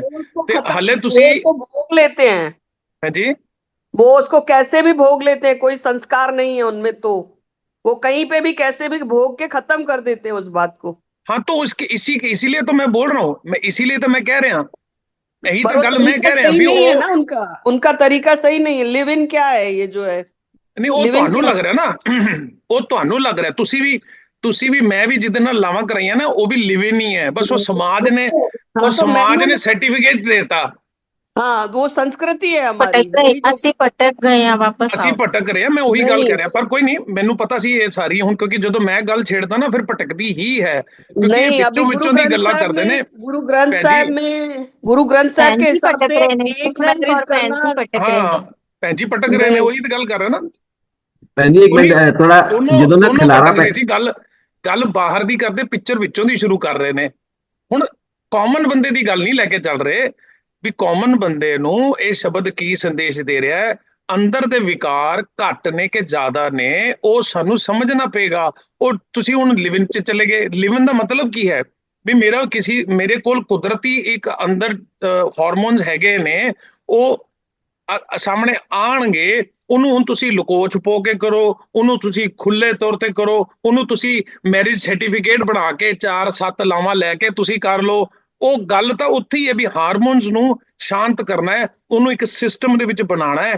ਉਹਦੇ ਵਾਸਤੇ ਇੱਕ ਅਲੱਗ ਡਿਜ਼ਾਈਨ ਕੀਤਾ ਹੋਇਆ पता है वो कि अभी दूसरे ਮੈਂ ਬੋਲਾਂ ਜੀ, ਸਾਰਿਆਂ ਨੂੰ ਹੈ। ਇੱਕ ਮਿੰਟ ਗੱਲ ਕਰਾਂ ਜੀ, ਇੱਕ ਮਿੰਟ ਗੱਲ ਕਰਾਂ ਜੀ। ਹਾਂਜੀ ਹਾਂਜੀ ਵੀਰ ਜੀ, ਪਤਾ ਸਾਰਿਆਂ ਨੂੰ ਹੀ ਹੈ। ਨਹੀਂ ਦੇਖੋ, ਇਹਦੇ ਵਿੱਚ ਨਾ ਫਿਰ ਜਿਹੜਾ ਅਸੀਂ ਨਾ ਉਹ ਜ਼ਿਆਦਾ ਖਿਲਾਰਾ ਪੈਂਦਾ ਨਾ, ਫਿਰ ਕੋਈ ਗੱਲ ਕਿਤੇ ਸਿਰੇ ਨਹੀਂ ਲੱਗਦੀ। ਫਿਰ ਪਿੱਛੇ ਜਾਈਏ ਥੋੜਾ ਜਿਹਾ। ਹਾਂਜੀ ਹਾਂਜੀ, ਦੇਖੋ ਇੱਕ ਹੁੰਦਾ ਅਹਿਸਾਸ, ਇੱਕ ਹੁੰਦਾ ਸਾਡਾ ਅਸੀਂ ਕ੍ਰੋਧ ਤੇ ਪ੍ਰਗਟ ਹੁੰਦਾ ਨਾ, ਸਾਹਮਣੇ ਦਿਖਦਾ ਕ੍ਰੋਧ, ਪਰ ਅੰਦਰ ਜਿਹੜਾ ਅਸੀਂ ਕਿਸੇ ਦੇ ਪ੍ਰਤੀ ਜਿਹੜੇ ਬੁਰੀਆਂ ਭਾਵਨਾਵਾਂ ਸਾਡੇ ਅੰਦਰ, ਉਹਦੇ ਦਿਖਦੀਆਂ ਥੋੜੀ ਨੇ, ਕਿਸੇ ਨੂੰ ਪਤਾ ਥੋੜੀ ਲੱਗਦਾ। ਇਹ ਸਾਰੇ ਅਹਿਸਾਸ ਤਾਂ ਮੈਂ ਬੋਲ ਦਿੱਤਾ ਨਾ, ਉਹ ਤਾਂ ਮੈਂ ਬੋਲ ਹੀ ਦਿੱਤਾ ਵੀ ਇੱਕ ਗੱਲ ਹੈਗੀ ਹੈ ਜਿਹੜੀ ਤੁਸੀਂ ਬੋਲ ਕੇ ਦੱਸਤੀ ਵੀ ਮੇਰੀ ਸਬਜ਼ੀ 'ਚ ਲੂਣ ਘੱਟ ਹੈ, ਉਹ ਤੁਸੀਂ ਗੁੱਸਾ ਕੱਢਤਾ। ਇੱਕ ਹੈ ਵੀ ਜਿੱਥੇ ਤੁਸੀਂ ਬੋਲਿਆ ਨਹੀਂ ਪਰ ਅੰਦਰ ਤੁਸੀਂ ਲੈ ਲਿਆ, ਇਹੀ ਗੱਲ ਤੁਸੀਂ ਕਹਿ ਰਹੇ ਹੋ। ਹਾਂ, ਤੇ ਉਹਨੂੰ ਕੀ ਕਹਾਂਗੇ? ਅੰਦਰਲੀ ਗੱਲ ਨੂੰ, ਜਿਹੜੀ ਅੰਤःਕਰਨ, ਉਹਨੂੰ ਹੀ ਅੰਤःਕਰਨ ਕਹਿੰਦੇ ਆ। ਉਹ ਅੰਦਰ ਦੀ ਬਿਰਤੀ ਹੈ, ਅੰਦਰ ਦਾ ਸੁਭਾਅ ਹੈ। ਉਹ ਤੁਸੀਂ ਜਿਹੜੀ ਵੀਰ ਜੀ ਤੁਸੀਂ ਜਿਹੜੀ ਵਿਆਖਿਆ ਕੀਤੀ ਨਾ, ਜਾਂ ਭੈਣ ਜੀ ਨੇ ਕੀਤੀ, ਉਹ ਠੀਕ ਹੈ। ਵਿਆਖਿਆ ਦੇ ਉੱਤੇ ਨਹੀਂ ਗੱਲ ਹੈ। ਜਿਹੜੀ ਗੱਲ ਤੁਸੀਂ ਦੋਨੇ ਭੈਣ ਭਰਾ ਜਿਹੜੀ ਗੱਲ ਵਿੱਚੋਂ ਦੀ ਸ਼ੁਰੂ ਕਰ ਰਹੇ ਸੀ ਨਾ, ਮਨ ਤੇ ਚਲੇ ਗਏ, ਚਿੱਤ ਤੇ ਚਲੇ ਗਏ, ਭੈਣ ਜੀ ਫਿਰ ਬਾਹਰ ਲੈ ਆਏ, ਮੈਂ ਉਹਨੂੰ ਕੰਟਰੋਲ ਕਰ ਰਿਹਾ ਸੀਗਾ ਵੀ ਉਹ ਜਿਹੜੀਆਂ ਗੱਲਾਂ ਨੇ ਨਾ, ਉਹ ਸਟਾਰਟ ਕਿੱਥੋਂ ਹੁੰਦੀਆਂ ਨੇ? ਸਮਾਜ ਤੋਂ ਆਈਆਂ ਹੋਈਆਂ ਨੇ। 50 ਸਾਲ ਦੀ ਉਮਰ 'ਚ ਨਹੀਂ ਆਈਆਂ, ਇਹ ਡਿਵੈਲਪ ਹੋ ਗਈਆਂ। ਜੇ ਤੁਸੀਂ ਕਿਸੇ ਬੱਚੇ ਨੂੰ ਅੱਛੇ ਐਟਮੋਸਫੇਅਰ ਦੇ ਵਿੱਚ ਅਪਬ੍ਰਿੰਗਿੰਗ ਕਰੋਗੇ, ਕੱਲ ਸਾਡੇ ਗਰੁੱਪ ਦੇ ਵਿੱਚ ਇਹੀ ਗੱਲ ਹੋਈ ਸੀ ਵੀ ਜੇ ਅਸੀਂ ਬੱਚੇ ਨੂੰ ਕਹੀਏ ਨਾ ਵੀ ਗੁਰਦੁਆਰੇ ਮੱਥਾ ਟੇਕਣ ਨਹੀਂ ਜਾਣਾ, ਉੱਥੇ ਸਮਝਣ ਜਾਣਾ ਹੈ, ਤੇ ਦੇਖੋ ਉਹਦੀ ਅਪਬ੍ਰਿੰਗਿੰਗ ਕਿਵੇਂ ਹੋਏਗੀ। ਉਹਦੇ ਵਿੱਚ ਜਿਹੜੀ ਦੁਆਸ਼, ਈਰਖਾ ਜਿਹੜੀਆਂ ਗੱਲਾਂ ਨੇ, ਕਿਉਂਕਿ ਉਹ ਪੜ੍ਹ ਰਿਹਾ ਹੋਏਗਾ, ਤੇ ਉਹਦੀ ਜਿਹੜੀ ਅਪਬ੍ਰਿੰਗਿੰਗ ਹੋਏਗੀ ਉਹ ਬੜੀ ਸੌਖੀ ਹੋਏਗੀ। ਖਾਸ ਕਰ ਜੇ ਮੈਂ 90% ਗੁੱਸੇ ਵਾਲਾ, ਤੇ ਉਹ ਹੋ ਸਕਦਾ 5-7% ਗੁੱਸੇ ਵਾਲਾ ਹੋਏਗਾ, ਅੱਗੇ ਉਹਦੀ ਅਪਬ੍ਰਿੰਗਿੰਗ ਹੋ ਜਾਏਗੀ। ਫਿਰ ਐਵੇਂ ਹੀ ਕੈਰੀ ਫਾਰਵਰਡ ਹੋਏਗਾ। ਗੱਲ ਇੱਥੇ ਹੈ ਵੀ ਅਸੀਂ ਵਿੱਚੋਂ ਦੀ ਜਦੋਂ ਗੱਲ ਸ਼ੁਰੂ ਕਰਾਂ ਫਿਰ ਪਰੇਸ਼ਾਨੀ ਆਉਂਦੀ ਹੈ। ਮੈਂ ਵਿੱਚੋਂ ਦੀ ਨਹੀਂ ਹੋਈ, ਤੁਸੀਂ ਸਮਝਣ ਦੀ ਗਲਤੀ ਕਰ ਗਏ। ਵਿੱਚੋਂ ਨਹੀਂ ਸ਼ੁਰੂ ਹੋਈ। ਸਭ ਤੋਂ ਪਹਿਲਾਂ ਦੇਖੋ ਇੱਥੇ ਸਟਾਰਟ ਕਿੱਥੋਂ ਹੋਇਆ, ਸ਼ਬਦ ਕਿੱਥੋਂ ਆਇਆ? ਅਸੀਂ ਸ਼ਬਦ ਦੀ ਵਿਚਾਰ ਕਰ ਰਹੇ ਸੀ ਨਾ, ਮੈਂ ਤੇ ਸ਼ਬਦ ਦੀ ਵਿਚਾਰ ਕੀਤੀ ਹੈ। ਮੈਂ ਜਨਰਲ ਡਿਸਕਸ਼ਨ ਵਿਚਾਰ ਦੇ ਉੱਪਰ ਨਹੀਂ, ਮੈਂ ਤਾਂ 3-4 ਵਾਰੀ ਬੋਲ ਚੁੱਕਿਆ। ਇੱਕ ਮਿੰਟ ਨਹੀਂ, ਤੁਸੀਂ ਫਿਰ ਸ਼ਬਦ ਵਾਲੀ ਵਿਚਾਰ ਤੇ ਨਾ ਗੋਪੀ ਜੀ, ਮੈਂ ਤੁਹਾਡੇ ਨਾਲ ਸ਼ਬਦ ਵਿਚਾਰ ਤੇ ਕੋਈ ਗੱਲ ਨਹੀਂ ਕੀਤੀ ਵੀ ਸ਼ਬਦ ਵਿਚਾਰ ਤੁਹਾਡੀ ਜਿਹੜੀ ਹੋਈ ਠੀਕ ਹੈ। ਉਸ ਤੋਂ ਬਾਅਦ ਜਿਹੜੀ ਵਿਚਾਰ ਹੋਈ ਨਾ, ਉਹਦੇ ਵਿੱਚ ਮੈਂ ਇੱਕ ਐਡੀਸ਼ਨ ਕਰ ਰਿਹਾ ਸੀ ਵੀ ਅਸੀਂ ਵਿਚਲਾ ਪਾਰਟ ਨੂੰ ਛੋੜ ਕੇ ਸਟਾਰਟਿੰਗ ਤੋਂ ਦੇਖੀਏ ਵੀ ਸਟਾਰਟ ਜਿਹੜੀ ਹੈ ਨਾ ਉਹ ਅਪਬ੍ਰਿੰਗਿੰਗ ਤੋਂ ਹੈ। ਜਿਵੇਂ ਉਹ ਮੇਰੇ ਵੱਡੇ ਭਰਾ ਨੇ ਪਾਰਲੀਮੈਂਟ ਦੀ ਗੱਲ ਛੇੜਤੀ, ਜਦਕਿ ਉਹਦਾ ਕੋਈ ਵਿੱਚ ਤਾਲਮੇਲ ਨਹੀਂ ਸੀਗਾ, ਪਰ ਹੋ ਗਈ ਡਰੈਗ। ਕਿਹੜੀ ਪਾਰਲੀਮੈਂਟ ਦੀ? ਸਮਝਿਆ ਨਹੀਂ। ਤੁਸੀਂ ਫਿਰ ਮੈਨੂੰ ਲੇਟ ਜੁਆਇਨ ਕੀਤਾ। ਅੱਛਾ ਅੱਛਾ, ਸੌਰੀ ਚਲੋ ਕੋਈ ਗੱਲ ਸੌਰੀ ਨਹੀਂ, ਸੌਰੀ, ਮੈਨੂੰ ਨਹੀਂ ਪਤਾ ਫਿਰ। ਉਹ ਠੀਕ ਵੀ ਹੈ, 25 ਮਿੰਟ ਬਾਈ ਵੀ 15-20 ਮਿੰਟ ਸਾਡੇ ਉਹਦੇ ਤੇ ਵੀ ਲੱਗੇ। ਅੱਛਾ ਅੱਛਾ, ਸੌਰੀ ਸੌਰੀ, ਹਾਂਜੀ, ਮੈਨੂੰ ਨਹੀਂ ਪਤਾ ਨਹੀਂ ਹੈਗਾ। ਨਹੀਂ, ਕੋਈ ਗੱਲ ਨਹੀਂ, ਕੋਈ ਗੱਲ। ਉਹੀ ਗੱਲ ਹੁੰਦੀ ਨਾ ਪਾਪਾ, ਥੋੜਾ ਜਿਹਾ ਵਿੱਚੋਂ ਦੀ ਜਦੋਂ ਸਟਾਰਟ ਕਰਦੇ ਆ ਉਹ ਫਿਰ ਮੈਨੂੰ ਅੱਜ ਮੈਂ ਕਿਹਾ ਚਲੋ ਕੋਈ ਗੱਲ ਨਹੀਂ ਨਹੀਂ, ਜਦੋਂ, ਮੈਂ ਨਾ ਸ਼ਬਦ ਦੀ ਵਿਚਾਰ ਕਿਉਂਕਿ ਐਕਚੁਅਲੀ ਮੈਨੂੰ ਸੁਣਿਆ ਸੀ। ਐਜ਼ ਅ ਹੋਸਟ ਨਾ, ਐਜ਼ ਅ ਹੋਸਟ ਫਿਰ ਮੈਨੂੰ ਹਰ ਚੀਜ਼ ਦਾ ਧਿਆਨ ਰੱਖਣਾ ਹੈ। ਕਦੀ ਮੈਂ ਟੋਕਦਾ ਵੀ ਹਾਂ ਤੇ ਫਿਰ ਟੋਕਣ ਦੇ ਵਿੱਚ ਫਿਰ ਮੇਰੇ ਤੇ ਹੀ ਟੈਗ ਲੱਗਣਾ ਹੈ ਵੀ ਤੂੰ ਬੋਲਣ ਨਹੀਂ ਦਿੰਦਾ, ਤੂੰ ਵਿੱਚ ਰੋਕ ਦਿੰਦਾ ਹੈ। ਉਹ ਫਿਰ ਮੈਨੂੰ ਉਹ ਵੀ ਬੈਲੈਂਸ ਕਰਦਾ। ਅੱਜ ਫਿਰ ਮੈਂ ਫਿਰ ਇੱਕ ਵਾਰੀ ਨਿਊਟਰਲ ਹੋ ਗਿਆ, ਮੈਂ ਠੀਕ ਹੈ ਯਾਰ ਕਰੋ ਹੁਣ ਡਿਸਕਸ਼ਨ ਜਿੰਨੀ ਕਰਨੀ ਹੈ। ਤੇ ਉਹ ਫਿਰ ਰਿਕਾਰਡਿੰਗ ਦਾ ਵੀ ਦੇਖਣਾ ਹੁੰਦਾ ਨਾ ਐਜ਼ ਅ ਹੋਸਟ, ਵੀ ਕਿੱਧਰ ਜਾ ਰਹੀ ਹੈ, ਕਿੱਧਰ ਡਰੈਗ ਕਰ ਰਹੀ ਹੈ, ਫਿਰ ਉਹ ਸਾਰੀਆਂ ਚੀਜ਼ਾਂ ਨੂੰ ਬੈਲੈਂਸ ਕਰਨਾ ਹੁੰਦਾ। ਫਿਰ ਮੈਂ ਕਿਹਾ ਅੱਜ ਕੋਈ ਗੱਲ ਨਹੀਂ, ਆਪਾਂ ਗੱਲ ਖੁੱਲ ਕੇ ਕਰਦੇ ਹਾਂ ਜੀ। ਗੁਰਬਚਨ ਵੀਰ ਜੀ ਨੇ ਹੈਂਡ ਰੇਜ਼ ਕੀਤਾ। ਵੀ ਜੀ ਲੈ ਲਈ ਉਹਨਾਂ ਦਾ ਪੁਆਇੰਟ ਜੀ। ਜੀ ਗੁਰਬਚਨ ਵੀਰ ਜੀ। ਹਾਂਜੀ ਵੀਰ ਜੀ, ਇਹ ਜਿਹੜਾ ਖੇਲ ਦਾ ਜ਼ਿਕਰ ਆਇਆ ਨਾ, ਜਨ ਨਾਨਕ ਕੇ ਖੇਲ ਕਠਿਨ ਹੈ, ਇਹ ਕਿਹੜੇ ਖੇਡ ਦੀ ਗੱਲ ਹੈ? ਸਾਨੂੰ ਤਾਂ ਉਹ ਖੇਲ ਸਮਝ ਆਉਂਦੀ ਹੈ ਨਾ, ਹਾਂਜੀ ਕਿੱਕਰ ਹਾਂਜੀ, ਦੀ ਜਾਂ ਆਪਾਂ ਸ਼ਬਦ ਤੇ ਗੁੱਲੀ ਵਾਪਸ ਆ ਡੰਡਾ। ਜਾ ਇਹ ਰਹੇ ਹਾਂ ਕਿਹੜੀ ਖੇਡ ਗੁਰੂ ਸਾਹਿਬ ਸਾਨੂੰ ਸਮਝਾ ਰਹੇ ਨੇ? ਇਹਦਾ ਥੋੜਾ ਜੀ। ਜਿਹਾ ਇਸ ਤੇ ਮੈਨੂੰ ਇੰਝ ਲੱਗਦਾ ਕਿ ਬਈ ਦੁੱਖ ਸੁੱਖ ਤੋਂ ਉੱਤੇ ਉੱਡ ਜਾਣਾ, ਕਾਮ ਕ੍ਰੋਧ ਨੂੰ ਤਿਆਗ ਦੇਣਾ, ਇਹ ਖੇਡਾਂ ਨੇ। ਪਰ ਇੱਥੇ ਖੇਲ ਦੇ ਲਾ ਨੂੰ ਔਂਕੜ ਹੈ, ਇਹ ਮਤਲਬ ਸਿੰਗੂਲਰ ਹੈ, ਇਹਦਾ ਕੀ ਮਤਲਬ ਹੈ? ਖੇਡ ਜਿਹੜੀ ਇਹ ਹੈ ਨਾ ਜੀ, ਸਾਰੀ ਉਹ ਇੱਕੋ ਖੇਡ ਹੋਏਗੀ, ਕਲੈਕਟਿਵ ਰੂਪ ਵਿੱਚ ਇੱਕੋ ਖੇਡ ਹੋਏਗੀ। ਇੱਕੋ, ਹਾਂ ਮੈਨੂੰ ਵੀ ਇਹੀ ਲੱਗਦੀ ਵੀ ਜੀ, ਕਲੈਕਟਿਵ ਰੂਪ ਦੇ ਵਿੱਚ ਇੱਕੋ ਖੇਡ ਹੈ। ਹੈ ਕੀ ਚੀਜ਼? ਸਾਰੇ ਮਤਲਬ ਜਿਹਨੂੰ ਵੀ ਪਤਾ ਹੈ ਆਪਣੇ ਸ਼ਬਦਾਂ ਦੁਆਰਾ ਦੱਸੇ ਵੀ ਖੇਲ ਹੈ ਕੀ ਚੀਜ਼। ਹੁਣ ਖੇਲ ਵਿੱਚ ਤਾਂ ਹੈ ਨਾ, ਇੱਕ ਪਕਸ਼ ਜਿੱਤਦਾ, ਇੱਕ ਪਕਸ਼ ਹਾਰਦਾ ਹੈ। ਤੇ ਅਸੀਂ ਹੁਣ ਕਾਮ ਕ੍ਰੋਧ ਨੂੰ ਹਰਾਣਾ ਹੈ ਤੇ ਅਸੀਂ ਜਿੱਤਣਾ। ਮਨ ਜੀਤੇ ਜਗ ਜੀਤ, ਵੀ ਮਨ ਨੂੰ ਜਿੱਤਣਾ ਹੈ। ਐਕਚੁਅਲੀ ਅਸੀਂ ਮਨ ਨੂੰ ਜਿੱਤਣਾ, ਇਹ ਖੇਡ ਹੈ। ਤੇ ਮਨ ਨੂੰ ਜਿੱਤਣ ਵਾਸਤੇ ਮਨ ਨਾਲ ਲੜਾਈ ਕਰਨੀ ਪਏਗੀ। ਮਨ ਨਾਲ ਲੜਾਈ ਕਰਨ ਵਾਸਤੇ ਹਥਿਆਰਾਂ ਦੀ ਲੋੜ ਹੈ, ਤੇ ਹਥਿਆਰ ਗੁਰੂ ਸਾਹਿਬ ਨੇ ਸਾਨੂੰ ਬਖਸ਼ੇ ਹੋਏ ਨੇ। ਗਿਆਨ ਖੜਗ, ਚਾਬੁਕ ਜਾਂ ਤੀਰ ਜਾਂ ਕੋਈ ਗਦਾ। ਵੀ ਇੱਕੋ, ਮੈਨੂੰ ਤਾਂ ਲੱਗਦਾ ਇੱਕੋ ਚੀਜ਼ ਪੂਰਾ ਹੋ ਗਿਆ, ਗਿਆਨ ਖੜਗ ਚ ਹੀ ਪੂਰਾ ਹੋ ਜਾਂਦਾ। ਹਾਂਜੀ ਬਲਵਿੰਦਰ ਵੀ ਜੀ, ਤੁਸੀਂ ਕਾਈਂਡਲੀ ਮੈਨੂੰ, ਬਲਵਿੰਦਰ ਜੀ ਤਾਂ ਹੁਣ ਸਕਰੀਨ ਤੇ ਮੈਨੂੰ ਨਜ਼ਰ ਆ ਜਾਂਦੇ ਹੋ, ਕਿਤੇ ਰਹਿ ਜਾਣਾ ਫਿਰ ਤੁਸੀਂ ਮੈਨੂੰ ਲਾਂਭਾ ਦੇਣਾ ਵੀ ਮੈਨੂੰ ਬੋਲਣ ਦਾ ਮੌਕਾ ਨਹੀਂ ਮਿਲਦਾ, ਹੈਂਡ ਸਿਗਨਲ ਦਿਆ ਕਰੋ। ਮੈਂ ਇੱਕ ਦੋ ਗੱਲਾਂ ਹੋਰ ਕਰਨੀਆਂ ਨੇ, ਜਿਵੇਂ ਕਿ ਕਰ ਲਓ ਬਲਵਿੰਦਰ ਜੀ, ਫਿਰ ਜਿਵੇਂ ਬਲਵਿੰਦਰ ਜੀ ਜੌਲੀ ਵੀ ਕਰੇ। ਸਾਹਿਬ ਨੇ ਕਿਹਾ ਨਾ, ਜਿਵੇਂ ਜੌਲੀ ਸਾਹਿਬ ਨੇ ਕਿਹਾ ਵੀ ਕਾਮ ਜਿਹੜਾ ਮੋਕਸ਼ ਹੈ, ਮੋਕਸ਼ ਤੇ ਮੁਕਤੀ ਇੱਕੋ ਚੀਜ਼ ਨਹੀਂ ਹੈ। ਮੋਕਸ਼ ਤੇ ਮੁਕਤੀ ਇੱਕੋ ਹੀ ਚੀਜ਼ ਹੈ ਮੇਰੇ ਖਿਆਲ ਨਾਲ, ਕੋਈ ਫਰਕ ਨਹੀਂ ਹੈ। ਓਕੇ। ਦੂਜਾ ਜਿਹੜਾ ਉਹਨਾਂ ਨੇ ਆਤਮਵੀਰ ਵੀਰ ਜੀ ਨੇ ਕਿਹਾ ਵੀ ਜਿਹੜਾ ਮਾਨ ਤੇ ਅਪਮਾਨ ਵਿਕਾਰ ਨਹੀਂ ਹੈ, ਅਹਿਸਾਨ ਹੈ, ਉਹ ਅਹਿਸਾਸ ਹੈ। ਮੇਰੇ ਖਿਆਲ ਨਾਲ ਮਾਨ ਤੇ ਮੋਹ ਵੀ ਵਿਕਾਰ ਹੀ ਵਿੱਚ ਆਣਗੇ ਮੇਰੇ ਹਿਸਾਬ ਨਾਲ। ਓਕੇ ਹਾਂਜੀ ਹਾਂਜੀ ਵੀਰ ਜੀ, ਮੈਂ ਬੋਲਾਂ? ਜੀ ਹਾਂਜੀ ਅਭੀ ਜੀ ਪਲੀਜ਼। ਹਾਂਜੀ, ਉਹ ਪੁੱਛ ਰਹੇ ਸੀ ਨਾ ਕਿ ਖੇਡ ਕਿਹੜੀ ਹੈ। ਇਹ ਸਾਡੀ ਜਿਹੜਾ ਜੀਵਨ ਹੈ ਨਾ, ਸਾਡੀ ਜਿਹੜੀ ਜੀਵਨ ਹੈ, ਜ਼ਿੰਦਗੀ ਹੈ ਨਾ, ਇਹ ਖੇਡ ਹੈ। ਪਰਮਾਤਮਾ ਨੇ ਗੁਰਬਾਣੀ ਦੇ ਵਿੱਚ ਵੀ ਸ਼ਬਦ ਬਹੁਤ ਆਉਂਦੇ ਕਿ ਜੀਵਨ ਨੂੰ ਖੇਡ ਹੈ। ਤਾਂ ਇਹ ਜਿਹੜੀ ਖੇਡ ਹੈ, ਇਹ ਜਿਹੜਾ ਖੇਡ ਹੈ, ਇਸ ਖੇਡ ਤੋਂ ਮਤਲਬ ਉਹਨਾਂ ਦਾ ਭਾਵ ਹੈ ਕਿ ਜਨ ਨਾਨਕ ਕੀ ਖੇਡ ਮਤਲਬ ਔਖੀ ਖੇਡ ਹੈ। ਕਿਉਂਕਿ ਜੀਵਨ ਜਿਉਣਾ ਜਿਹੜਾ ਹੈ ਨਾ, ਜੀਵਨ ਜਿਉਣਾ, ਗੁਰਬਾਣੀ ਸਾਨੂੰ ਜੀਵਨ ਜੀਣ ਦੀ ਜਾਂਚ ਦੱਸਦੀ ਹੈ। ਗੁਰਬਾਣੀ ਜਿਹੜੀ ਹੈਗੀ ਸਾਨੂੰ ਜਿਉਣ ਦੀ ਜਾਂਚ ਦੱਸਦੀ ਹੈ। ਤੇ ਉਹੀ ਗੱਲ ਹੈ ਕਿ ਇਹ ਜਿਹੜੀ ਜਾਂਚ ਸਿੱਖਣੀ ਹੈ ਨਾ ਜ਼ਿੰਦਗੀ ਦੇ ਵਿੱਚ, ਇਹ ਔਖੀ ਹੈ। ਇਹ ਖੇਡ ਜਿਹੜੀ ਹੈ ਨਾ, ਜੀਵਨ ਜਾਂਚ ਸਿੱਖਣ ਦੀ ਵਾਲੀ ਜਿਹੜੀ ਖੇਡ ਹੈ, ਇਹ ਔਖੀ ਹੈ। ਤੇ ਕਿਨੂੰ ਗੁਰਮੁਖ ਜਾਣਾ, ਵੀ ਕੋਈ ਗੁਰਮੁਖ ਬੰਦਾ ਜਿਹੜਾ ਹੈਗਾ, ਜਿਹਦਾ ਪ੍ਰਮਾਤਮਾ ਦੇ ਗਿਆਨ ਲੈਣ ਦਾ ਇੱਛਾਵਾਨ ਹੁੰਦਾ, ਉਹੀ ਕੋਈ ਬਾਣੀ ਕੋ ਬਿਰਲਾ ਵਿਚਾਰ ਸੀ, ਜਿਵੇਂ ਜਿੱਦਾਂ ਕਹਿ ਲਈਏ। ਤਾਂ ਮੇਰੇ ਹਿਸਾਬ ਨਾਲ ਇਹ ਹੈ। जी मैं एक शब्द पढ़ूं इस पे? एक सेकंड जी, एक मैसेज आया, मैं रीड आउट कर देना। सीमा मल्होत्रा जी ने भेजा, ग्रस्त मैं भोगी। पहले उन्होंने कुछ होर लिखा सीगा, तप, हाँ तप में तपीसर, हुण क्लीयर होया, तप में तपीसर, ग्रस्त में भोगी। सीमा मल्होत्रा जी ने भेजा, थैंक यू भैन जी, तुसीं कोट भेजा।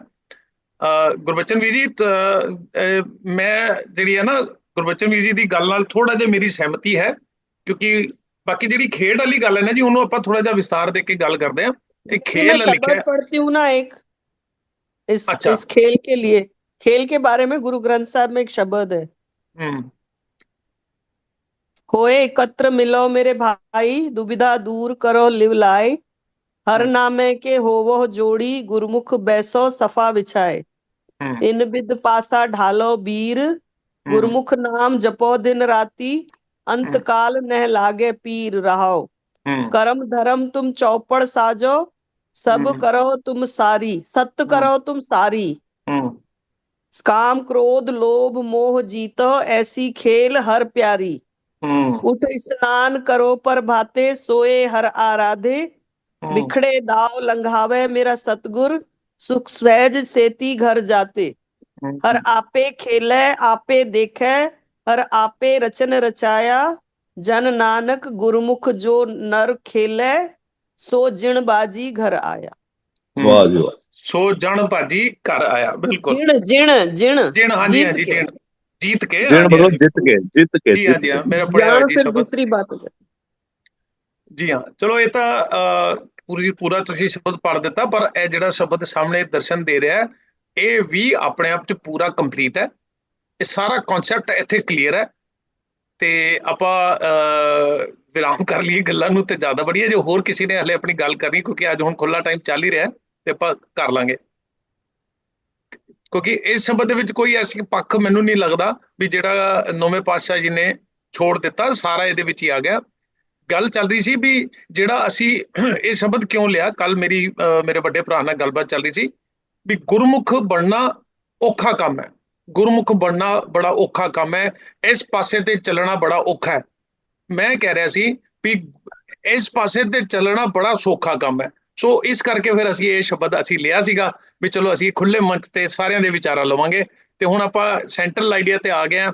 ਹੁਣ ਕਿਰਪਾ ਕਰਕੇ ਸਾਰੇ ਆਪਣਾ ਆਪਣਾ ਇੱਕ ਦੋ ਪੰਕਤੀਆਂ ਦੇ ਵਿੱਚ ਸ਼ਾਰਟ ਦੇ ਵਿੱਚ ਆਪਣਾ ਮੈਸੇਜ ਦਿਓ, ਕਿਉਂਕਿ ਇਹ ਮੁਹਿੰਮ ਵੀ ਇਸ ਕਰਕੇ ਸੀ ਤੇ ਸਾਨੂੰ ਸਟਾਰਟਿੰਗ ਦੇ ਵਿੱਚ ਇੱਕ ਸੁਝਾਅ ਵੀ ਆਇਆ ਸੀਗਾ ਸੁਧਾ ਭੈਣ ਜੀ ਵੱਲੋਂ ਵੀ ਇਹਦਾ ਸਾਰ ਕੱਢ ਕੇ ਆਪਾਂ ਮੀਟਿੰਗ ਸਮਾਪਤ ਕਰਿਆ ਕਰੇ ਵੀ ਅੱਜ ਅਸੀਂ ਸਾਰ ਕੀ ਲਿਆ। ਸੋ ਇਹ ਹੁਣ ਆਪਣਾ ਆਪਣਾ ਵਰਜਨ ਜੇ ਕੋਈ ਦੇਣਾ ਚਾਹੇ ਤੇ ਜ਼ਰੂਰ ਦੇ ਦੇ ਵੀ ਜਿਹੜਾ ਅਸੀਂ ਇੱਧਰਲੇ ਪਾਸੇ ਜਿਹੜਾ ਨਾਮ ਸਿਮਰਨ ਵਾਲੀ ਗੱਲ ਜਾਂ ਇੱਕ ਹੋਣ ਵਾਲੀ ਗੱਲ ਜਦੋਂ ਅਸੀਂ ਦੇਖੀਏ ਇਹ ਔਖੀ ਹੈ ਕਿ ਸੌਖੀ ਹੈ। ਜੀ ਸਰਵਨ ਵੀਰ ਜੀ ਨੇ ਹੈਂਡ ਰੇਜ਼ ਕੀਤਾ। ਜੀ ਵੀਰ ਜੀ ਅਨਮਿਊਟ ਕਰੋ। ਹਾਂਜੀ ਜੀ ਅਸੀਂ ਰੋਜ਼ ਅਰਦਾਸ ਕਰਦੇ ਹਾਂ, ਸਿੱਖਾਂ ਦਾ ਮਨ ਨੀਵਾਂ ਮਤ ਉੱਚੀ, ਬਸ ਮਨ ਨੂੰ ਨੀਵਾਂ ਰੱਖੋ ਮਤ ਉੱਚੀ ਰੱਖੋ, ਗੁਰੂ ਦੇ ਸ਼ਬਦ ਜਿਹੜਾ ਉੱਤੇ ਲੜ ਲੱਗੋ, ਸਾਰੇ ਤੇ ਪਰਮਾਤਮਾ ਅੱਗੇ ਵਾਹਿਗੁਰੂ ਦੇ ਛੱਡ ਦਿਓ। ਵਾਹਿਗੁਰੂ ਜੀ ਕਾ ਖਾਲਸਾ ਵਾਹਿਗੁਰੂ ਜੀ ਕੀ। ਅੱਛਾ, ਤੁਸੀਂ ਇਹ ਨਹੀਂ ਦੱਸਿਆ ਵੀ ਇੱਕ ਖੇਡ ਜਿਹੜਾ ਹੈਗਾ ਅੱਗੇ ਜਾ ਕੇ ਜਿਹੜਾ ਹੈਗਾ ਉਹ ਇਕੱਠੇ ਨੇ ਕਿ ਕਿਵੇਂ ਹੈ। ਸੌਰੀ, ਮੈਂ ਤੁਹਾਨੂੰ ਦੁਬਾਰਾ ਅਨਮਿਊਟ ਵਾਸਤੇ ਕਹਿਤਾ, ਤੁਸੀਂ ਕਰਨਾ ਚਾਹੁੰਦੇ ਹੋ ਗੱਲ ਕਰ ਲੈਣਾ, ਕੋਈ ਗੱਲ ਨਹੀਂ। ਜੀ ਭੈਣ ਜੀ ਤੁਸੀਂ ਦੱਸੋ। ਮਨਪ੍ਰੀਤ ਜੀ ਤੁਸੀਂ ਹੈਂਡ ਰੇਜ਼ ਕੀਤਾ। ਮੈਂ ਤੁਹਾਡੀ ਗੱਲ ਨਾਲ ਸਹਿਮਤ ਹਾਂ। ਹੈ ਤੇ ਬਹੁਤ ਹੀ ਸੌਖਾ, ਈਜ਼ੀ, ਸਿਰਫ ਆਪਣੇ ਅੰਤਰ ਨੂੰ ਸਹੀ ਰੱਖਣਾ ਹੈ। ਅਸੀਂ ਕਿਸੇ ਚੀਜ਼ ਨਾਲ ਵੀ ਅਟਰੈਕਟ ਨਹੀਂ ਹੋਣਾ, ਨਾ ਕ੍ਰੋਧ ਚ ਜਾਣਾ ਤੇ ਨਾ ਖੁਸ਼ੀ ਚ ਜਾਣਾ। ਹਾਂਜੀ ਹਾਂ ਬਿਲਕੁਲ, ਇਹ ਸ਼ਬਦ ਵਿੱਚ ਇਹ ਕਿਹਾ ਜਾ ਰਿਹਾ ਔਰ ਇਹ ਹੈ ਵੀ ਬੜਾ ਈਜ਼ੀ ਅਗਰ ਅਸੀਂ ਅੰਦਰੋਂ ਇੱਕ ਨਿਰੋਲ ਹੋ ਜਾਈਏ। ਜਿਸ ਤਰ੍ਹਾਂ ਐਗਜ਼ਾਮਪਲ, ਕੋਈ ਪਾਗਲ ਹੁੰਦਾ ਹੈ ਨਾ, ਉਹਨੂੰ ਕੋਈ ਫਰਕ ਹੀ ਨਹੀਂ ਪੈਂਦਾ ਕੁਝ ਵੀ ਹੁੰਦਾ ਹੈ, ਤਾਂ ਹੀ ਤੇ ਰੱਬ ਨਾਲ ਜੁੜੇ ਲੋਕਾਂ ਨੂੰ ਦੀਵਾਨਾ ਕਹਿੰਦੇ, ਪਾਗਲ ਕਹਿੰਦੇ ਆ। ਮੈਂ ਵੀ ਕੁਝ ਬੋਲਣਾ ਜੀ। ਅਵਸਥਾ ਜਿਹੜੀ ਰਹੀਏ ਅਗਰ ਤੇ ਜੀ ਲਈਏ ਬੜਾ ਵਧੀਆ ਚੀਜ਼ ਆਂਗੇ, ਬਸ ਕੋਈ ਔਖਾ ਨਹੀਂ। ਮੈਂ ਕੁਝ ਬੋਲਣਾ ਹੈ ਜੀ। ਹਾਂਜੀ ਸਰ ਬੋਲੋ ਜੀ। ਮੈਂ ਬੋਲਣਾ ਹੈ ਕਿ ਇੱਕ ਮਿੰਟ ਪਹਿਲੇ ਆਤਮ ਵੀਰ ਜੀ ਗੱਲ ਕਰ ਲੈਣ। ਆਤਮ ਵੀਰ ਜੀ ਦਾ ਹੈਂਡ ਰੇਜ਼ ਹੋਇਆ ਪਿਆ ਤੁਹਾਡੇ ਤੋਂ ਪਹਿਲਾਂ, ਜੇ ਇਜਾਜ਼ਤ ਹੋਵੇ ਤਾਂ, ਨਹੀਂ ਤੇ ਤੁਸੀਂ ਬੋਲ ਚੁੱਕੇ ਹੋ ਤਾਂ ਬੋਲ ਲਓ, ਕੋਈ ਗੱਲ ਨਹੀਂ।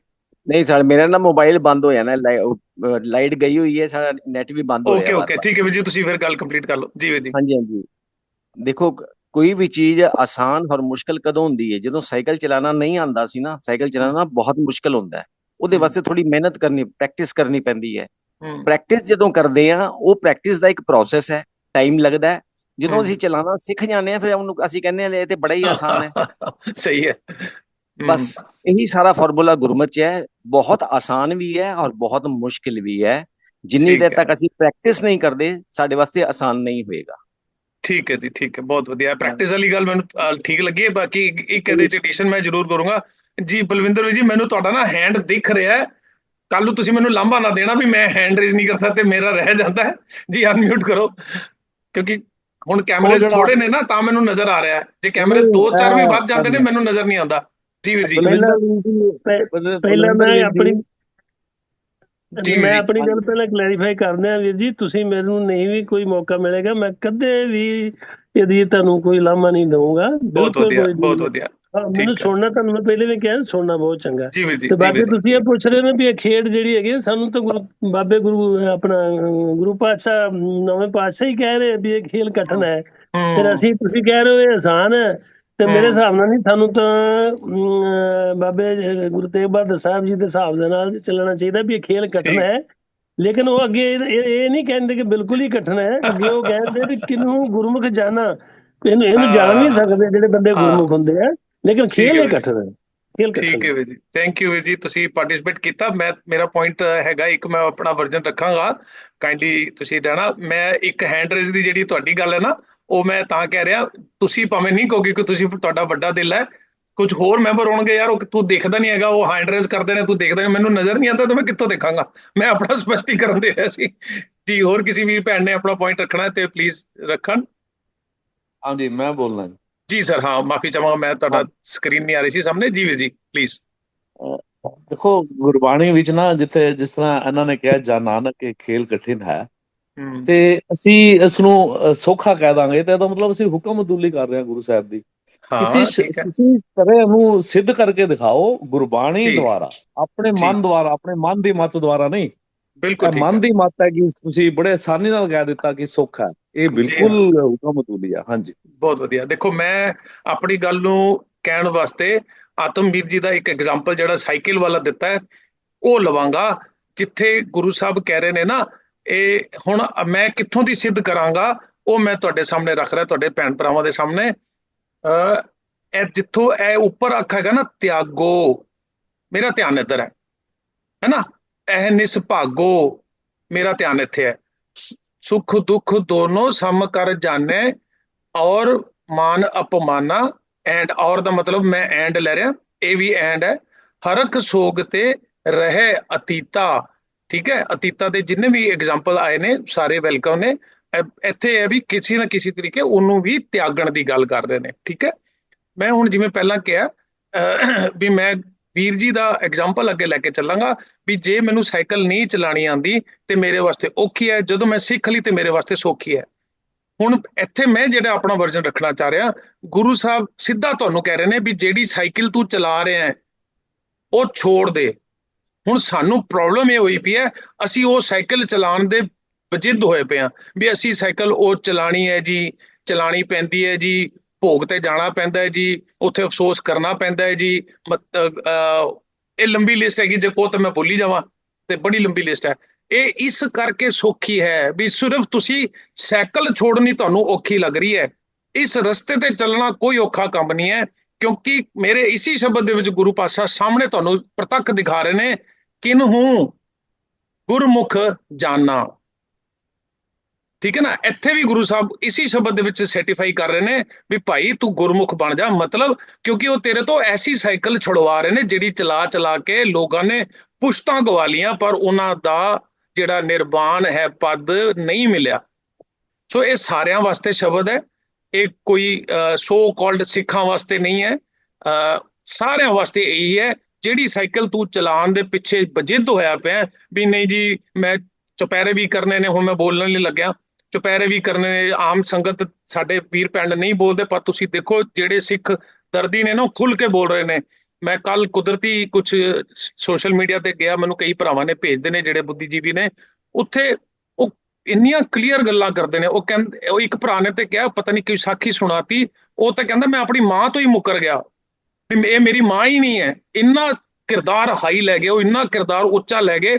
ਉਹ ਕਹਿੰਦੇ ਕਿਉਂ ਇਹ ਮੇਰੀ ਮਾਂ ਨਹੀਂ ਹੈ? ਕਹਿੰਦੇ ਪਤਾ ਨਹੀਂ ਕਿਸੇ ਕੋਈ ਸਾਖੀ ਦੇ ਵਿੱਚ ਕਿਸੇ ਨੇ ਕਿਹਾ ਵੀ ਉਹਨੂੰ ਸਜ਼ਾ ਹੋ ਰਹੀ ਸੀ ਮਾਰਨ ਦੀ, ਫਾਂਸੀ ਦੀ, ਤੇ ਉਹਦੀ ਮਾਂ ਪਿੱਛੋਂ ਦੀ ਰੋਂਦੀ ਰੋਂਦੀ ਆਈ, ਨਹੀਂ ਨਹੀਂ ਨਹੀਂ ਇਹ ਤਾਂ ਉਹ ਹੈ ਹੀ ਨਹੀਂ, ਇਹ ਤਾਂ ਝੂਠ ਬੋਲਦਾ ਹੈ, ਇਹਦੇ ਪਿੱਛੇ। ਉਹ ਖੜੇ ਹੋ ਕੇ ਕਹਿੰਦਾ ਇਹ ਮੇਰੀ ਮਾਂ ਹੀ ਨਹੀਂ ਹੈ, ਮੈਂ ਕਿਹਾ ਮੈਂ ਸੱਚ ਬੋਲਿਆ, ਮੈਂ ਡਲ ਕੇ ਕਹਿਣਾ ਤੁਸੀਂ ਮੈਨੂੰ ਫਾਂਸੀ ਦੇਣੀ ਹੈ ਦੇ ਦਿਓ, ਪਰ ਮੈਂ ਸੱਚ ਤੋਂ ਨਹੀਂ ਹਟਾਂਗਾ, ਇਹ ਮੇਰੀ ਮਾਂ ਹੀ ਨਹੀਂ ਹੈ। ਦੇਖੋ ਇੱਥੋਂ ਦੀ ਆਪਾਂ ਨੂੰ ਸਿੱਖਣਾ ਹੈ, ਥੋੜਾ ਜਿਹਾ ਅਸੀਂ ਇਹ ਸੰਬੰਧ ਬਣਾ ਕੇ ਚੱਲੀਏ।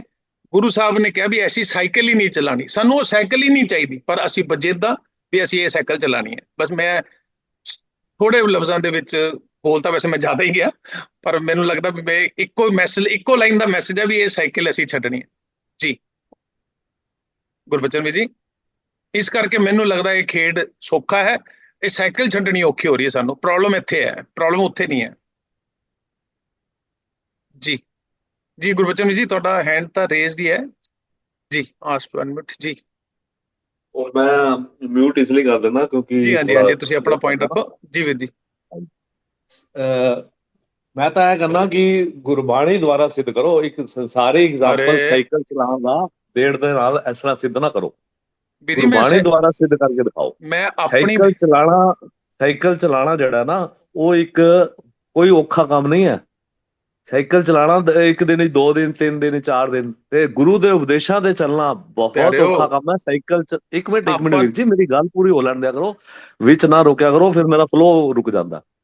ਜੀ ਮੈਂ ਕਹਿ ਰਿਹਾ ਕਿ ਗੁਰੂ ਦੇ ਉਪਦੇਸ਼ਾਂ ਤੇ ਚੱਲਣਾ ਸਾਈਕਲ ਚਲਾਉਣ ਦੇ ਸਿੱਖਣ ਦੇ ਮੁਕਾਬਲੇ ਬਹੁਤ ਔਖਾ ਹੈ। ਜ਼ਮੀਨ ਅਸਮਾਨ ਦਾ ਫਰਕ ਹੈ। ਹਾਂਜੀ, ਹੁਣ ਦੱਸੋ। ਹਾਂ ਬਿਲਕੁਲ, ਜੇ ਸਾਈਕਲ ਚਲਾਉਣ ਦੀ ਤੁਸੀਂ, ਜੇ ਗੁਰੂ ਦਾ ਉਪਦੇਸ਼ ਤੁਸੀਂ ਸੱਚੀ ਮੁੱਚੀ ਸਾਈਕਲ ਚਲਾਉਣ ਨਾਲ ਲੈ ਰਹੇ ਹੋ, ਤੁਹਾਡੀ ਗੱਲ ਦਰੁਸਤ ਹੈ। ਮੈਂ ਤੇ ਕਹਿ ਰਿਹਾ, ਜੇ ਤੁਸੀਂ ਰਾਕਟ ਵੀ ਚਲਾਉਣਾ ਹੈ, ਉਹ ਔਖਾ ਨਾ ਤੁਹਾਡੇ ਵਾਸਤੇ। ਰਾਕਟ ਚਲਾਉਣਾ ਤੁਹਾਡੇ ਵਾਸਤੇ ਤਾਂ ਔਖਾ ਹੀ ਹੈ। ਵੀਰ ਜੀ ਨੇ ਇੱਕ ਐਗਜ਼ਾਮਪਲ ਦਿੱਤਾ ਸੀ, ਮੈਂ ਉਸ ਐਗਜ਼ਾਮਪਲ ਨੂੰ ਐਜ਼ ਐਨ ਐਗਜ਼ਾਮਪਲ ਹੀ ਲਿੱਤਾ ਹੈ। ਇੱਕ ਐਗਜ਼ਾਮਪਲ ਨੂੰ ਆਪਾਂ ਐਗਜ਼ਾਮਪਲ ਤੱਕ ਹੀ ਰੱਖਿਆ ਕਰੀਏ। ਇੱਕ ਦੂਸਰਾ, ਤੁਸੀਂ ਕਹਿ ਰਹੇ ਹੋ ਗੁਰਬਾਣੀ ਚੋਂ, ਮੈਂ ਤਾਂ ਪਹਿਲੇ ਸ਼ੁਰੂਆਤ ਹੀ ਇੱਥੋਂ ਕੀਤੀ ਹੈ, ਤਿਆਗੋ। ਇੱਥੇ ਤਾਂ ਤਿਆਗਣ ਦੀ ਗੱਲ ਚੱਲ ਰਹੀ ਹੈ ਨਾ, ਗੁਰੂ ਸਾਹਿਬ ਨੇ ਤਿਆਗਣ ਵਾਸਤੇ ਕਿਹਾ। ਮੈਂ ਉਹਦਾ ਰੈਫਰੈਂਸ ਲੈ ਲਿਆ ਸਾਈਕਲ ਦਾ, ਮੈਨੂੰ ਉਹ ਥੋੜਾ ਸੌਖਾ ਲੱਗਿਆ, ਇਸ ਕਰਕੇ ਮੈਂ ਲੈ ਲਿਆ। ਤੇ ਇੱਕ ਸੁਧਾ ਭੈਣ ਜੀ ਨੇ ਹੈਂਡ ਰੇਸ ਕੀਤਾ ਕਾਫੀ ਦੇਰ ਤੋਂ। ਜੀ ਸੁਧਾ ਭੈਣ ਜੀ। हाँ वीर जी, इतने मैनू ऐसा लग रहा है कि जो आज के शब्द में जो भाव अर्थ निकल के आ रहा है, वो मैं आपसे सहमत हूँ। लेकिन आपको मैं थोड़ा सा क्लियर और करना चाहूंगी कि जैसे जो बंदा अंदर की खेल को समझ गया है, परमात्मा की खेल को समझ गया, अब उसके लिए दुनिया में खेलना कठिन हो गया। मुझे कहीं ऐसा लग रहा है। ठीक है, वो तो जिन्हों परमात्मा दी, जिन्हों परमात्मा, उसके लिए ये खेल कठिन लग रहा है।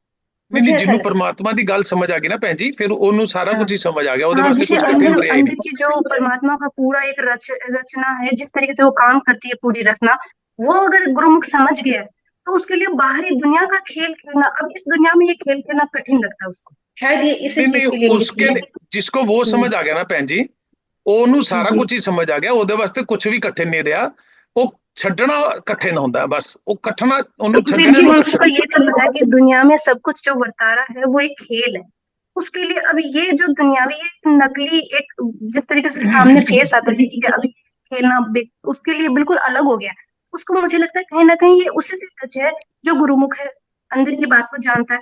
अब उसके लिए ये दुनियावी खेल करना कठिन हो रहा है। शायद यही कुछ इंगित हो रहा है, मुझे ऐसा कुछ लगा। नहीं दुनियावी में तो जो आज की सलाह में बिल्कुल दुनिया हाँ थैंक यू, ਤੁਸੀਂ ਮੇਰੀ ਗੱਲ ਨਾਲ ਸਹਿਮਤ ਹੋ। ਬਸ ਤੁਸੀਂ ਫਿਰ ਉਸ ਗੱਲ ਨਾਲ ਵੀ ਅਲਟੀਮੇਟਲੀ ਸਹਿਮਤ ਹੀ ਹੋ ਵੀ ਦੁਨੀਆ ਦੇ ਵਿੱਚ ਜਿਹੜੀ ਖੇਡ ਹੈ ਨਾ, ਜਿਹਨੂੰ ਰੱਬ ਦੀ ਖੇਡ ਸਮਝ ਆ ਗਈ ਗੁਰਬਾਣੀ ਤੋਂ, ਉਹਨੂੰ ਸਾਰਾ ਕੁਝ ਹੀ ਸਮਝ ਆ ਗਿਆ, ਫਿਰ ਉਹਦੇ ਵਾਸਤੇ ਕੁਝ ਵੀ ਔਖਾ ਨਹੀਂ ਰਿਹਾ। ਥੈਂਕ ਯੂ ਭੈਣ ਜੀ। ਬਿਲਕੁਲ ਬਿਲਕੁਲ ਜੀ ਮਨਪ੍ਰੀਤ ਭੈਣ ਜੀ ਨੇ ਹੈਂਡ ਰੇਸ ਕੀਤਾ। ਜੀ ਮਨਪ੍ਰੀਤ ਭੈਣ ਜੀ ਦੱਸੋ। ਓ ਸੌਰੀ ਜੀ ਕਹਿ ਰਹੇ ਨੇ ਗੁਰਬਾਣੀ ਤੋਂ ਐਗਜ਼ਾਮਪਲ ਲਓ, ਤੇ ਅਗਰ ਅਸੀਂ ਸ਼ਬਦ ਪੜ੍ਹੀਏ ਤੇਰਾ ਭਾਣਾ ਮਿੱਠਾ ਲਾਗੇ।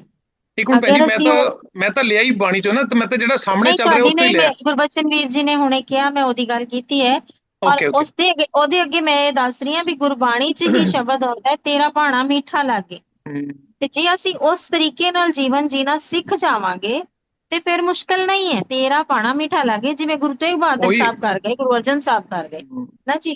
ਤੇ ਜੇ ਅਸੀਂ ਉਂਝ ਜੀਆਂਗੇ ਤੇ ਕੁਝ ਮੁਸ਼ਕਲ ਨਹੀਂ ਹੈ। ਬਾਕੀ ਜੇ ਅਸੀਂ ਸਮਾਜਿਕ ਤੌਰ ਤੇ ਹਰ ਜਗ੍ਹਾ ਤੇ ਆਪਣੇ ਆਪ ਨੂੰ ਪ੍ਰੂਫ ਕਰਨਾ ਜਾਂ ਲੋਕਾਂ ਦੀ ਸਹਿਮਤੀ, ਲੋਕ ਕੀ ਕਹਿਣਗੇ ਸੋਚ ਕੇ ਜੀਆਂਗੇ, ਤੇ ਬਹੁਤ ਔਖਾ ਹੈ। ਫਿਰ ਤੇ ਸਾਨੂੰ ਉੱਥੇ ਮਤਲਬ ਸ਼ੌਕ 'ਚ ਵੀ ਖੜੇ ਹੋਣਾ ਪਏਗਾ, ਸਭ ਕੁਝ ਕਰਨਾ ਪਏਗਾ। ਹਾਂਜੀ ਹਾਂਜੀ, ਨਹੀਂ ਸਿੰਪਲ ਗੱਲ ਸੀਗੀ, ਇਹਨੂੰ ਆਪਾਂ ਕੰਪਲਿਕੇਟ ਕਰ ਲਿਆ ਸਾਰਿਆਂ ਨੇ। ਸਿੰਪਲ ਗੱਲ ਇਹ ਹੈ ਵੀ ਖੇਡ ਜਿਹੜੀ ਹੈ ਨਾ, ਇਸ ਪੰਥ ਤੇ ਚੱਲਣਾ ਸੌਖਾ ਹੈ, ਬਸ ਉਹ ਸਾਈਕਲ ਛੱਡਣੀ ਔਖੀ ਹੈ ਜਿਹੜੀ ਅਸੀਂ ਸਮਾਜ ਦੇ ਤਲ ਤੇ ਚਲਾ ਰਹੇ ਹਾਂ। ਤੇ ਮੈਂ ਗੁਰਬਾਣੀ ਦੇ ਵਿੱਚ ਹੀ ਹਾਂ, ਉਹ ਜਿਹੜੀ ਸਮਾਜਿਕ ਸਾਈਕਲ ਹੈ ਨਾ, ਜਿੱਥੋਂ ਅਸੀਂ ਪਰੇਸ਼ਾਨ ਹੁੰਦੇ ਹਾਂ, ਗੁੱਸਾ ਚੜਦਾ ਹੈ, ਮਨ ਪਰੇਸ਼ਾਨ ਹੁੰਦਾ ਹੈ, ਅਫਸੋਸ ਹੁੰਦਾ ਹੈ, ਦੁੱਖ ਲੱਗਦਾ ਹੈ, ਹਰਖ ਹੁੰਦਾ ਹੈ, ਖੁਸ਼ੀ ਹੁੰਦੀ ਹੈ, ਕੋਈ ਮਰ ਗਿਆ, ਜੀ ਗਿਆ, ਅਸੀਂ ਉਸ ਤਰ੍ਹਾਂ ਇਨਵੋਲਵ ਹੋ ਜਾਂਦੇ ਹਾਂ। ਸਮਾਜਿਕ ਤਲ ਤੋਂ ਅੰਦਰ ਤੱਕ ਜਾਣਾ ਉਹ ਡਿਫਰੈਂਟ ਗੱਲ ਹੈ ਜੀ। ਮੈਨੂੰ ਇਸ ਕਰਕੇ ਉਸ ਪਾਸੇ ਚੱਲਣਾ ਹਮੇਸ਼ਾ ਸੌਖਾ ਲੱਗਦਾ ਹੈ।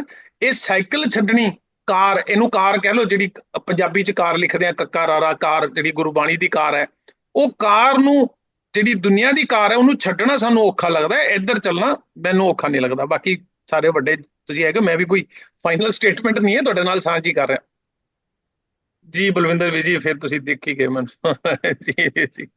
ਮੈਨੂੰ ਲੱਗਦਾ ਮੈਂ ਤੁਹਾਡੇ ਕੋਲ ਆ ਕੇ ਤੁਹਾਨੂੰ ਇਹ ਦੱਸਣਾ ਪਏਗਾ ਵੀ ਇੱਥੋਂ ਦੀ ਕਲਿੱਕ ਕਰੇਗਾ ਜੀ। ਵੀਰ ਜੀ ਪਲੀਜ਼ ਤੁਸੀਂ ਆਪਣਾ ਪੁਆਇੰਟ ਰੱਖੋ। अनम्यूट नहीं ने मैं भेजा उन्होंने सिग्नल जी नहीं हो रहे। ठीक है आतम जी ਤੁਸੀਂ ਆਪਣਾ ਪੁਆਇੰਟ ਰੱਖ ਦਿਓ ਫਿਰ। हाँ जी हाँ जी ਅੱਛਾ ਜੀ हाँ जी हेलो जी ਵੀਰ ਜੀ मैं बोला ਜੀ ਹਾਂਜੀ ਨਹੀਂ ਮੈਂ ਸਿਰਫ ਉਹ ਤੁਸੀਂ ਉਹ ਮਾਂ ਪੁੱਤ ਦੀ ਗੱਲ ਜਿਹੜੀ ਦੱਸੀ ਸੀ ਨਾ ਵੀ ਮੁੰਡੇ ਨੇ ਮਾਂ ਨੂੰ ਕਹਿਣਾ ਮਤਲਬ ਮਨਾ ਕਰਤਾ ਵੀ ਇਹ ਮੇਰੀ ਮਾਂ ਨਹੀਂ ਹੈ ਉਹ ਮੈਂ ਤੁਹਾਨੂੰ ਦੱਸਣਾ ਸੀਗਾ ਕਿ ਉਹ ਜਦੋਂ ਆਪਣਾ ਇਹਨਾਂ ਨੂੰ ਸ਼ਹੀਦ ਕੀਤਾ ਗਿਆ ਸੀ ਨਾ ਆਪਣੇ ਹਾਂ ਤੁਸੀਂ ਡਿਟੇਲ ਚ ਜਾ ਰਹੇ ਹੋ ਠੀਕ ਹੈ ਹਾਂਜੀ ਨਹੀਂ ਮੈਂ ਡਿਟੇਲ ਨਹੀਂ ਹੈ ਛੋਟੀ ਜੀ ਗੱਲ ਹੈ ਜਦੋਂ ਜੀ ਜੀ ਜੀ ਸ਼ਹੀਦ ਕੀਤਾ ਗਿਆ ਸੀ ਨਾ ਆਪਣਾ ਨੂੰ ਜਦੋਂ ਆਪਣਾ ਬੰਦਾ ਸਿੰਘ ਬਹਾਦਰ ਜੀ ਨੂੰ ਉਹਨਾਂ ਦੇ ਨਾਲ 800 ਬੰਦੇ ਸ਼ਹੀਦ ਕੀਤੇ ਸੀਗੇ ਤੇ ਉਹ ਬੰਦੇ ਨੂੰ ਉਹ ਕਹਿੰਦੇ ਸੀ ਜਿਹੜਾ ਬੰਦਾ ਕਹੂਗਾ ਕਿ ਮੈਂ ਸਿੱਖ ਨਹੀਂ ਆ ਉਹਨੂੰ ਅਸੀਂ ਮਾਫ ਕਰ ਦਿਆਂਗੇ ਤੇ ਉਹਨੂੰ ਕਤਲ ਨਹੀਂ ਕਰਾਂਗੇ ਤੇ ਉੱਥੇ ਫਿਰ ਇੱਕ ਬੱਚਾ ਛੋਟਾ ਜਿਹਾ ਸੀਗਾ ਟੀਨੇਜਰ ਸੀਗਾ ਤੇ ਉਹ ਕਹਿੰਦੇ ਵੀ ਮੈਂ ਸਿੱਖ ਆ ਤੇ ਉਹਦੀ ਮਾਂ ਭੱਜੀ ਆਈ ਉਹ ਕਹਿੰਦੀ ਨਹੀਂ ਜੀ ਮੇਰਾ ਪੁੱਤ ਸਿੱਖ ਨਹੀਂ ਹੈ ਉਹ ਫਿਰ ਉਸ ਬੱਚੇ ਨੇ ਕਿਹਾ ਸੀਗਾ ਕਿ ਇਹ ਮੇਰੀ ਮਾਂ ਨਹੀਂ ਹੈ ਮੈਂ ਜਸਟ ਤੁਹਾਨੂੰ ਇੱਕ ਦੱਸਦਾ ਬਹੁਤ ਵਧੀਆ ਹਾਂ ਮੈਂ ਸਮਝ ਗਿਆ ਥੈਂਕ ਯੂ ਜੀ ਤੁਸੀਂ ਕਈਆਂ ਲੋਕਾਂ ਦੇ ਨਾਲ ਗੱਲ ਕਰਨੀ ਹੋਗੀ ਤੇ ਇਹ ਗੱਲ ਸੀ ਉਹ ਜੀ ਜੀ ਬਿਲਕੁਲ ਵੀਰ ਜੀ ਥੈਂਕ ਯੂ ਤੁਹਾਨੂੰ ਸੰਬੋਧਿਤ ਕਰਨ ਵਾਸਤੇ ਸੀ ਹਾਂਜੀ ਹਾਂਜੀ ਉਹਦਾ ਰੈਫਰੈਂਸ ਪੱਕਾ ਹੋ ਗਿਆ ਤੁਹਾਡੇ ਵੱਲੋਂ ਠੀਕ ਹੈ ਵੀਰ ਜੀ ਹਾਂਜੀ ਬਾਕੀ ਤੁਸੀਂ ਕਰੋ ਗੱਲਾਂ ਵਿਚਾਰਾਂ ਮੈਂ ਸੁਣ ਰਿਹਾ ਬਹੁਤ ਅੱਛਾ ਲੱਗ ਰਿਹਾ ਠੀਕ ਹੈ ਜੀ ਥੈਂਕ ਯੂ ਵੀਰ ਜੀ ਥੈਂਕ ਯੂ ਤੁਸੀਂ ਪਿਆਰ ਦਿੱਤਾ ਸਾਨੂੰ ਜੀ ਰਣਵੀਰ ਵੀਰ ਜੀ ਤੁਸੀਂ ਆਪਣੀ ਗੱਲ ਕੰਪਲੀਟ ਕਰ ਲਓ ਫਿਰ ਆਤਮ ਵੀਰ ਜੀ ਦਾ ਵੀ ਹੈਂਡ ਰੇਜ਼ ਹੈਗਾ ਕਾਈਂਡਲੀ ਹਾਂਜੀ ਵੀਰ ਜੀ ਮੈਂ ਖਾਲੀ ਕੇਵਲ ਮਨਪ੍ਰੀਤ ਕੌਰ ਭੈਣ ਜੀ ਨੇ ਇੱਕ ਸ਼ਬਦ ਦੀ ਪੰਕਤੀ ਬੋਲੀ ਸੀ ਤੇਰਾ ਭਾਣਾ ਮੀਠਾ ਲਾਗੇ ਕਰਕੇ ਆਲਮੋਸਟ ਇਹ ਗਲਤੀ ਆਮ ਤੌਰ ਤੇ ਸੰਗਤਾਂ ਕਰਦੀਆਂ ਨੇ ਤੇਰਾ ਭਾਣਾ ਕਰਕੇ ਇਹ ਸ਼ਬਦ ਤੇਰਾ ਭਾਣਾ ਨਹੀਂ ਹੈ ਤੇਰਾ ਕੀਆ ਮੀਠਾ ਲਾਗੇ ਹੈ ਔਰ ਜਿਹੜਾ ਇਹ ਸ਼ਬਦ ਪੰਨਾ 394 ਚ ਆਸਾ ਮਹੱਲਾ ਪੰਜਵਾਂ ਸਿਰਲੇਖ ਹੇਠ ਗੁਰੂ ਅਰਜਨ ਸਾਹਿਬ ਜੀ ਦੀ ਬਾਣੀ ਹੈ ਜੀ ਹਾਂਜੀ ਇਹ ਜਰਾ ਨੋਟ ਕਰ ਲੈਣ ਸੰਗਤਾਂ ਤੇਰਾ ਕੀਆ ਮੀਠਾ ਲਾਗੇ ਹੀ ਸਹੀ ਹੈ ਤੇਰਾ ਭਾਣਾ ਗਲਤ ਹੈ ਠੀਕ ਹੈ ਵੀਰ ਜੀ ਥੈਂਕ ਯੂ ਵੀਰ ਜੀ अंग कितना किया 394 394 थैंक यू ठीक है जी आतम जी ਹਾਂਜੀ ਜੀ ਵੀਰ ਜੀ ਦੇਖੋ ਅਸੀਂ ਚਲੋ ਵਿਕਾਰਾਂ ਦੀ ਸ਼ਬਦ ਦੇ ਮੇਰਾ ਤੇ ਧਿਆਨ ਸ਼ਬਦ ਵੱਲ ਹੀ ਹੈ ਠੀਕ ਹੈ ਅੱਜ ਦਾ ਸ਼ਬਦ ਸਾਨੂੰ ਅੱਜ ਪ੍ਰੈਜ਼ੈਂਸ ਆਫ ਮਾਈਂਡ ਕੀ ਦੇ ਰਿਹਾ ਹੈ ਇਸ ਟਾਈਮ ਜਿੰਨੀ ਵੀ ਚਰਚਾ ਹੋਈ ਹੈ ਜੋ ਕੁਝ ਵੀ ਵਿਚਾਰ ਹੋਏ ਨੇ ਇਹਦੀ ਮੈਂ ਪ੍ਰੈਕਟਿਸ ਦੀ ਗੱਲ ਕਰਾਂ ਪ੍ਰੈਕਟਿਸ ਦਾ ਮਤਲਬ ਕੋਈ ਬਾਹਰ ਸਾਈਕਲ ਨਹੀਂ ਚਲਾਣੀ ਅੰਦਰ ਮਨ ਸਾਈਕਲ ਚਲਾਏਗਾ ਉਹਨੇ ਹਾਂ ਬਿਲਕੁਲ ਦੇਖਦੇ ਆ ਕਿ ਇਹ ਜਿਹੜੇ ਵਿਚਾਰਾਂ ਹੋਈਆਂ ਸਾਡੇ ਅੰਦਰ ਕਿਹੜੇ ਥਾਟਸ ਚੱਲ ਰਹੇ ਨੇ ਇਸ ਟਾਈਮ ਮੈਂ ਕੀ ਕਹਿ ਰਿਹਾ ਅੰਦਰੋਂ ਬੋਲ ਕੀ ਰਿਹਾ ਅੰਦਰੋਂ ਉਹ ਜਿਹੜਾ ਬੋਲ ਰਿਹਾ ਨਾ ਬਸ ਉਹੀ ਮੇਰਾ ਰਿਐਲਿਟੀ ਹੈ ਦੇਖिए अंदरों के निर्माण हो पा रहे हैं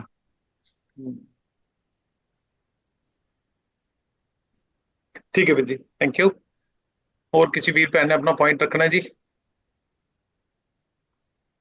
मेन ਤਾਂ ਸ਼ਬਦ ਤੇ ਗੱਲ ਚੱਲੀ ਸੀ ਵੀ ਉਹ ਸੱਚੇ ਮਾਰਗ ਤੇ ਚੱਲਣਾ ਸੌਖਾ ਹੈ ਕਿ ਔਖਾ ਹੈ ਮੈਂ ਕਹਿ ਰਿਹਾ ਸੀ ਤੇ ਮੇਰੇ ਵੱਡੇ ਭਰਾ ਕਹਿ ਰਹੇ ਸੀ ਔਖਾ ਹੈ ਮੈਂ ਕਹਿ ਰਿਹਾ ਸੀ ਸੌਖਾ ਹੈ ਉਹਦਾ ਐਗਜ਼ਾਮਪਲ ਮੈਂ ਤੁਹਾਡੇ ਤੋਂ ਹੀ ਲੈ ਕੇ ਇਹ ਕਹਤਾ ਵੀ ਅਸੀਂ ਇਹ ਜਿਹੜੀਆਂ ਸਾਈਕਲਾਂ ਚਲਾ ਰਹੇ ਹਾਂ ਇਹ ਛੱਡਣੀਆਂ ਨੇ ਉਹ ਔਖੀਆਂ ਨੇ ਤੇ ਅੱਜ ਦਾ ਜਿਹੜਾ ਸਾਰ ਫਿਰ ਹੁਣ ਭੈਣ ਜੀ ਨੇ ਕਿਹਾ ਸੀਗਾ ਮੇਰੇ ਖਿਆਲ ਨਾਲ ਸੁਦਾ ਭੈਣ ਜੀ ਕਲੀਅਰ ਹੋਇਆ ਕੁਝ ਤੇ ਤੁਸੀਂ ਵੈਸੇ ਕਹਿ ਵੀ ਦਿੱਤਾ ਪਹਿਲਾਂ ਠੀਕ ਹੈ ਜੀ ਅੱਜ ਆਪਾਂ ਵਾਵਾ ਟਾਈਮ ਕੀਤਾ ਠੀਕ ਹੈ ਜੀ ਮੈਂ 1 ਸੈਕਿੰਡ ਸਮਾਪਤੀ ਕਰਨ ਲੱਗਾ ਜੀ ਮਿਊਟ ਕਰ ਰਿਹਾ ਸਾਰਿਆਂ ਨੂੰ ਉਸ ਤੋਂ ਬਾਅਦ ਵੀ ਆਪਾਂ ਜੇ ਚਾਹੀਏ ਤੇ ਰੁਕ ਸਕਦੇ ਹਾਂ ਰਿਕਾਰਡਿੰਗ ਤੋਂ ਬਾਅਦ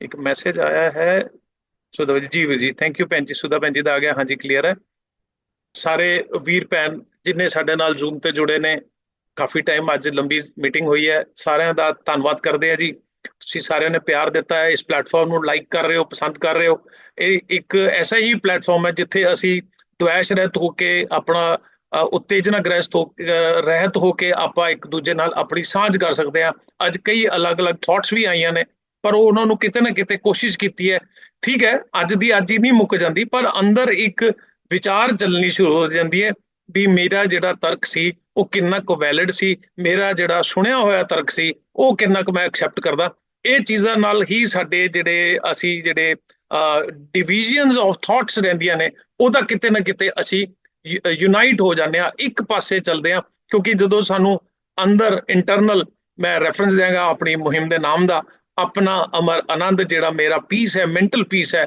ਮੈਨੂੰ ਉਹ ਚਾਹੀਦਾ। ਸੋ ਜਿਹੜਾ ਅੱਜ ਦੇ ਸ਼ਬਦ ਦਾ ਸਾਰ ਜਿਹੜਾ ਹੈ ਉਹ ਇਹ ਹੈ ਵੀ ਮੈਂ ਜਿਹੜਾ ਮਨ ਦੇ ਵਿੱਚ ਰੱਖਿਆ ਹੋਇਆ ਉਹਨੂੰ ਤਿਆਗਣ ਦਾ ਕੋਸ਼ਿਸ਼ ਵੱਲ ਮੇਰਾ ਜ਼ੋਰ ਹੋਣਾ ਹੈ। ਇਧਰਲੇ ਪਾਸੇ ਤਾਂ ਸਾਡੇ ਕੋਲ ਕਈ ਸ਼ਬਦ ਐਸੇ ਆਉਂਦੇ ਨੇ, ਜਿਵੇਂ ਹੀ ਤੁਸੀਂ ਗੁਰਮੁਖ ਹੋਣ ਲੱਗ ਜਾਂਦੇ ਹੋ, ਗੁਰੂ ਵੱਲ ਮੂੰਹ ਕਰ ਲੈਂਦੇ ਹੋ, ਫਿਰ ਤੁਹਾਡਾ ਮਾਰਗ ਸਾਰਾ ਹੀ ਸੁਖਾਲਾ ਹੈ। ਜਿਹੜੀਆਂ ਚਿੰਤਾ ਪਰੇਸ਼ਾਨੀਆਂ, ਜਿਹੜੀਆਂ ਮੈਂਟਲ ਪ੍ਰੈਸ਼ਰਸ ਸਾਡੇ ਤੇ ਨੇ, ਉਹ ਫਿਰ ਇੱਕਦਮ ਵੈਨਿਸ਼ ਹੋਣੇ ਸ਼ੁਰੂ ਹੋ ਜਾਂਦੇ, ਕਿਉਂਕਿ ਅਸੀਂ ਦੁਨੀਆ ਦਾ ਲੋਡ ਲੈ ਕੇ ਆਪਣੇ ਮਨ ਤੱਕ, ਸਾਡੀ ਅਪਬ੍ਰਿੰਗਿੰਗ, ਸਾਡੇ ਇਸ ਕਲਚਰ ਦੀ ਅਪਬ੍ਰਿੰਗਿੰਗ ਜਿਹੜੀ ਹੈ ਉਹ ਇਸ ਤਰ੍ਹਾਂ ਦੀ ਹੋਈ ਹੈ। ਇੱਕ ਥਾਟ ਮੇਰੇ 'ਚ ਆ ਰਹੀ ਸੀਗੀ ਹੋਰ, ਉਹ ਆਪਾਂ ਫਿਰ ਵਿਚਾਰ ਕਰ ਲਾਂਗੇ।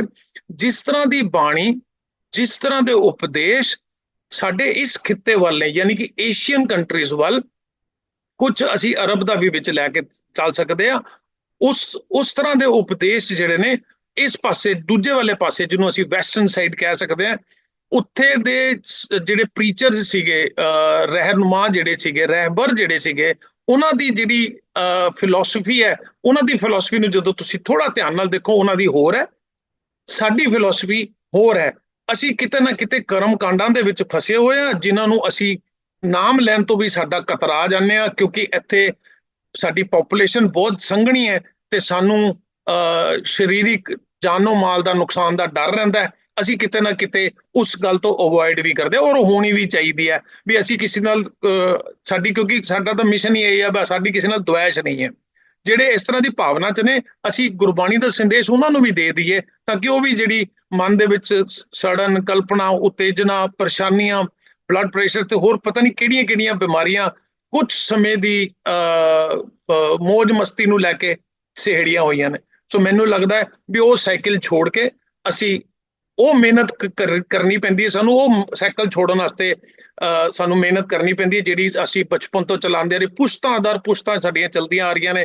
ਜਿਵੇਂ ਕੱਲ ਵੀ ਅਸੀਂ ਕੀਤਾ ਵੀ ਜਿਹੜੇ ਸਮਾਗਮ ਹੋ ਰਹੇ ਨੇ ਨਾਮ ਦੇ ਉੱਤੇ, ਉਹ ਸਾਨੂੰ ਦੇ ਕੀ ਰਹੇ ਨੇ, ਕੁਝ ਨਹੀਂ ਦੇ ਰਹੇ। ਔਰ ਅਸੀਂ ਥੋੜਾ ਜਿਹਾ ਦੇਖੀਏ, ਇੱਕ ਦੂਜੇ ਦਾ ਸਾਥ ਦਈਏ, ਬਾਹਾਂ ਫੜੀਏ, ਤਾਂ ਕਿ ਜਿਹੜੀ ਸਾਡੀ ਨੈਕਸਟ ਜਨਰੇਸ਼ਨ ਹੈ, ਅਸੀਂ ਤਾਂ ਆਪਣਾ ਸੁਧਾਰ ਕਰਨਾ ਹੀ ਕਰਨਾ ਹੈ, ਕਿਉਂਕਿ ਅਸੀਂ ਵੀ ਡਿਸਟਰਬਡ ਐਲੀਮੈਂਟ ਹੋ ਕੇ ਨਿਕਲੇ ਆ, ਗੁਰਬਾਣੀ ਦੇ ਲੜ ਲੱਗੇ ਆ, ਤੇ ਹੋਰ ਸਾਡੀ ਨੈਕਸਟ ਜਨਰੇਸ਼ਨ ਇਮੀਡੀਏਟ ਵੀ ਘੁਮਾ ਕੇ ਸਾਡੇ ਕੋਲ ਹੀ ਆਣੀ ਹੈ, ਕਿਉਂਕਿ ਤੁਸੀਂ ਇਸੀ ਸਮਾਜ ਦੇ ਵਿੱਚ ਰਹਿਣਾ।